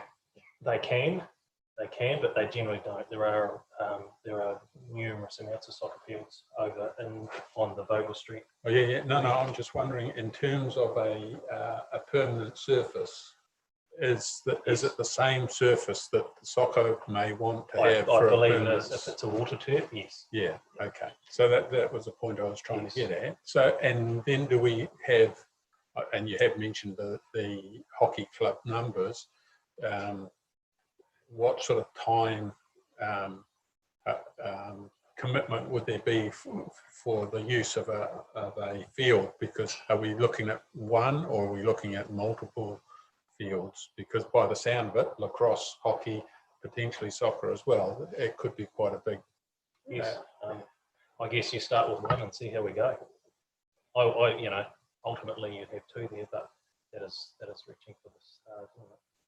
So one would be huge improvement, two would be a miracle, I think. But two would be used. That would be used. Liz. I know that often the staff ask us the big question, which is, have you got endorsement from Sport Waikato? And I guess it was just one of my questions around that. We've had Sport Waikato, Waikato Hockey, the three clubs, so all sport is out of primary schools now. So I've rung Leamington, Hautapu and TVP, and they've all said, we're 100% with you because we don't have the facilities to do it properly ourselves. And I guess the pathway is the other thing. So my son played primary hockey and it was always Friday night St. Peter's. Marie Dale, who runs that, is now saying, look, we can't fit them all into one night. So we need 2 nights, but St. Peter's doesn't have room for 2 nights. And then you go to middle school, high school, but there's no pathway from there through. So Cambridge Hockey Club would keep those Cambridge players here as opposed to moving through to TA and playing for Hamilton, so they disperse. So what I've been involved in rugby for a few years now, and they're always talking about the pathways, and currently there isn't one for hockey. So they get to the end of high school and see you later, down the river. It's a familiar story for a lot of non-top rung New Zealand codes, isn't it? I have similar stories to tell about squash, but we won't go there. Phil. Yeah, I know it's a huge growing sport. It has been for a long time, for over 10 years, with mini hockey out at St. Peter's and things. My 2 boys played hockey at St. Peter's and umpired at mini hockey. But when they were playing, there was teams coming from Oklahoma and Tikawiti and Thames and all that sort of stuff. And my son actually coaches your second 11 team now, James, my son. Yeah. He plays for Te Amutu as well. Yeah, he plays for Te Amutu as well. So, yeah. I think if there was a turf in Cambridge, you would see those feeder towns also perhaps having the opportunity to grow their hockey. So like, for example, you might get Tūrau teams and other teams from around coming in to use it. So I think they're shortchanged as well. So I think it would be great to offer that to the wider community on the other side of the Waipa district. My question is, obviously a number of you have played for Te Amutu. It's Te Amutu Sports, I take it? And is that because of the sports club that presented its opportunity, or I'm kind of curious that you made the journey across the swamp? I can answer that. I played for Te Amutu because there wasn't a club in Cambridge when I shifted into town, so I wanted to stay within Waipa. My son is a good friend of James, actually. He was captain of the Cambridge High team, and then he's come back after his university studies and he's coaching, and so he plays for Te Amutu. He played for Prems and Prems reserves. So because there is no pathway, the only way we can get the boys to that higher level and to get Cambridge High, we're hoping to get into Rankin Cup. We're in the Prem division this year. We beat St. Peter's for the first time a few weeks back. Very exciting for us. But the only way that we can get them into club is because of my son's got them from being a Cambridge High captain, and he plays for Te Amutu, so that's the natural way.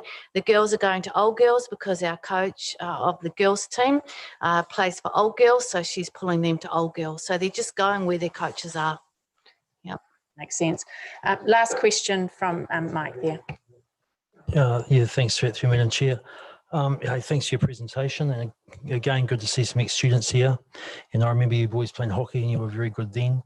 I guess there's a couple of things for me. One, before my time on council, but I know some funding was given for a feasibility study around the development of Memorial Park, so it'd be interesting to find out where that got to. And the other one is we had a submission earlier today around the development of the football or soccer fields and their aspiration for an AstroTurf as well. And I've sort of priced that up, and they have got some funding that they can possibly tap into through FIFA and that sort of thing. So it might be worth having a chat with them because they've already got a sort of a start on this. Because I totally agree. I think everyone does. Cambridge needs, I'm not saying Tiamuri does, but Cambridge needs an all-weather turf. It's we're relying on the good grace of St. Peter's, and now they're beyond capacity. So it might be a good starting point for us to just have a look at. Great, thank you, Mike. I think we've probably exhausted this subject. Hey, thank you. Jim, sorry. And I had children playing hockey as well. The payment to use the turf, they used to have to pay every time they played going to Hamilton. Is there I know it would be nice to have no charge, but is there an acceptable charge for playing a game or for practice? So that in terms of working out an economic an argument to produce one of these things, what's sustainable? Yeah, definitely sustainable, and I think where the income revenue stream comes from is the organisation of leagues. You only have to look too deep to see that there are a lot of summer league hockey, so it will run 11 months of the year. And they're all running through to Hamilton to play in Hamilton. So there is a good pool. I entered 4 teams in summer league hockey for the first term. So it gives you an idea that's only one person. They do pay. They do pay. They pay through their membership for their subs to play in the team. And also on that, I was just speaking to the sports coordinator at Cambridge High, Guy Ockenden, and he talked about the partnership that their community has between the gymnasium and the community. And they'd be very happy to do something similar with a hockey turf.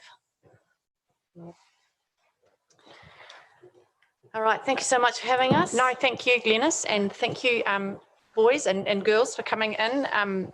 Yeah, it's been a real eye-opener to hear about your challenges and your desires, and unless you actually move in those circles, you kind of don't know. So thank you for coming and sharing your thoughts with us. Thank you. Thanks so much. Right, now apologies, we're slightly behind time, but that's all right. I'm sure you'll forgive me. Our next submission is from the Tilmushu Community Board and Richard Hurrell. Where is he? Obviously needs no introduction to you all. Hi, Richard. Thank you for waiting. Good afternoon. You people have been around long enough. You've read, I will take it that you've read most of our stuff. So I don't need to elaborate go through everything word for word. Okay. There are a few points that we would just like to highlight under some of those initiatives. And the one under the urban mobility is, yeah, we've seen that there's a great number of older people coming into the town. Mobility scooters are taking off in vast numbers. I suppose it's electric vehicles, isn't it? So, but a lot of the routes and pathways that have been highlighted as areas that could be shared or utilised, they're not very wide at the moment. So there's a lot of work, and then especially some on the Rewe Street footpath with the new development up Frontier Road. We feel that that's an area that really needs to be looked at with the number of people using that footpath and the number of scooters that go up there. And with the cycle track, not the cycle track, we haven't got one yet, the pump track, but that's for another part. with the Centennial Park down that way, that's a narrow little bit of pathway. And yeah, Tiamuru is a country town, so we do get fairly large vehicles. They're not your standard little minis and things. They're rather large vehicles, and we feel that one area that is of real concern is the Mahoe Street area around Arawata Street, George Street.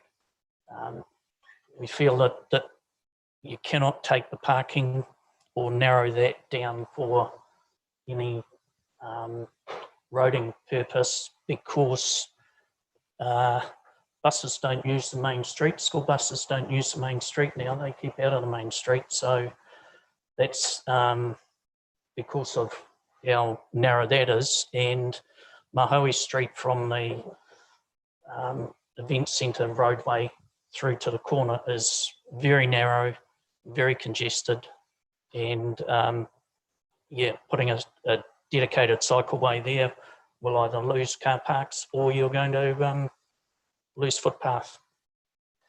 And interestingly enough, yesterday as a rural town, I saw a tractor and a fertiliser spreader parked out in front of the library. So country people do come to town. So yeah. Oh, very good reader here. So we've, as you can see, we've sort of supported what initiatives you had and the options that you put forward. A couple of extra bits and pieces that we would like to see is the entranceway into Tiamuru, the northern entranceway especially. That is not a pretty look. I did see a plan a few years ago of what it was going to look like, but I'm not sure how far away that is to be developed. But we want to keep that on the under the radar so that we can get something done with that. We'd like to see the George Street car park completed. The work that's been going on there is not quite completed. We'd like to see that done. Centennial Park, we'd like a pump track, not a jump track, just a pump track. And there is some work being done by some locals as to pricing and that. So we'd like to see that push forward, because there's a lot of interest, like anywhere else, skate parks. BMX and scooters are really taking off. So, but what needs to be considered is the bridge, the railway bridge, and the pedestrian access to that it needs to be improved, because there's a very narrow wooden pedestrian part of that bridge, and it's only on the northern side. So the Centennial Park's on the southern side of that bridge. So if a walkway is going to be promoted as going through on the Centennial Park side, then there has to be some pedestrian bridge put on the southern side, because it's a very very busy and dangerous little corner. Sorry, that'd be nice, wouldn't it? Cool. We support the CCTV in the towns across the district. We hope that can be improved, but it needs to be up to a standard that's usable.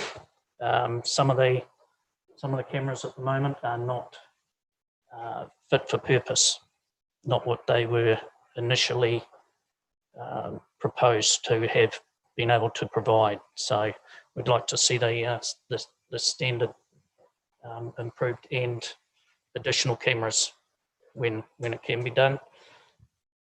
The Tiamutu Stadium is where there was a cycle track. I don't know whether it's still used as a cycle track, but the athletics park is there, football club is there, and they have some very, very old toilets that need to be upgraded. A lot of school activity goes on there. A lot of events go on in that park, and yeah, the toilets, changing rooms are way out of date. So yeah, basically that's it. But we have commented on the key services, and the board appreciates the efforts the council put into finding the right balance for demand of services and the keeping of rates down as much as possible. And we acknowledge the balancing required for the intergenerational fairness, so that it's not all going to be pumped on to people in years to come. So, anybody got any questions? Thank you, Richard. Any questions for Richard? Lou.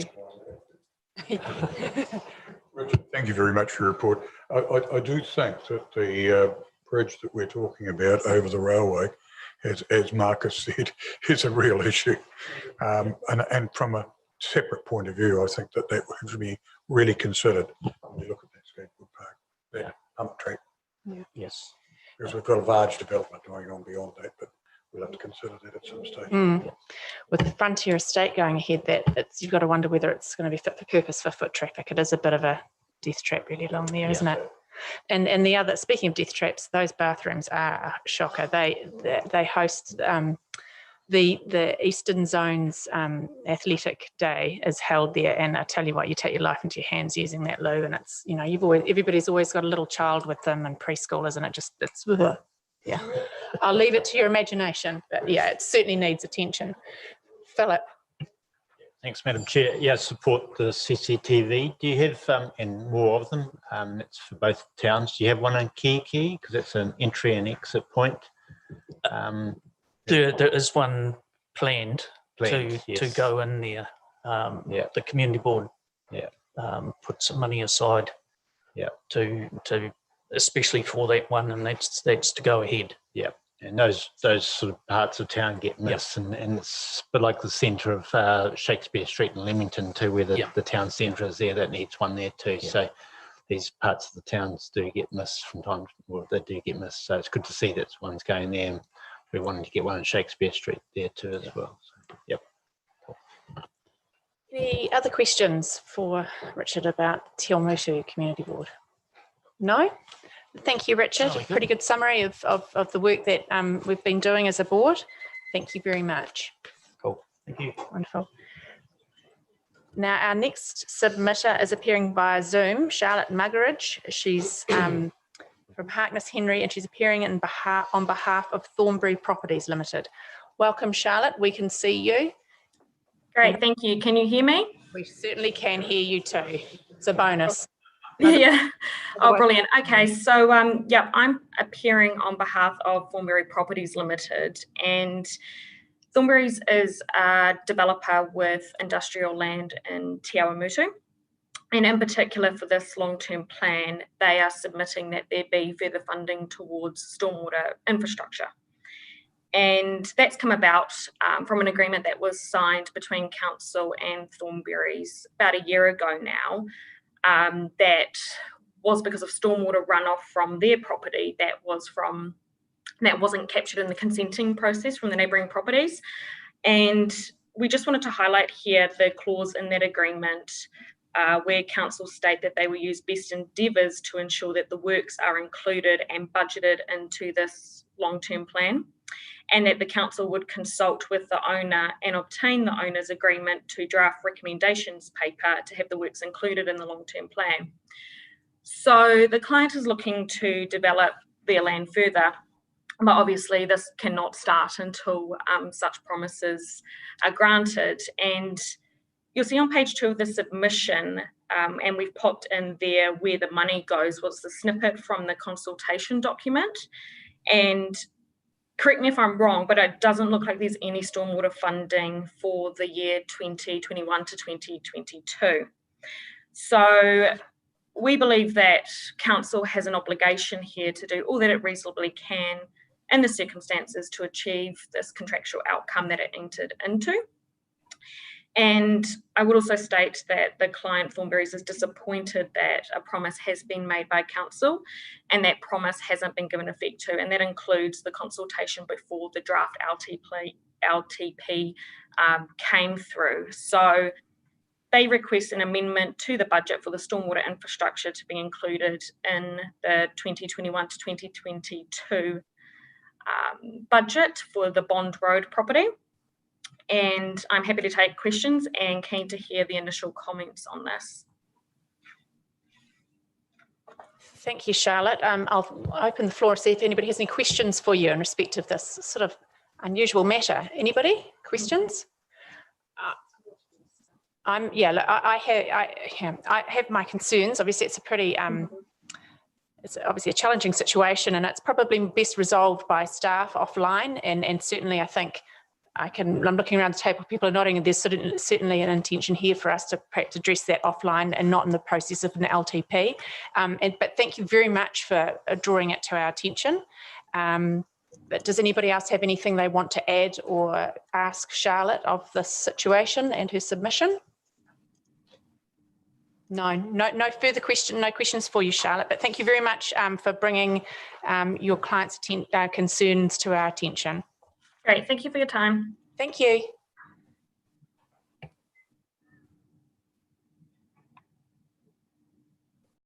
Okay, so our next submission is HDM Design. So we have Harriet DeMayo, am I pronouncing that correctly? And Abby Owsley. Take a seat, ladies, and start your submission when you're ready.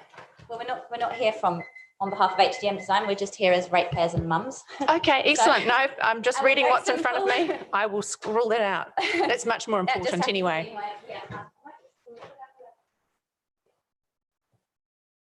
Who's got the...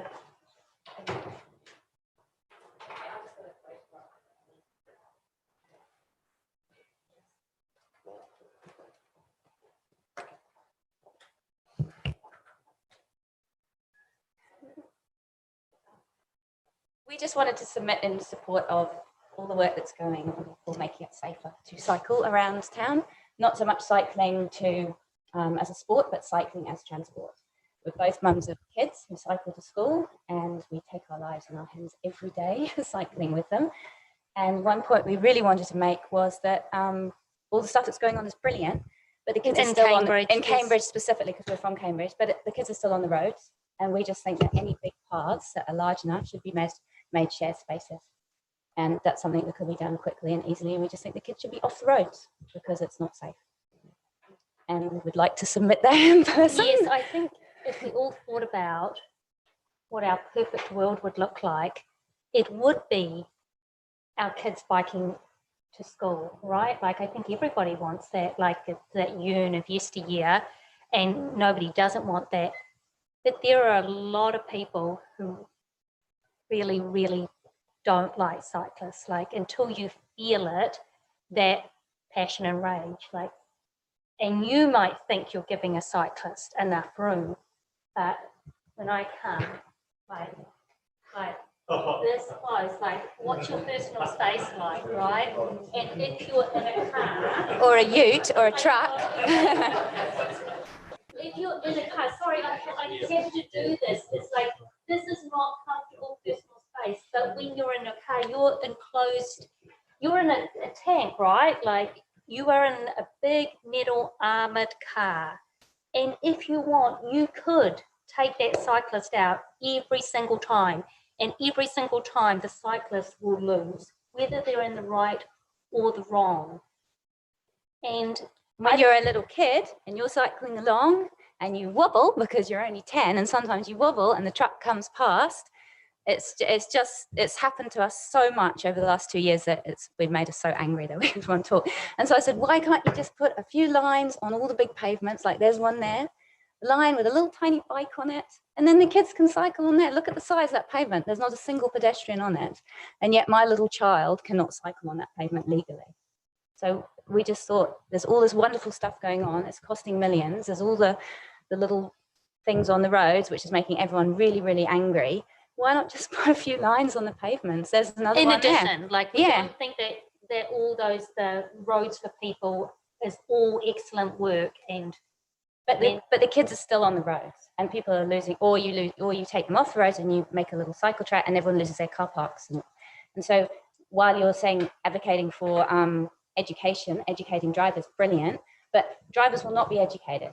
The drivers that drive today, it's going to take millions of years to those drivers to change their things. So just get the kids off the roads and then it's simple. So that's just what we wanted to say. And I don't see that it's an immense cost either. And certainly there are plenty of pavements in Cambridge where we are that are that size that could be made into, and it can be scooters, it can be mobility thingies as well. Just put a line between the thing and make it safer for everyone. Shared pathways, and also apparently some of these actually are shared pathways, but nobody knows. So we cycle on them and hope that we don't get pulled off.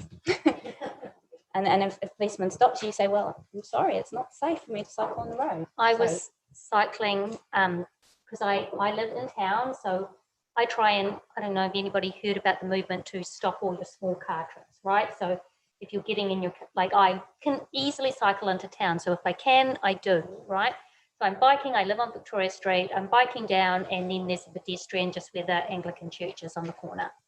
I'm biking it down in the middle, and this bus driver stops over the pedestrian, puts down his window, and is yelling at me because this is a pedestrian, a pedestrian crossing. Do you know what that means? Like, he was so angry and covered up like the path, and I'm on my bike, like. It's that aggression, that road rage, like you're so much more vulnerable and people feel that they can yell at you. Like, yes, I will stop, I will go around, like I'll go off into the grass of the pedestrians and stuff, like I'm not going very fast. Like this is not an exercise. Like yeah, we're talking about cycling as transport in the centre. And brilliant what's going on at the moment, but let's put the money into something simple and don't well, this educate wouldn't the drivers. even be very much money. No. It just seems so obvious. We don't understand what hasn't happened. Yeah. It's just happened. How long would it take? A day? I mean, obviously some pavements are tiny and skinny, but even them you could have a line and then people just know to keep left and then spend the money on educating the kids and the cyclists not to run over the pedestrians rather than the motorists. The more children that you have as cyclists, the more they will appreciate cyclists as drivers. Like I think like kids who cycle have a more of an awareness of road rules than children who don't. Like my kids already know how to look and stuff because you learn that as a kid. You're sending a kid out at 15 and they've never had an awareness of looking for traffic or what it feels like when someone whooshes by. So if you get kids cycling, then they will be more appreciative as adult drivers. I'm a different driver having become a cyclist, right? Like it's just not that intensity, like, oh, I've got to get past that person, I've got to get past that person. It's like, you know what, if I'm late, I'm late. That's the worst that can happen. If I hit somebody and they die, that's way worse. You know, people have just got to, and I think if you start with kids, and it's getting worse because there's more traffic, so it's something that needs to be addressed. But that's all we wanted to say. Thank you, ladies. And Liz, did you have a question or a comment? Yeah, I did, thanks. Hey, look, thank you very much for coming in today. Look, this has been a really interesting experiment / trial for Cambridge. And what I'm finding now is that initially, yes, a lot of aggressive people not happy with the trial and how it looks, and agree with you, yellow sticks don't look great, but you know, once Better we, than a But child if they save on a the road. child's life, hey, who cares? they're only temporary. Yeah, So exactly. we will change those obviously once a more confirmed plan is put in place. So, but what I'm seeing now, and especially around the LTP conversations, is that people like yourselves are coming forward who endorse the idea. And I guess we need to hear that as councillors. We know this is a good idea. We know that while our town is small enough, we have the opportunity to do this. So It's cheaper than building another bridge. well, yep. That's another discussion. It's cheaper than putting in permanent things. It's cheaper than making cycleways on the road. You've got all these massive pavements. Just make them shared spaces and put signs that say shared space. Yes. Keep So that is to come. So yeah. I guess what I'm saying is that we need to bring the entire community along this journey with us, and that's not easy when you have a town that hasn't I guess got on their cycles all that much in the past. So this is a journey, but I think what we're looking forward. This has been a really good exercise, and I think we're going to look to bring on more community consultation around the next steps. This is far from you don't over. spend all the money on the community consultation, spend some money on a bit of paint, because that we actually took part in some of the consultation for the Streets with People, which was fantastic and it was brilliant. But they had all this money, and we have this much money to do this, and we're like, well, that's brilliant, but please don't spend all the money consulting with people. You've consulted and consulted, and everybody has said we want our kids safe, and all the drivers have said we don't want this stuff on the road. So the consultation is not really, that's probably not the right word, but the small group that needs to be now, in my view, established is to identify those paths. And we can't do it. I don't think we can do it alone. I think we need the community on board with that as well. So yeah, I'm saying this is the start of, there's still a long way for us to go, but hey, it's been a great start. 10 and she's only got 6 more years cycling. I don't want another 10 years to go past. And I mean, I cycle with her every morning, and we cycle on the pavement. We cycle over the red light on Victoria Street. Every single day, somebody runs that red light. Every day. And if I had a GoPro, I've had like enormous trucks running that red light in front of my little child who's trying to cross, and he's pressed the button and goes, Mum, the light's green. And I'm like, no, wait, just wait for this tractor and its articulated lorry coming past. Now you can cross. And so you can't change. People will not change. They are in their big utes and their big tractors and they're driving along. So don't spend any more money trying to educate them. Just make something safe. Yeah, that's all I'm saying, is like, because everything goes, we need to do education, we need to educate the drivers. They're not going to change. Those drivers are not going to change. You're all in your utes and you're driving fast and you're not going to slow down. I mean, I'm putting you all in one basket, so maybe some of you do, but the people that run red lights, they're in tractors, they're women in four-wheel drives, they're guys in sports cars. A vet ran it the other day. And I was like, for goodness sake, even the vets run the red light and the child's waiting. So it's just, I just don't think people will change. And I think if we spend too much time, then something serious will happen. So thank you, we've ladies. taken up lots of your time. Oh, thank you. Okay, thank you for your support of our goal to make our roads safer, because at least we've got that in common, and also for sharing your experiences. And I'm sorry that you've had some pretty, hairy ones with vehicles over your way. And let's hope that the path, the cultural shift that we're all trying to move towards in terms of improving modes of transport options and making safer journeys is going to be an easier one and a faster one, clearly, is what you're saying. Brilliant that this is brilliant that this is what the focus is. Great. Thank you. Thank you. Now, our next submitter is Russell Hayes, and he is speaking on behalf of the Kihi Domain Sports Incorporated. Hi, Russell. Haven't seen you for a few years. Take a seat. Now, your button's already pressed for you. Okay. Away you go. So I guess I've never done a submission before, but I'd like to start asking everybody here, has anyone attended the Kiki Domain in the last 12 months? Have you looked at the condition of the grandstand, the shower and the toilet block? That's great. At least we've got a few, so they'll know what I'm talking about. So yeah, I guess I know that the Kiki Domain Sports Incorporated, or our group, have made many submissions over the last 15 years, requesting that the grandstand be repaired to a safe and usable condition, but nothing or little has been done. and it has now been allowed to fall in virtually total disrepair. The shower and toilet block, they're not looking that great either at the moment. They're they're looking past their use by date. We as a group have I guess we've come to the stage where, you know, we sort of think that we know that there's a huge amount of money to be spent on the grandstand, and we would prefer now that the money be put into something else at the Kiki Domain. We've looked at it, and we firmly believe that a community hub type building that would serve the whole community by all the user groups and even other user groups would be a great asset for the domain.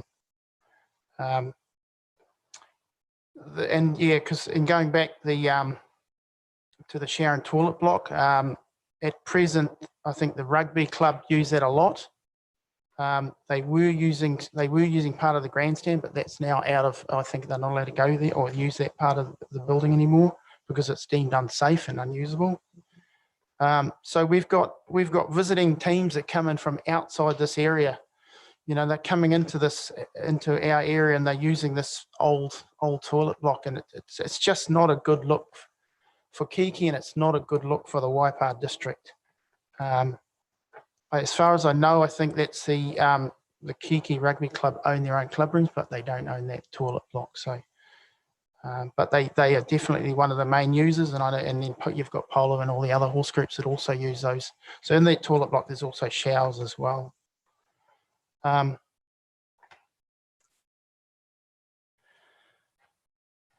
guess the council. So part of that is, so all the user groups own their own buildings and maintain their own buildings, and I can, you know, be proud to say that they all do a very good job of that. If you look at the domain now, you've got the grandstand and the toilet block is the worst looking buildings on that site, and they are owned by the council. So it's actually an embarrassment currently for the domain for all our users. Yeah, I'm quite proud that all the users there do look after their buildings, and they are well maintained and well presented.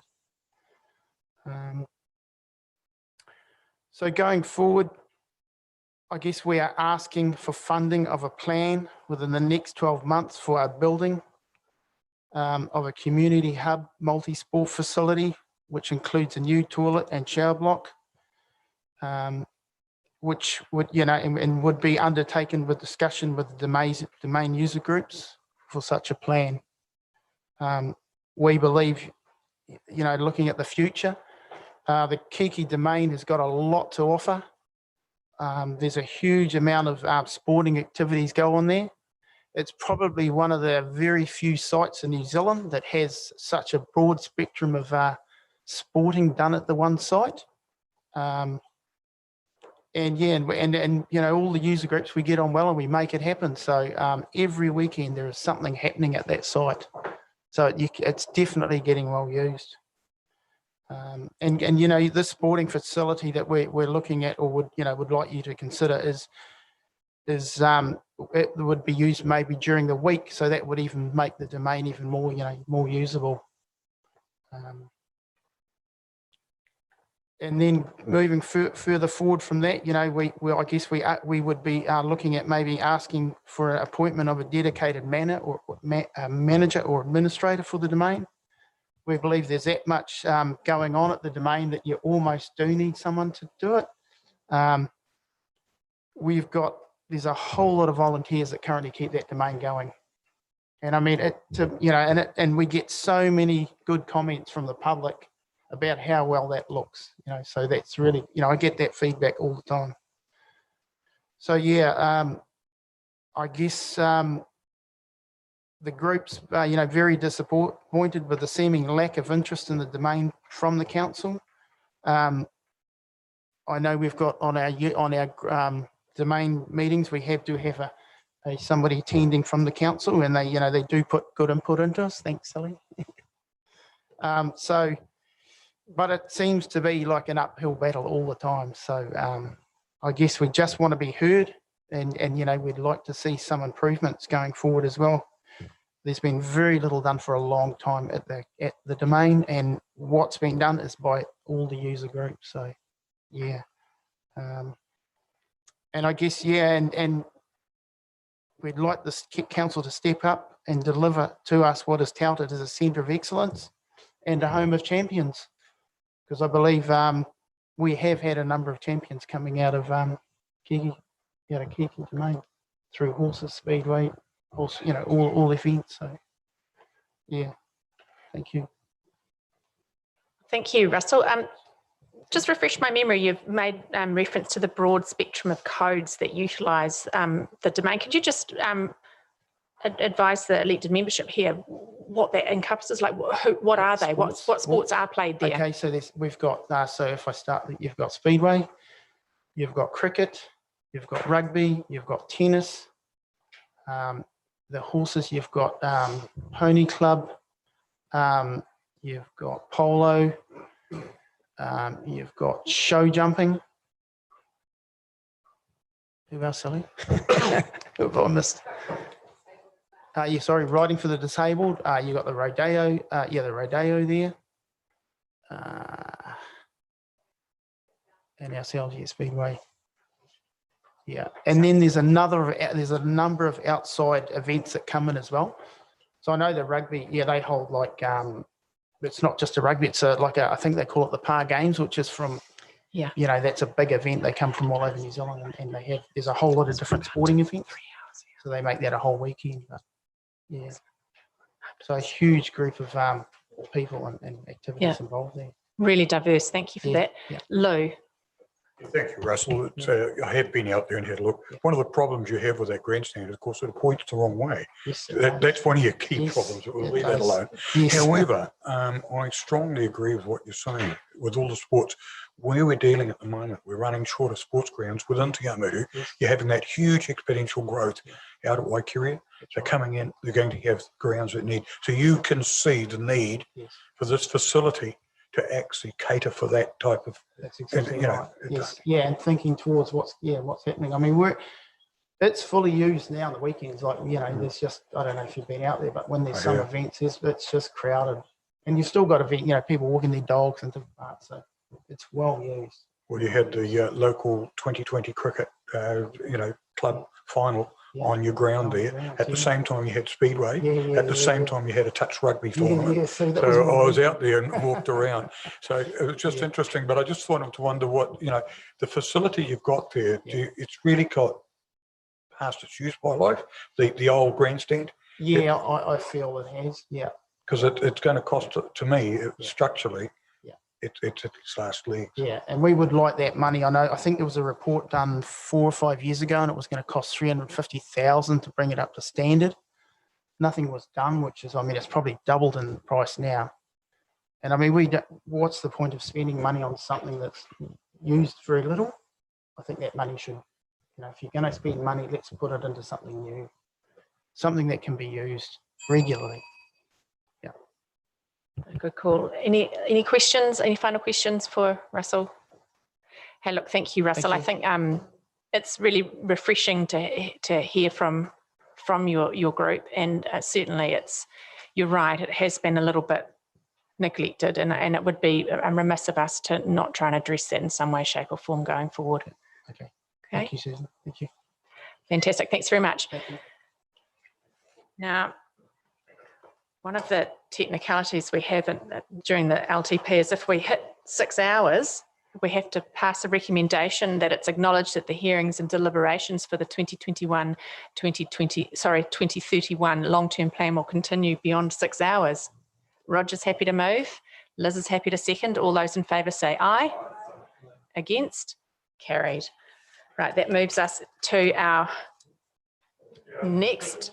I know it's weird. It's so weird. I don't understand, but I do as I'm told. Now we have John Illingsworth, who is submitting on behalf of Koteri Properties Limited. John, take a seat.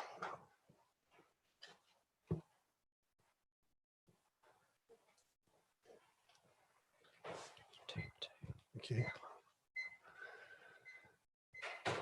My name is John Ellingsworth. I'm a director of Kotari Properties, a land developer with land holdings in both C4 and T2 gross sales. I'm going to focus on the key points of our LTP submission, but please refer to that submission for further detail. What I'd like to do is spend just a little bit of time giving council some insight into the way developers make decisions to develop land. The first point is the availability of land at a fair price, with a lot size which supports a reasonable return. That'd probably be between 5 and 10 hectares. Multiple landowners make it difficult to secure the right parcels of land, and all the easy wins have been developed, particularly in Cambridge. Gross sales which have gone beyond structure and rezoning approval stages are the most attractive to developers, obviously. Those that are not can result in time delays and additional resource management costs, which add cost to delivery for subdivisional developments, and in the end, hopefully, the end user pays. The location of infrastructure, obviously the three waters, is important. And in our view, council placing emphasis on one cell over another can result in limited opportunity. Zoned residential land in the right locations is extremely expensive and can make a development unprofitable. Development contributions can be very high as $70,000 a section, primarily because infrastructure is not yet available in locations where land is available at a reasonable price. I'd like to give you a quick example. In the north of Cambridge,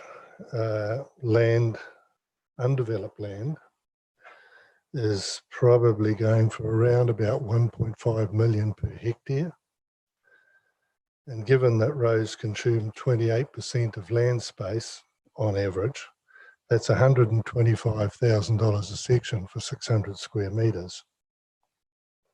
If development contributions are $70,000 a section, and let's assume that a section might sell for $350,000, the developer has to pay $46,000 in GST. So in this example, you have costs of $241,000 before land is consented, constructed, and marketed at a profitable level. And currently at the moment, I'd say most of the land lots in the northern part of Cambridge can't be developed profitably. So our contentions are these. We believe that developers and council need to work together more, need to collaborate more, and need to spend more time looking at how infrastructure is delivered. And we think that the allocation of capital should be more evenly distributed between those cells which are zoned residential and those which are still deferred residential. Because as we see, if all the capital is distributed to zoned residential areas, that can drive the price of land up to the point where it's non-profitable. Council would benefit from LTP engagement with developers to ascertain what is likely to be coming on stream during the funding period. I think we have something to offer there. Capital allocations in the LTP should be scrutinised, in our view, by external contractors to ensure they're not over-allocated. Some examples I have seen may be overstated by 50 to 75%. This effectively reduces allocations across the board, across both cities, because council's figures may be too conservative. And if you only have so much money to spend, you need to be very certain that the money that you've allocated to one particular infrastructure component is pretty accurate. Asking developers to fund, build and finance infrastructure for an unknown return period is not really acceptable. There must be some way that we can work together to achieve better outcomes. Developers don't mind paying for the works if they know they will get a return once it's completed. Currently, subdivisional section sizes need to average 600 square metres to comply with the district plan. We think that should be reviewed. 500 square metres would be more appropriate in our opinion. It would help with market affordability and would help reduce overhead development contributions per section. Our experience of private plan changes is that they are lengthy and the expert evidence requirements are too stringent in our opinion. They are expensive and they will ultimately lead to developers reconsidering their options. So just to give you an example, the latest private plan change in T2, we spent a little over $800,000 on expert evidence, and it's quite a lot of money. If affordable subdivisions of good quality are a goal which is worthwhile, the district needs 3 or 4 developers which can produce 300 sections per year in Cambridge and Te Awamutu.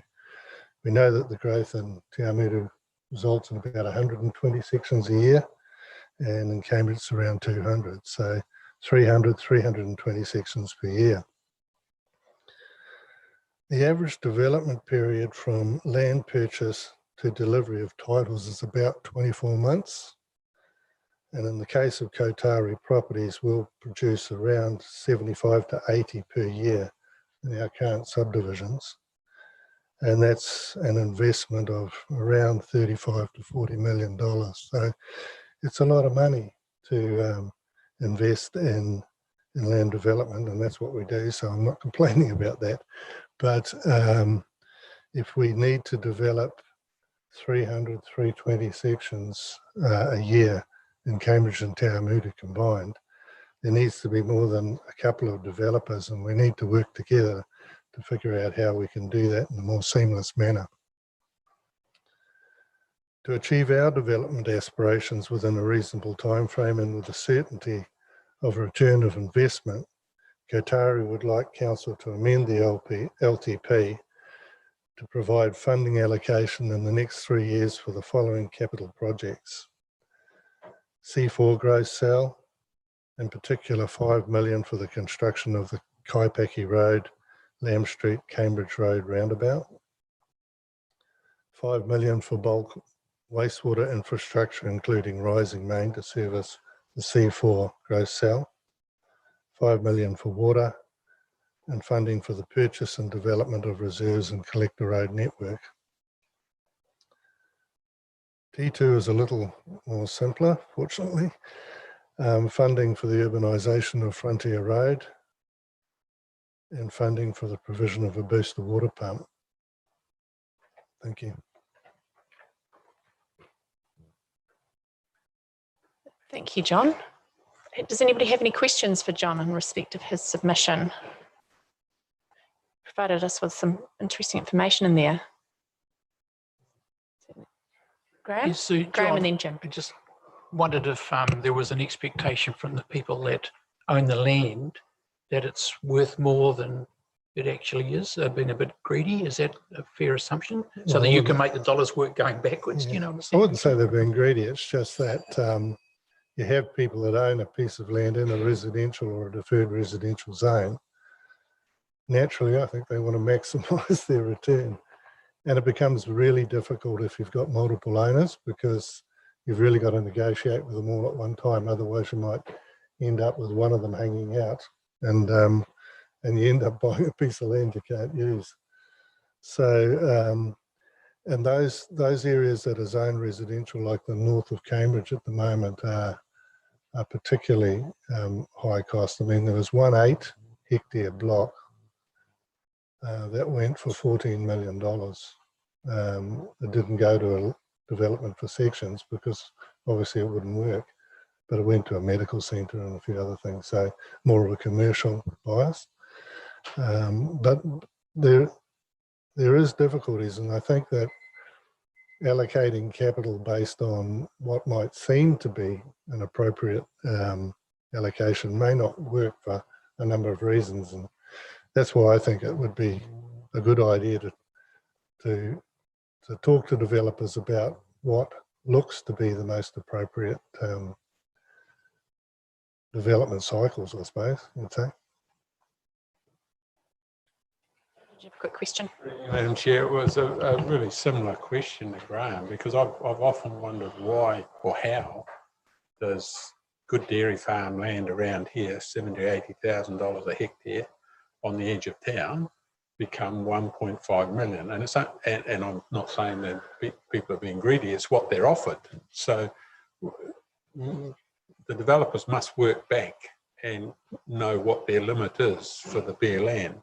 But how does it actually, is the competition so steep for those available pieces of land that developers have actually got to pay that when you were talking $1.5 million per hectare for land around Cambridge? Is it because of the shortage of supply that you've got to outbid the other developers to get those land, get that land? I think it is that, but I think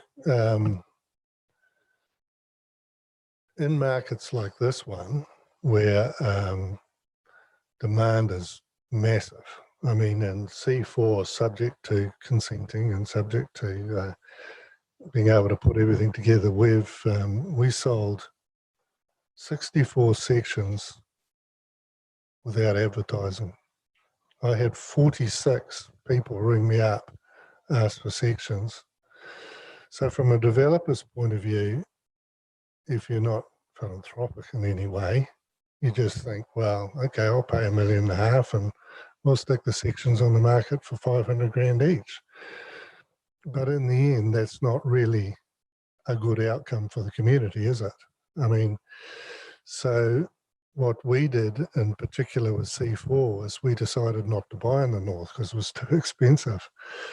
And we thought, well, we'll go to Leamington because development contributions are lower, land's cheaper, there's a couple of blocks there that look reasonable, and we did a deal. It was a bit of a complicated deal at a better price, and that allowed us to put sections on the market in the end, hopefully at a better price. The problem with C4 was we thought we had $20,000 DCs and ended up with a lot higher. It's probably closer to 70. And that's because there's no infrastructure in that area. So there's a real trade-off. If you go to the north, say for instance in Swains Road where we recently developed, you've got no issues around infrastructure.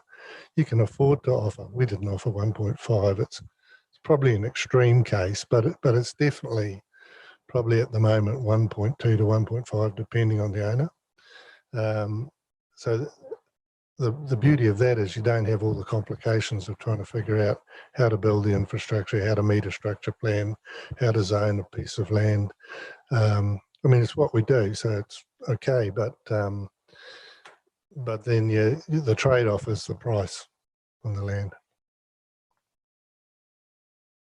You, Madam Chair, last question. I think those stats that you've given are actually quite scary, aren't they? I mean, if you look now at the cost of even a 500 square section, and you're talking about 3,000 per square on build house, then you're not far short of $1 million on a standard house going on the market, and affordability is just going out the window, isn't it?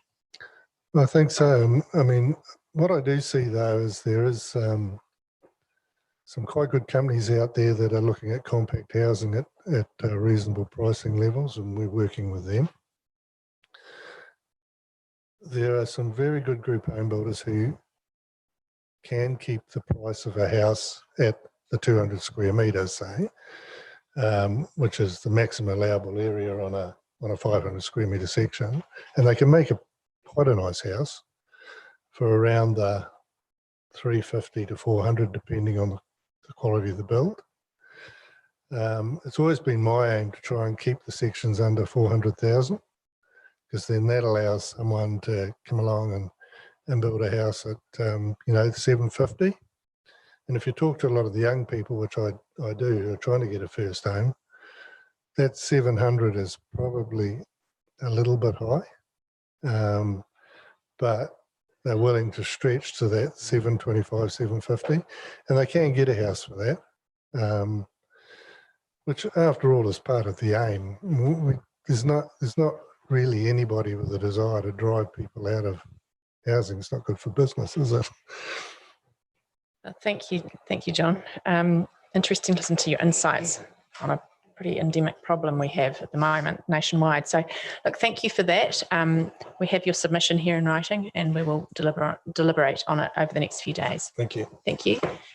What I thought we'd do is we'd have Sean Haynes and his submission in terms of the Len Hatwell and Merv Johnson submission, and then we'll have afternoon tea after that because the spot after that one's cancelled. So just doing a little bit of jiggling around. So Sean, take the hot seat. Welcome. Start when you're ready.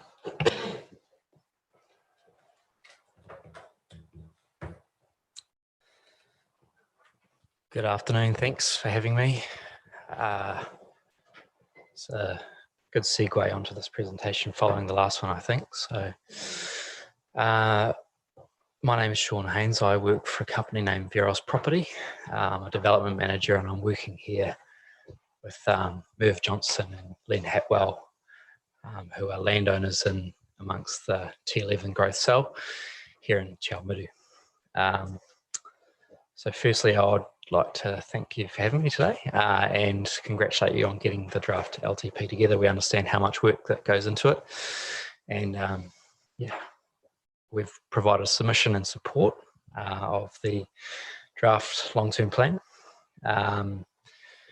And in particular in support of the proposed wastewater upgrades included within. Now, Len has owned a proportion of land within the T11 growth cell for a long period of time, including part of which is currently zoned deferred residential. Apologies if I'm telling you things you already know, but the deferred status of that residential zone is due to be lifted through the Plan Change 13 process. And Len and Merv, and now obviously myself and a large team of technical consultants have been working hard to prepare a subdivision plan to proceed following the lifting of that deferred status.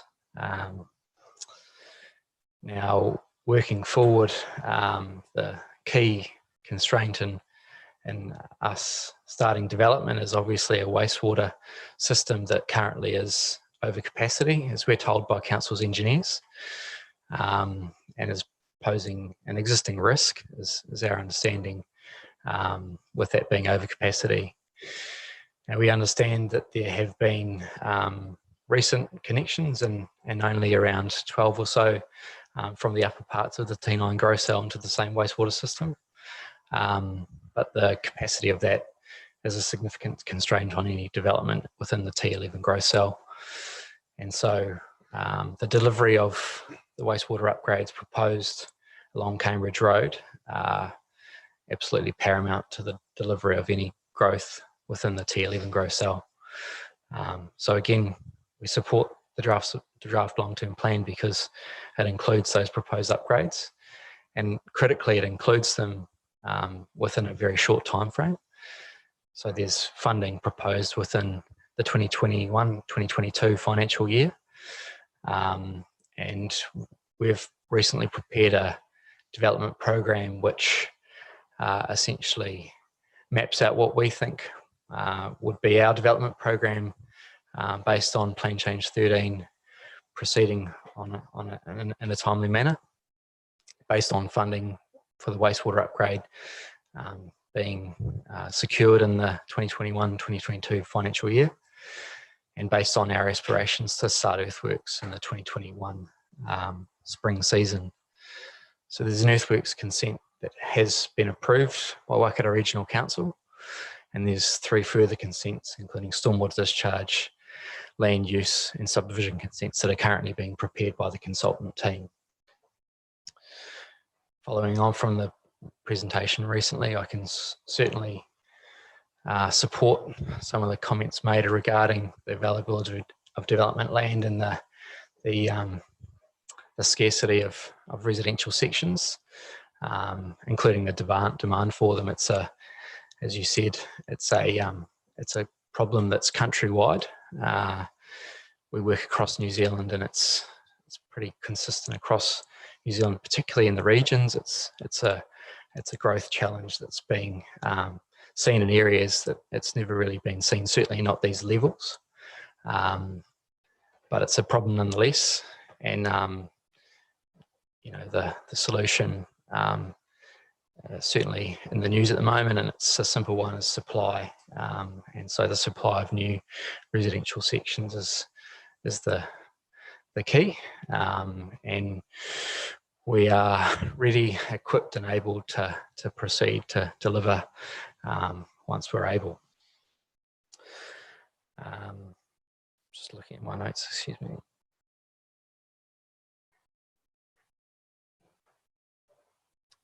Yeah, I suppose some minor points of note in terms of the funding split.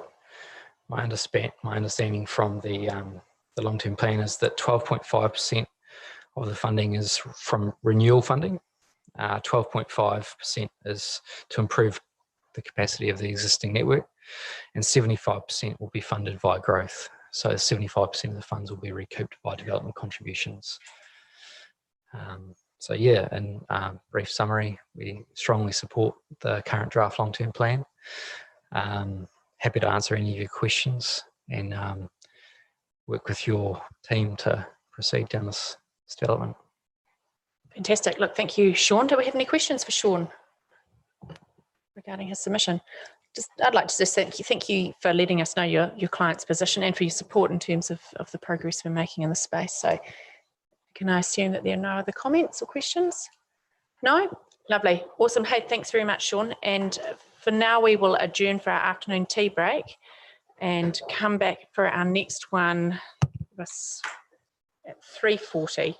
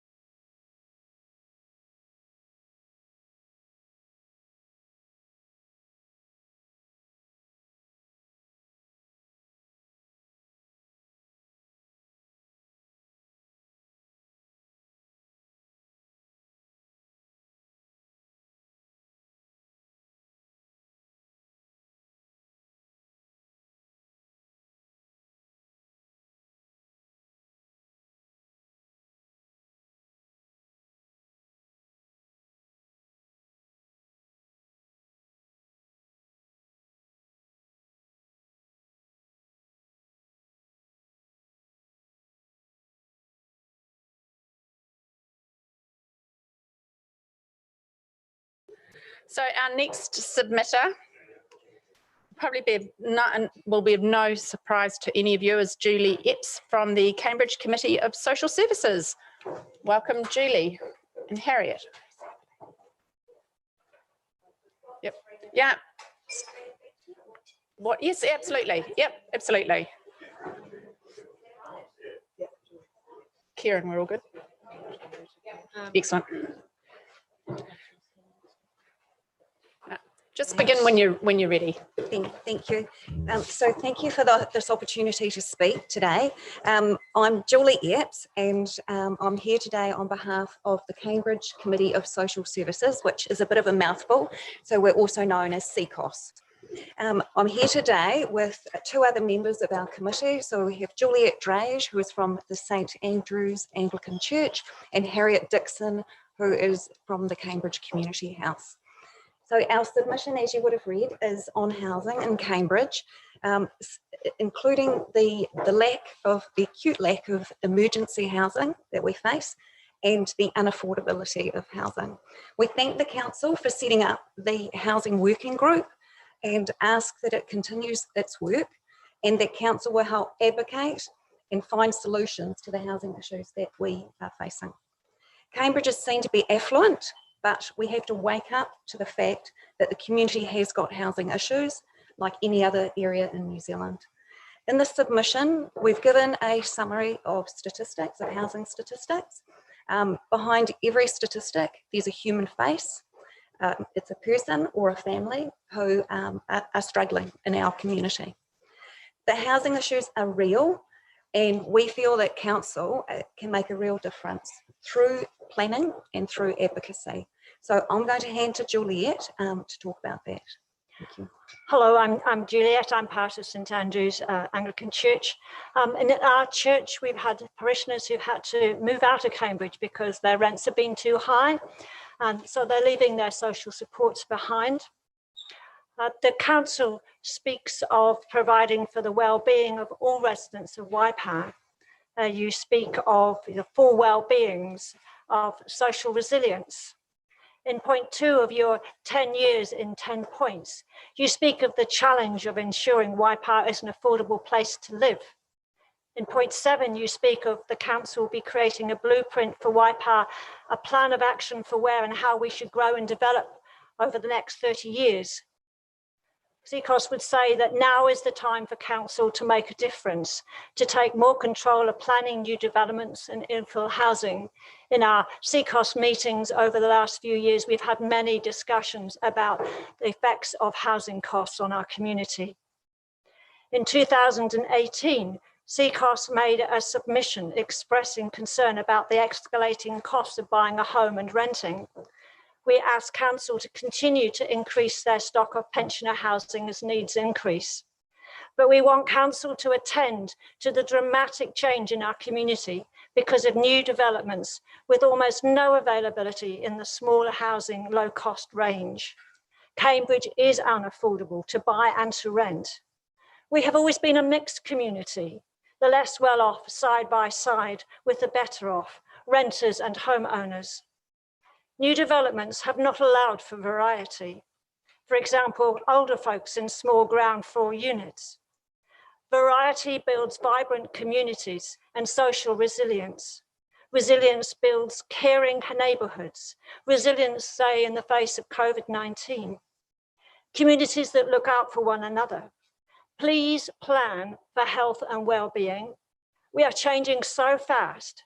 Now is the time to take steps to shape these new neighbourhoods and the long-standing ones with infill housing as appropriate. If you don't, who will?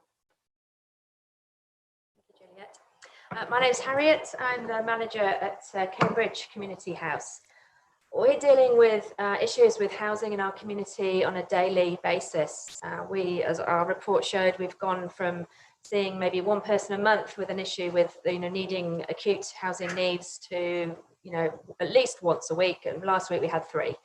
I want to put a picture really around those families for you all. We're dealing at the moment with what I feel really should be low-hanging fruit, and that's the families who are dealing with family harm. you know, people who are in extreme at-risk situations. I've got a mum at the moment with 4 children, the youngest 8, the oldest 13, going to schools in Cambridge. Each of them are at 3 different schools they're at. So they're at a primary school, the middle school and the high school. This mum needs to leave the home. You know, the husband will not leave. The court has said that he doesn't have to leave. And even though he's on bail for the things that he's done, she's stuck in that situation. She needs a home that she can go to, and that home needs to be local. We've spoken to Women's Refuge. They are full and they cannot work with her. So we've actually picked up that work and we're walking alongside her. We're doing all the legal stuff with her, going to courts, talking to the schools, all of that stuff we're doing. She had an option. We went through Work and Income. It's there. They have to provide emergency accommodation. So we spoke to Work and Income in this instance. They said that she could go to Hamilton. There's a row of motels in Hamilton. I'm sure you've all seen it in the news recently, how much money is being spent on those motels. They're appalling. The woman from Work and Income turned around and said to this poor client on the end of the phone, this poor woman, you do realise if you move here, there are gangs, there are drugs. So of course she doesn't want to move there. Why would she? Who would? So she's stuck in that situation. And ourselves as a Cambridge community, I'm not asking council to build houses. I'm asking for your support. I'm asking for your voice to advocate for community well-being, to advocate for using your sound and solid voice behind our community to be able to have some emergency housing in Cambridge for families like that. We've got another mum who's in a similar situation with 2 children, very young children, toddlers, preschoolers at home. She needs accommodation. She needs to get out of that risky situation that she is living with, and those children are at risk. She needs somewhere to live, and there isn't anywhere for her to go. There's countless, honestly, there's more people that I'm talking about. We've had 3 people walk in last week, elderly people, single guys who don't have anywhere to live. They're having to move out of the Masonic accommodation, which has historically been used for some emergency accommodation by Work and Income. They now have nowhere to live in Cambridge. They're long-term Cambridge residents. All of these people that I'm talking about have their lives in Cambridge. They work in Cambridge, they live in Cambridge, their social supports are there, their schooling supports are there, and agencies like us are supporting them there as well. And their friends are there, and their families are often there too, but unfortunately can't help. I've got other families who are in overcrowded situations in rentals because the children who've now come of an age where really they should be moving out and finding somewhere to live are unable to do so. So they are in a situation where they have been told by the landlord they've got a week to move out because it's overcrowded and they can't live in that situation anymore. They're going to have to move out of Cambridge because there is nowhere here for them to move to. There's nowhere for the young couples, the young families to move to. Like really, there's nowhere for our elderly to move to as well. And we're seeing that at the other end of the scale. Yes, amazingly, you have some council housing for older people, and that's fantastic and amazing, but it is full. I know you're building a few more, but it's going to just sort of take the tip of the iceberg. You know, we really need to dig deeper and as a community support our community. I'm not asking council to have all of the answers here. I'm really not. I'm asking you to put your weight behind it and your voice behind it and to pull our community together to support one another. I think that really the next steps are a housing meeting needs to be held in our community, and people that need to come along to that are the developers, architects, people who build the portable housing, those kind of people who want to sponsor and support housing in our community. Let's get them along. Let's all talk in a room and see just what we can achieve for our community. If we do this for our community, really Waipa Council can lead the way, you know, with housing and wraparound support. With the system that we've got at the moment with Work and Income and social housing, all they do is put somebody in a house and they go, job done. It doesn't work. Historically, we have seen just putting a roof over someone's head doesn't work. They have to have those social services like Cambridge Community House with a wraparound support, meeting their needs and ensuring that they can thrive in that accommodation. That's really what needs to be done. So I really would love you guys to come on board with this. Let's speak to our community. Let's see who we can band together and actually get something done. The bell tolls there. Okay. Has anybody got any questions or comments for our ladies here? Roger and then Philip. Thank you, ladies. community is so fortunate to have 3 ladies like you doing the jobs that you do in our community. I just want to give you some assurance that the housing group within council is actively and aggressively looking at these issues. There are certain constraints, and I think one of the things that you haven't mentioned is the shrinking rental market. Because as properties go up in price, people are convinced to sell their house, and then it's lost into that market, and that's another pressure. So I don't have any solutions, but certainly love to talk to you at some time. Philip, you have a question for these ladies? Thank you. Cambridge North, there's some land there that government own. It's surplus from the expressway, and that's going to be developed into 200 sections. So a question I've been asking staff and developer that's probably going to be doing the joint venture, is there an opportunity to have some state houses in there? It's going to be some affordable, the area is going to have housing for, it's so-called affordable living to live in Cambridge, 700,000 if that's affordable.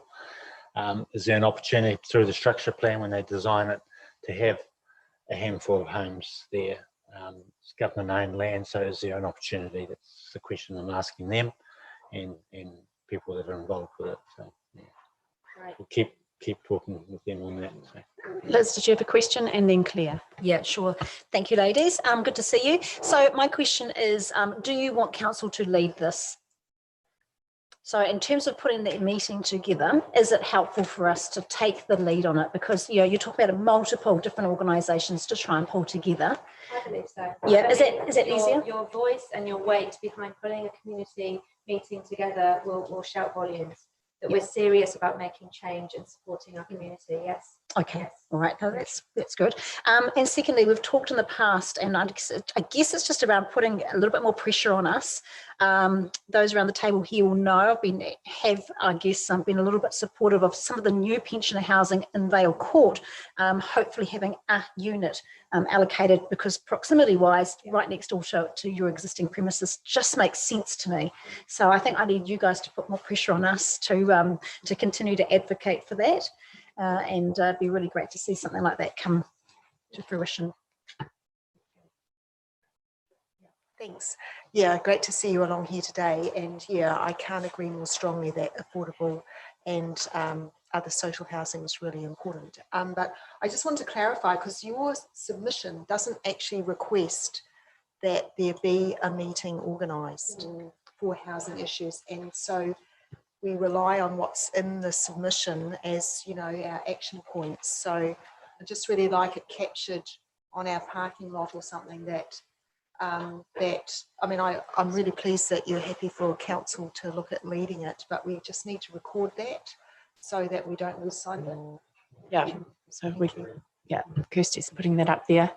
Mike, did you have a question? Yeah, through the chair. So a couple of things. Thank you for your presentation.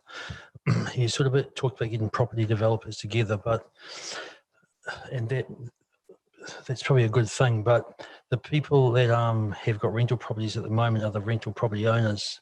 You know, sort of haven't seen that mentioned. I mean, personally, I think that might be a group that would be worth getting together, not because it's going to create more housing as such, but one of the questions that could be posed to them is cost of housing. And I was interested in looking at your averages.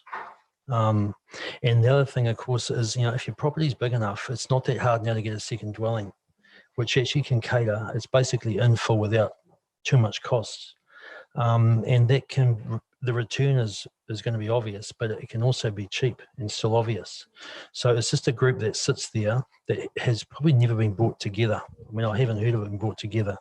And look, and the other side, unfortunately, and the Labor government's really pushed this home, is the pendulum has really swung. And I'm not saying it's right or wrong, but it's swung. And there is, you know, you really got to be careful who you rent your house to now, because it's really largely not your house. So, you know, there's a wariness there of who you can rent to now, because it's so difficult when things go wrong, and that's the reality. They walk and there's a little bond there and it covers nothing. having just gone through that sort of thing myself, you know. But there's a group out there that do rent properties that could have space for second dwellings and that sort of thing. So there could be opportunity within the existing town. Thank you. Jim, last question. Thanks, Madam Chair. Look, congratulations on the work you're doing. I've been involved in, this has been a problem the whole time I've been involved in Waipa, 40 years plus now, in terms of, but it's been getting worse. And Whoopi, now we realise there's a crisis. And I'm not opposed to having a meeting and leading the charge from council point of view, but all of my contact with ministers is that they throw their hands up. We know there's a problem. There's no answers. So we really need some solutions and something that we can actually do rather than have another report or another a meeting maybe. But we've actually got to start taking some action. Otherwise, we're just going round in circles. So we've got to, and everybody now acknowledges we need more homes. But who's going to actually build them? And it's central government that's really got that social housing portfolio. The ratepayers are not geared up for it. So I'm more than happy to throw as much weight as I possibly can behind it. But I just know in the context we've already had, and we have already pressured central government, they are at an absolute loss as to what to do. There's just such a shortage of houses, and that's a problem. So how do we, and Mike is a practical solution is building mini type homes on existing sections, because Phil's suggestion of that new piece of land that the government's got, it'll be 2 years before a house is completed on there. These people are out of a house now. So somehow we've got to work together to try and work on it. So look, happy to go along with that solution, but if we're expecting central government to come up with a magic wand, it's not going to happen. No, I think it's our community that needs to step up.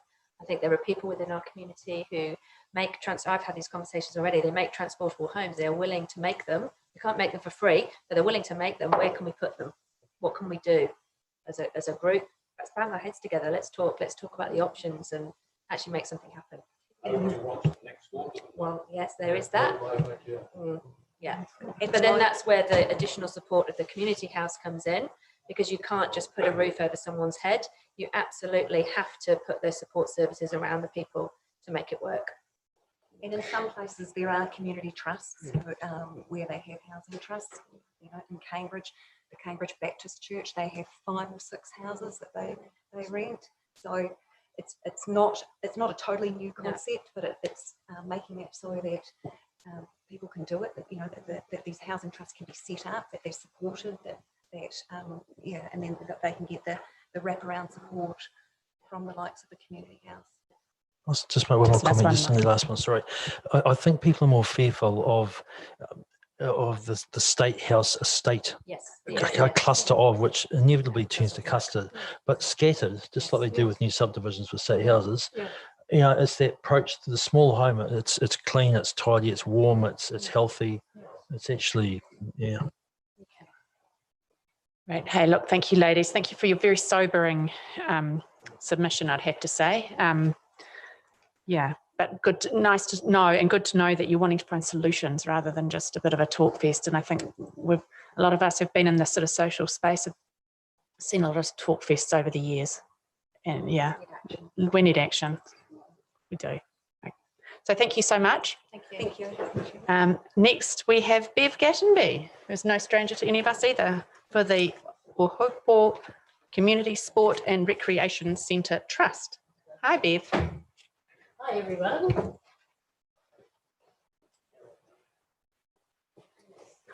Yes, I'm here with my Ohopo Hub hat on today. And this is my colleague, Trustee Debbie Glasson. So we're very pleased to be here as trustees of the Ohopo Hub. We have our PowerPoint happening. So we handed over a stick when we came in. It's gone. It's gone. We want to show you a picture of where we are. We've sold it on Trade Me. It's quite simple, but we get some photos.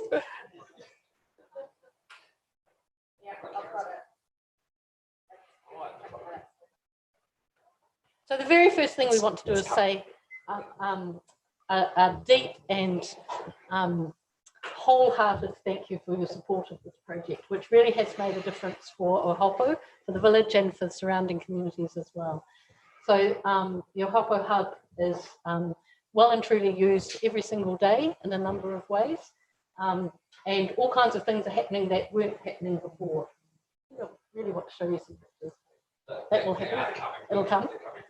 Yeah. So one of the examples, and you'll see once the PowerPoint's available. There you go. Little logo. Here's our logo. Ohopo has, there's an argument about whether Waikato got the colours red, yellow and black, or Ohopo got it first. Ohopo says we got it first, apparently. So here's our beautiful new building. Big thank you to the Mayor, Deputy CEO, who were able to be there on our opening in June 2020. We had a very warm occasion with many visitors and guests and people really loving what we've done with the building there. So it's working really well. There's a list of some of the uses that are made, and if I can give you an example, so Scouts is one that I would pick out. So Scouts was already operating in Ohopo, but it had something like 12 girls and boys in it. Now at about 45 and run in 2 different age groups. So, you know, that's just one of many examples that I could give you where, because there's actually a really nice, warm place to go, energy comes in the community for things to happen. So we're really delighted with the wide range of things that are happening here. And we do want to think about what the next steps are for Memorial Park. So I'm going to hand over to Debbie. So, hello. So we've got a top playing field there. Is there a pointer? A top playing field on the right there. The new facility. This is an off Google Earth, so it's a little bit out of date. Yeah, and then there's a playing field on the left there. To the top left there's a big sign that says paddock and a red line through the middle, and that red line is an open drain that runs from the play centre right through to the road. It's quite probably not, I wouldn't say it's particularly safe, but unsightly. And then there's a paddock, and the paddock is a bit of a hill undulating down to a sort of a wetter, softer, boggier type area up in that top corner.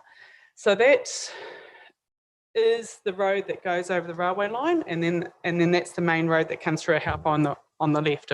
On the right. I mean, sorry, on the right, if everybody knows where we are. So what we're wondering is whether that's actually an area that we can develop in the future. So we're looking at a feasibility for that space, whether we can do some beautification, whether we can look at some dog exercise areas. Currently, the area at Memorial Park is not to be, dogs aren't to be used there or exercise there, but they are. I mean, it's just sort of human nature, but it's easy place to walk your dog. But it's not ideal for playing sport on. It's not hygienic, it's not great for kids or adults, so, as you can imagine. So a dog exercise area in there would be nice. Also some additional car parking would be great. So when we have large functions, large sports days or multi-use days of the facility where both sides is being used, I'm not sure if everybody knows, but there's actually the Haupo Rugby Club occupy one area and then the community occupy the other half of the building. So it's a shared facility, which has been great. But there is an opportunity to use both areas on the same day. So we need to with car parking. So wondering whether we go to the community, where the council has a bit of think about what we could do with this in the long term. It's not something we want to do straight away, but can we just put on record that we are looking at it, whether we could do a feasibility, whether there might be some funding in the short term to look at feasibility, to then look at something long term. So that's kind of. So we understand the paddock is part of the Memorial Park, and at the moment it's grazed and mown occasionally, but not really looked after. And the drain does actually need quite a lot of maintenance. It's not working particularly effectively. Either. So it's a little bit of a forgotten area, but a really useful resource. And one of the things about dog exercise areas, for example, is that we know that the number of dog owners is actually increasing really significantly, and you'll have seen that in all the communities that you know. And I live just about opposite the park there, and there is a constant stream of people walking their dogs on the sports fields. So, you know, that's one idea, but what we're keen to do is, you know, let's do something over the next year to figure out how the community would like to see this develop. This is in the heart of our village. It's on the side of the road where almost all the houses are, within walking distance of everybody. You know, let's figure out what we can do with it. And then when we've had that conversation, we need just some small financial support to be able to do that. You know, then we can look at actually doing something as the next stage of this development for the village. Make sense? Roger, and then Claire. Through you, Madam Chair. I'm not very familiar with that area, but when you talk about the drain going across, is that a health and safety issue? Potentially. Yeah. Well, if I was a child, I'd like to play in it. Yeah. Sorry? Only if you had to cross it. Oh, if I was a child, I'd love to play in that drain. It's not actually fenced off, is it? No, it's not. It's not fenced off. It's not fenced off to the playing field. It's not fenced off there at all. So this is junior elect athletics is on that bottom field. And there is no fence. And junior rugby, yeah. Claire. I was just going to say, I thought it was a brilliant idea, actually. Well, because, you know, I am aware that a lot of people are looking for places to walk their dogs, and particularly off leash as well. And yeah, obviously there needs to be a bit of homework done. But yeah, I just thought it's got great potential. Yeah, I guess we'd have to understand the tenure of the land and what are the rules and that around it, and what the person that's leasing it, their expectations are. But yeah, to me, I want to thank you, for making the submission, because it just gives us a chance to consider that idea and see where we can go with it. So thanks. Any other questions for Debbie and Bev? Mike. Just what sort of money are you any ideas around the money for the feasibility study? Or you said a small amount? So I think 12K would commission a good community process and feasibility study.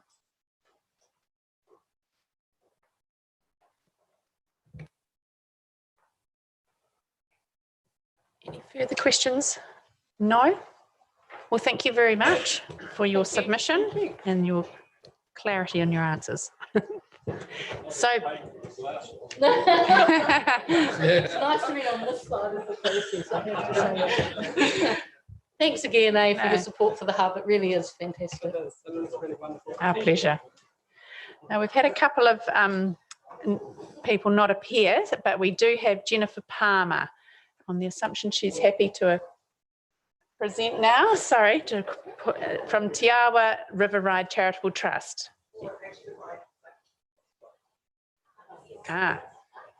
Ride Cycle Festival.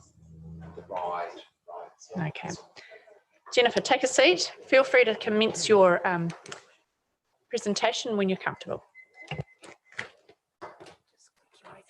Thank you.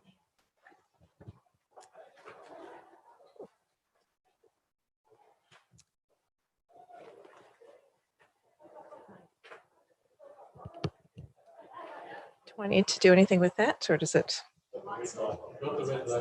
So that's good? Okay. Nice. So thank you, everyone. As introduced, I'm Jen Palmer. I'm on the committee of the Ride Cycling Festival, which is the purpose of my submission today. We have been lucky enough to have 3 years of funding from Waipa District Council. So for that, we thank you very much. And we believe we've delivered a really exciting event for the district. Our outcomes are twofold. It is about cycling, but it's also about showcasing the Waipa to the wider community. And that goes both nationally and internationally. So in year one, we partnered with the New Zealand Cycle Classic and delivered a 5-day staged road cycling festival. It was pretty impressive.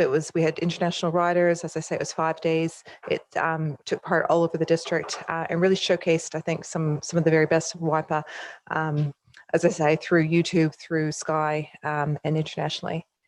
After that, we won the rights to host the New Zealand Elite Road Cycling Championships. So we have that contract with Cycling New Zealand to deliver that event for 3 years. We've done it twice now. We have one more year left on our contract, and we have the option to renew for a further year after that. And so we're just in discussions with them. But more than that, we want to have some longevity to this event. We're seeing some really big growth in numbers. So we want to make sure that what we're creating now survives beyond the Elite Nationals. It's a photo of George Bennett there. So he's one of New Zealand's Tour de France riders, if you're into road cycling. That was a great event. The first year we ran it, it was really exciting. They said the best racing they've seen in a long time. And it just got better and better. So this is a photo of this year. I like this photo in particular because the two dads were both former New Zealand representatives, Shem Roger on the left and Matt Archibald on the right, and the next generation coming through. So that was this year as part of our Grand Fondo, which I say is the community aspect. So that's what we're looking to grow as well. We're seeing great numbers. So unlike most cycling events, our numbers are expanding, and this year was phenomenal for us. We said it to ourselves, if we can get to 500, we'll be really thrilled, and we got to 734. But we think there's probably a ceiling on what we can get to if we don't do something different. Just a few more stats here, really hard to read, sorry, but that first one is, what was your main factor that prompted you to enter the Grand Fondo? Location, Cambridge.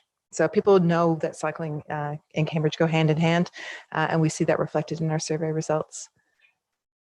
That's just a bit of a snapshot of where they came from. So 75% were from outside Waipa. And we just want to grow that. You know, for us, it's, you know, we have a captive audience here, but we really want to showcase this. We want people to come down here knowing what it's like to ride the roads of Waipa. So what we've talked about for a number of years now, but we're finally getting to the point where we can do this, is creating a UCI event. So UCI is the International Governing Body for Road Cycling. And what we can do is partner with them to become a certified UCI event. It comes at a fee, so it's a €30,000 fee to be partnered with them. They give us 50% off in year one, but it does ramp up from there. But UCI New Zealand, UCI Grand Fondos it's a brand that's known internationally. They run massive events. They are a draw card, and New Zealand doesn't have one. It used to, but it doesn't anymore. Australia, I think, has 5, but they are the reason that people go to holidays to destinations. I went a few years ago to Whistler for the sole purpose of riding in a Grand Fondo. Their numbers are massive. They get, I think on average, I think we'll come to the slide, so I shouldn't preempt it, but 2,000 is the average number of riders they get for their events. With that, you get this massive promotion machine. You can tap into their massive databases, and you're talking to a really targeted market. So as we know, cyclists tend to be there's a high net worth. They spend a lot more money than your average tourists. And that's who we're looking to attract going forward by partnering with the UCI. So yeah, I guess in summary, that's we've come to Waipa District Council again, looking to maybe renew the partnership that we've had. It's a fairly significant event to put on, huge costs associated with it. Our trust, the Brian Perry Charitable Trust, is still backing it. We've put about just shy of $400,000 into the event over the last 3 years. We have strong partnerships with some of the gaming trusts, with the local, a lot of local companies, Foster's, APL, Forsyth Bar. So we have a really good family of support and sponsors, and we just want that to carry on. So hence my proposal today, our proposal today, and I had the I'm sure you've read the submission, or you've seen the figures in the submission, so I won't repeat them, but any questions, I'm happy to answer. Does anybody have any questions for Jennifer? Roger. Thanks, Jen. Just looking at that UCI event, what's the length of the event is how long, but you would probably have shoulders either side of that. Yeah. Bring them to Cambridge. What's the format of the UCI event? We'll run a 4-day format again. What we'd like to do is have the Thursday for the time trial, which is something we haven't done before. So that's the community UCI Grand Fondo. Again, you're qualifying. So if you come in the top 20% of your age group, you then can qualify for the World Championships. The Friday becomes the Elite Time Trials, Saturday Community Grand Fondo, Sunday Elite Nationals. So by staggering them, what we hope is that people will come on the Thursday and stay through to the Sunday. So that's the sort of model that we're working on. Keep them here. Any other questions for Jennifer? No? Oh, Mike, a question? I might have missed it somewhere. So it was 30,000 for the first year. Was that 60,000 the next year, or 15? No, so it's €30,000 in year one, but they've discounted that to €15,000 for year one. So it does ramp up by year 3 to €30,000. Yeah. Euro. Yes. Oh, very interesting. Yeah, I think 15,000 euros, but $26,000. 26K. Excellent. Okay, thank you, Jennifer. No further questions for Jennifer in respect of her submission. Thank you for supporting our efforts in terms of mobility on cycles and so forth. So thank you. Put a little smiley face next to your one. So obviously it struck a chord with me at 2 o'clock this morning. Thank you. Thank you, Jennifer. Next, we have Hamilton City Council's submission, and we have Mayor Paul Southgate and Councillor David McPherson and Blair Bocock to present. We are indeed honoured. Take a seat, people.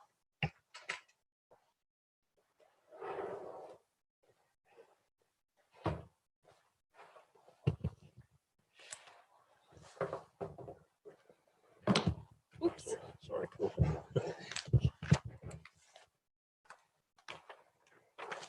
Good afternoon, everyone. You ready? Thank you very much. Ready. Good to see you all. Thank you. We're here. We speak in overall support of the intent and direction of Waikapa's District Council's draft plan. And we're going to talk to a couple of areas in particular today and take the rest of it as read. And that's the development of alternative transport options, the Waikato Community Lands Trust, and also the Southern Wastewater Plant. So that's where we intend to focus our commentary this afternoon. So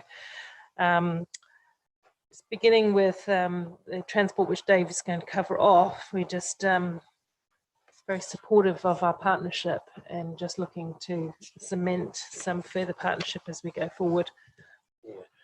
Thanks very much. Look, I think as part of the Metro Spatial Plan transport work that's happening at the moment, it's clear that, and will become even clearer in the future, that we need excellent links between your towns and our city, or your cities and our city, because really, if they're not in the old times, they would have been cities, Cambridge and soon Te Awamutu as well. We have figures, for instance, that show 60,000 vehicle movements a day between the Cambridge area, that's not all coming from the town itself, and Hamilton City. Now, it's not tenable or viable long term for those to be all in the car. We really need to develop an excellent public transport network. It's rather limited at the moment, and Te Awamutu as well from that direction, from both those directions. We're also talking obviously to the towns north of Hamilton as well. The Hamilton Auckland Passenger Transport Service is one particular project that's an attempt to address the issue of getting people into viable alternatives. That has been mooted at some stage in the future, good rail connections between Hamilton and the surrounding towns. The Waikato is uniquely well serviced by rail lines because of the dairy industry in the past, connecting pretty much every town in the Waikato with Hamilton, and certainly Te Awamutu, and even the protected rail corridor going into Cambridge along Victoria Road is there as well. So there are opportunities which will become necessary for us to use in the future. We keen to see that you provide some funding for more in that area. One particular thing we want to talk about in Hamilton, the expenditure on public transport is collected by the regional council in a targeted passenger transport rate. As you probably aware to all of our ratepayers, we've suggested to the regional council the same happen in the other towns in the Metro Spatial Plan area. I guess an upside of that is that the regional council is the one collecting the rate, and it's not collected as part of our rate. So effectively, there's a bit of a reduction there, and you might, though they are obviously charging the ratepayers more, and that's targeted to passenger transport services. They're still negotiating with us. The decisions aren't made in our absence. They're made with the affected council areas. So we'd suggest that might be the way to go in the future. And we'd like your council to look at that in this area and to continue to work with us on things like the Te Awa Cycleway, which is nearly connected now between St. Peter's and Rivoli area of Hamilton. So we're really pleased that we are are working together on those sorts of projects, but we're going to need a lot more of that in the future. That'll do for transport. There you go. That's pretty definitive. Justin, thank you. In terms of the Community Lands Trust and inclusionary zoning and the opportunity that presents to get people in the entry level of housing and the more affordable housing, we set up a trust, Community Lands Trust, in 2019. But the key point is, which has been a successful model in Queenstown, you're probably familiar with it, so I won't go into detail. But we have contributed $2 million of seed funding with the intention of securing the land for a development in partnership with others, which is under the consideration of the trust at the moment. So we're asking, because we've always made the point at our cross-boundary meetings that housing doesn't have to be within the city boundary. In fact, our $2 million may well be spent outside of the city boundary if that's where the best deal to be had is. So we're just in 4.6 of the submission, you'll see that we are asking you to match our funding to really give it a boost, but we won't be doing that just here. We'll be doing that in Waikato and also through Waikato Regional Council as well. We just think that, I think we'd all acknowledge that $2 million doesn't go very far in terms of land value and being able to do at scale development. So by leveraging off the other councils, we can probably get jointly a better outcome. So the other thing we're going to talk about, and Dave may also have some views on this, is around the Southern Wastewater Plant. I'm not going to go over the history of the work that we've done together with the Hamilton Waikato Wastewater Detailed Business Case, and you'll be familiar with the preferred option, which is now seeing the upgrade of Puketi and Cambridge, but also acknowledging that a new Southern Wastewater approach in or around the airport is still going to be part of that medium-term future. So in terms of that, a number of things have got to happen. We've got to acquire the land for that future-proofing of wastewater, for one, in the south, but we've also got to provide some funding for any bespoke or arrangements that may occur around the area of the airport. And their growth nodes. So we're asking again for you to, we've funded $9 million over years 1 to 3 of our draft long-term plan towards land purchase for the Southern Wastewater Plant. We've also got budget provision for a contribution to wastewater development in and around the airport precinct. So we are asking again for you to come to the table and at least indicate or provide provision in your long-term plan for that, because it's never going to be cheaper than it is right now to acquire that land, which will only go up in value. So did you want to add anything on that, Dave? Probably only that it isn't a replacement of the 2 plants in Te Awamutu in Cambridge. It's an addition to cope with future growth. And we have got Blair here if you've got any questions about the numbers around that or what's required or any of the technical detail. Did you want to add anything?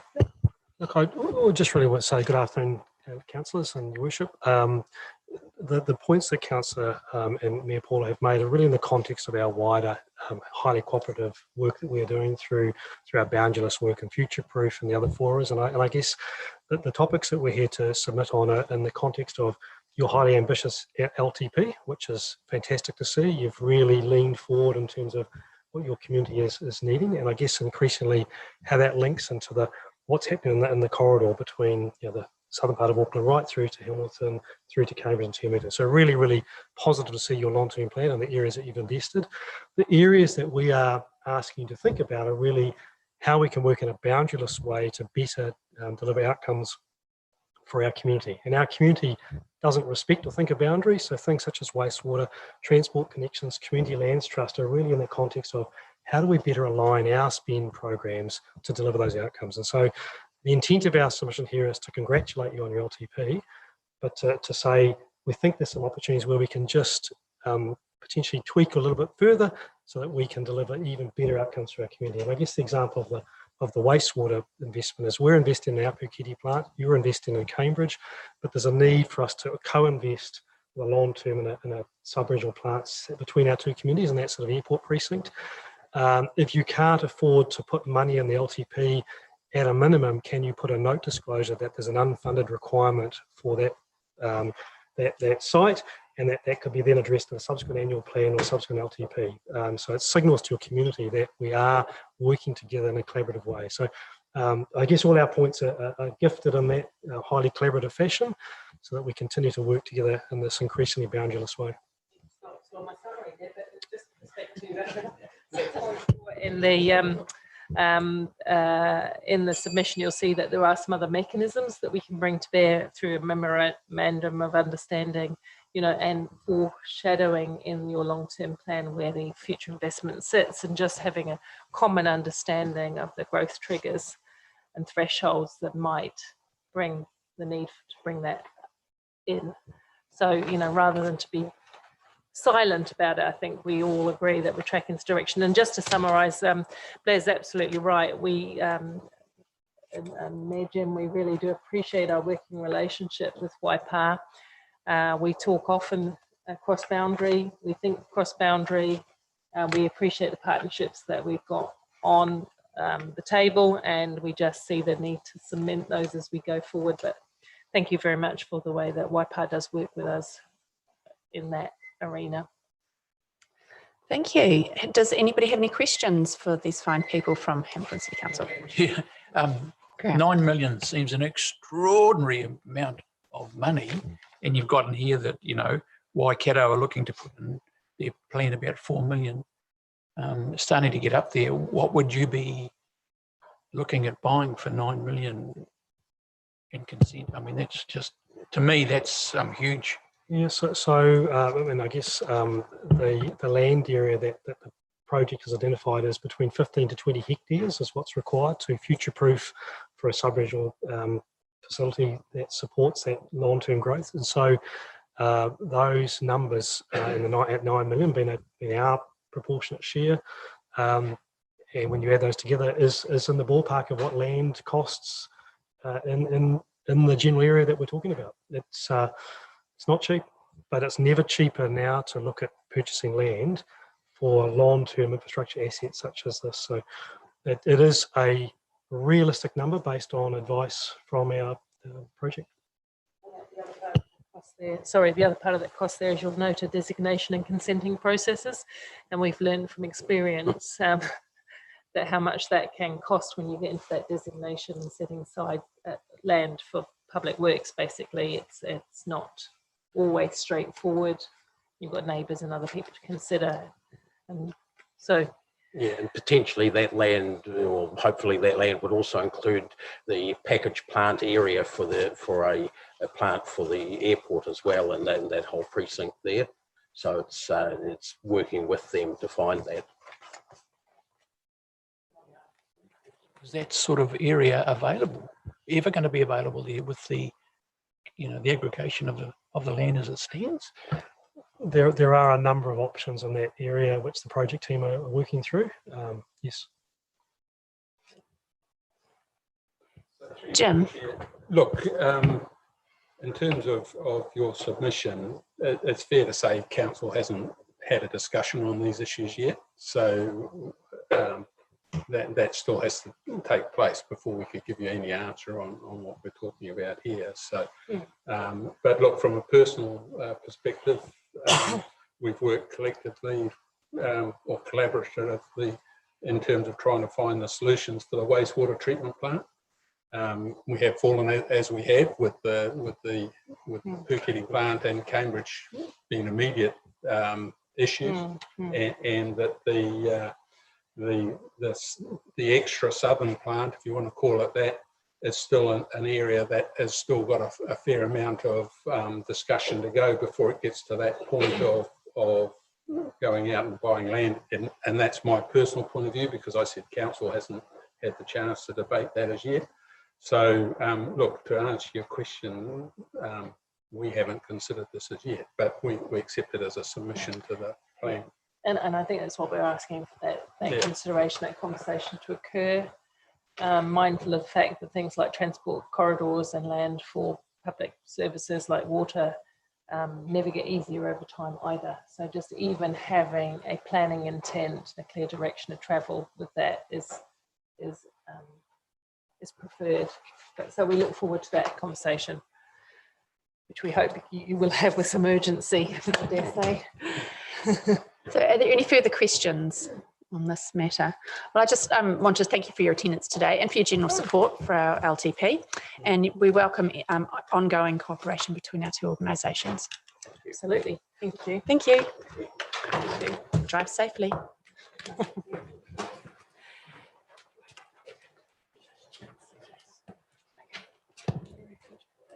Our next submitters are here.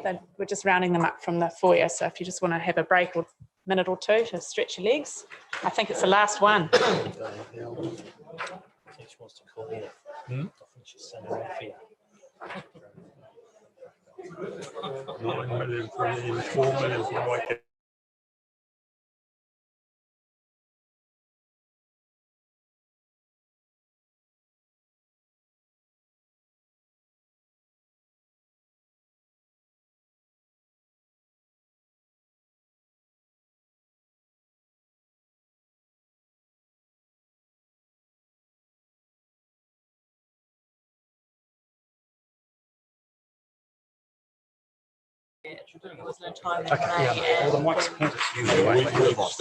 Probably not, because we've still got, apart from we've only got one more hearing, we've still got some stuff to get through.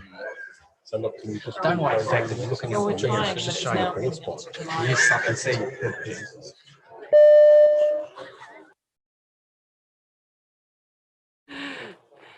Hello, hello. Welcome, David Hall, Letitia Buckle and Simon Bradenovich. It's been a long time. These three people are here on behalf of the Te Awamutu Association Football Club. So take it away when you're ready, press the button so your little red light lights up and talk to your submission.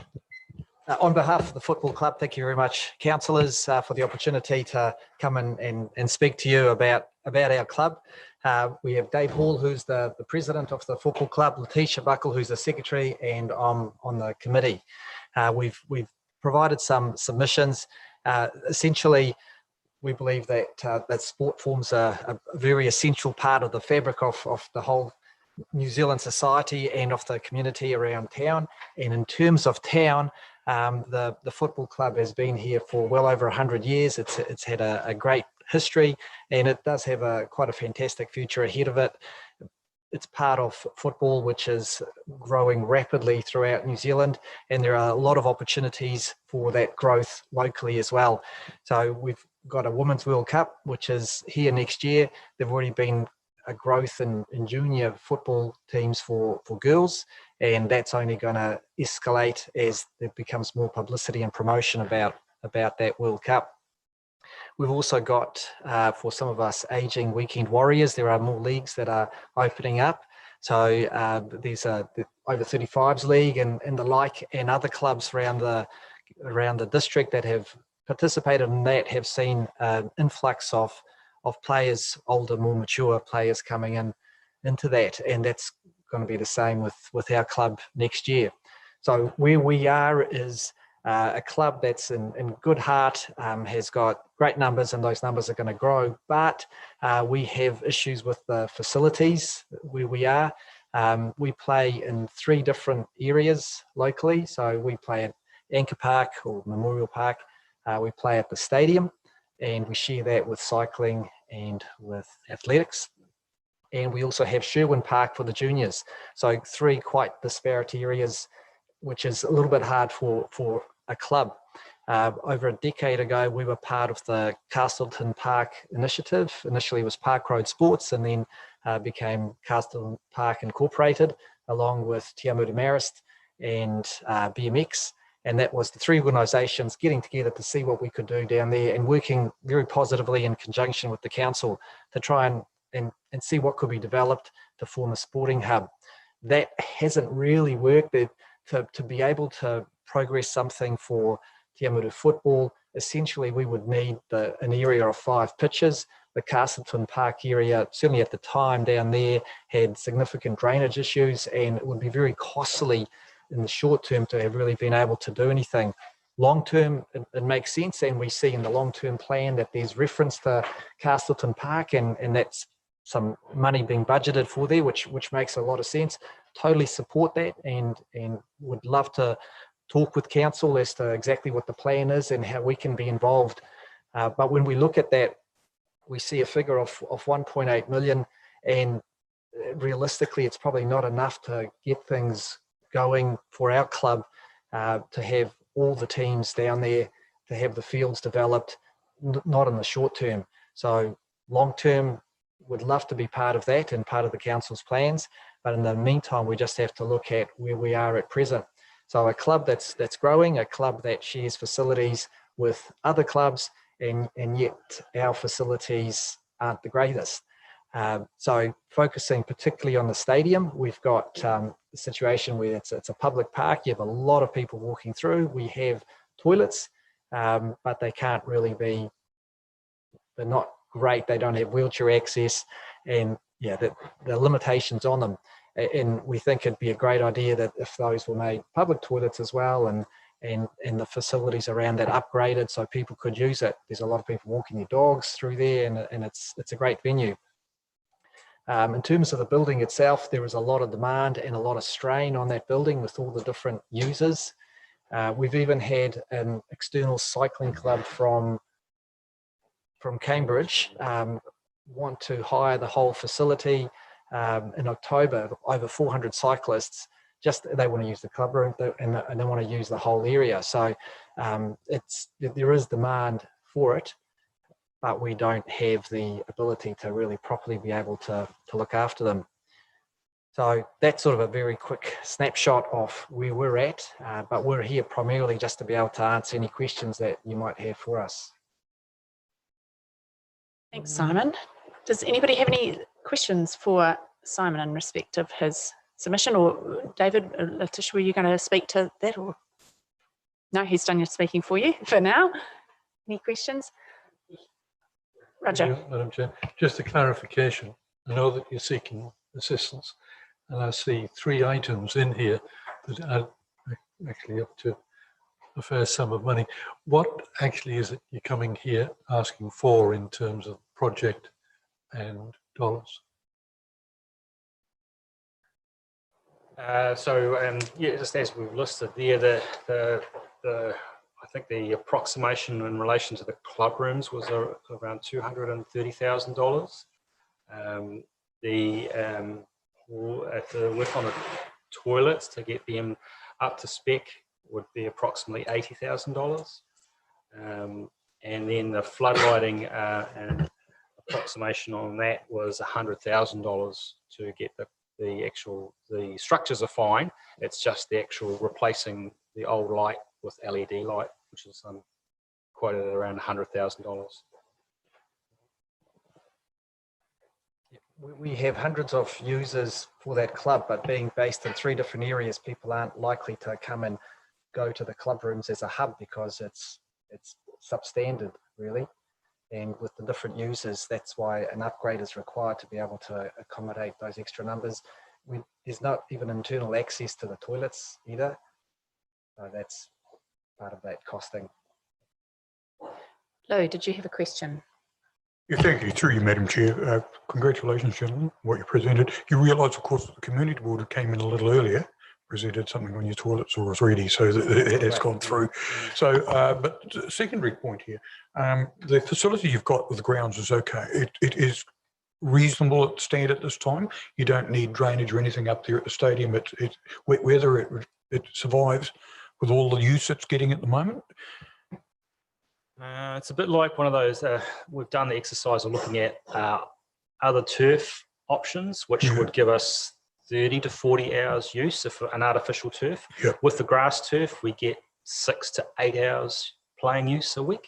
So that's just has to be managed by us and other users to ensure that it copes with the demand. So it's kind of fine for now, but we have to have alternative areas to use, which we do as well. Hence why we have Sherwin Park, why we have Anchor Park. Yeah. The reason for my question was that you're obviously looking at deferring the expenditure you're going to have at Carlston Park and looking at reallocating that to your stadium or not. Is that correct in assuming that or not? I guess if we had any influence on decision makers about that, it would be to say that while it's a good idea, and I think Castle Park, as we explained, is a long term, that's great, but the amount of money that's talked about in the proposal is probably not really going to get you very far. So it certainly wouldn't be helpful to us. It wouldn't be helpful to Athletics Club or anyone like that to actually take advantage of Castleton Park. So we're suggesting maybe if that was deferred or maybe longer term and go on with a bit more, you could actually come back with a better result for the money that's about to be spent. Claire. Yeah, thanks. And it's great to see that you've got such a thriving, hub of activity with all those sporting codes working there. So I can see the list that you've got there for the projects that you're looking for support with. If you could just have like prioritize them, like which would it be? And have you been seeking funding from other sources as well? And how, what sort of reception have you got with that? Okay, I'll answer fast. So the toilets is the first thing. We've actually had other user groups come to us and ask, can they use the building? Once they've seen the toilet facility, they've gone, it's not suitable for us, especially disabled groups that have approached us on several occasions over the years. So it just won't work for them. So that's the number one. The club rooms would be number two, and then number three would be the lights.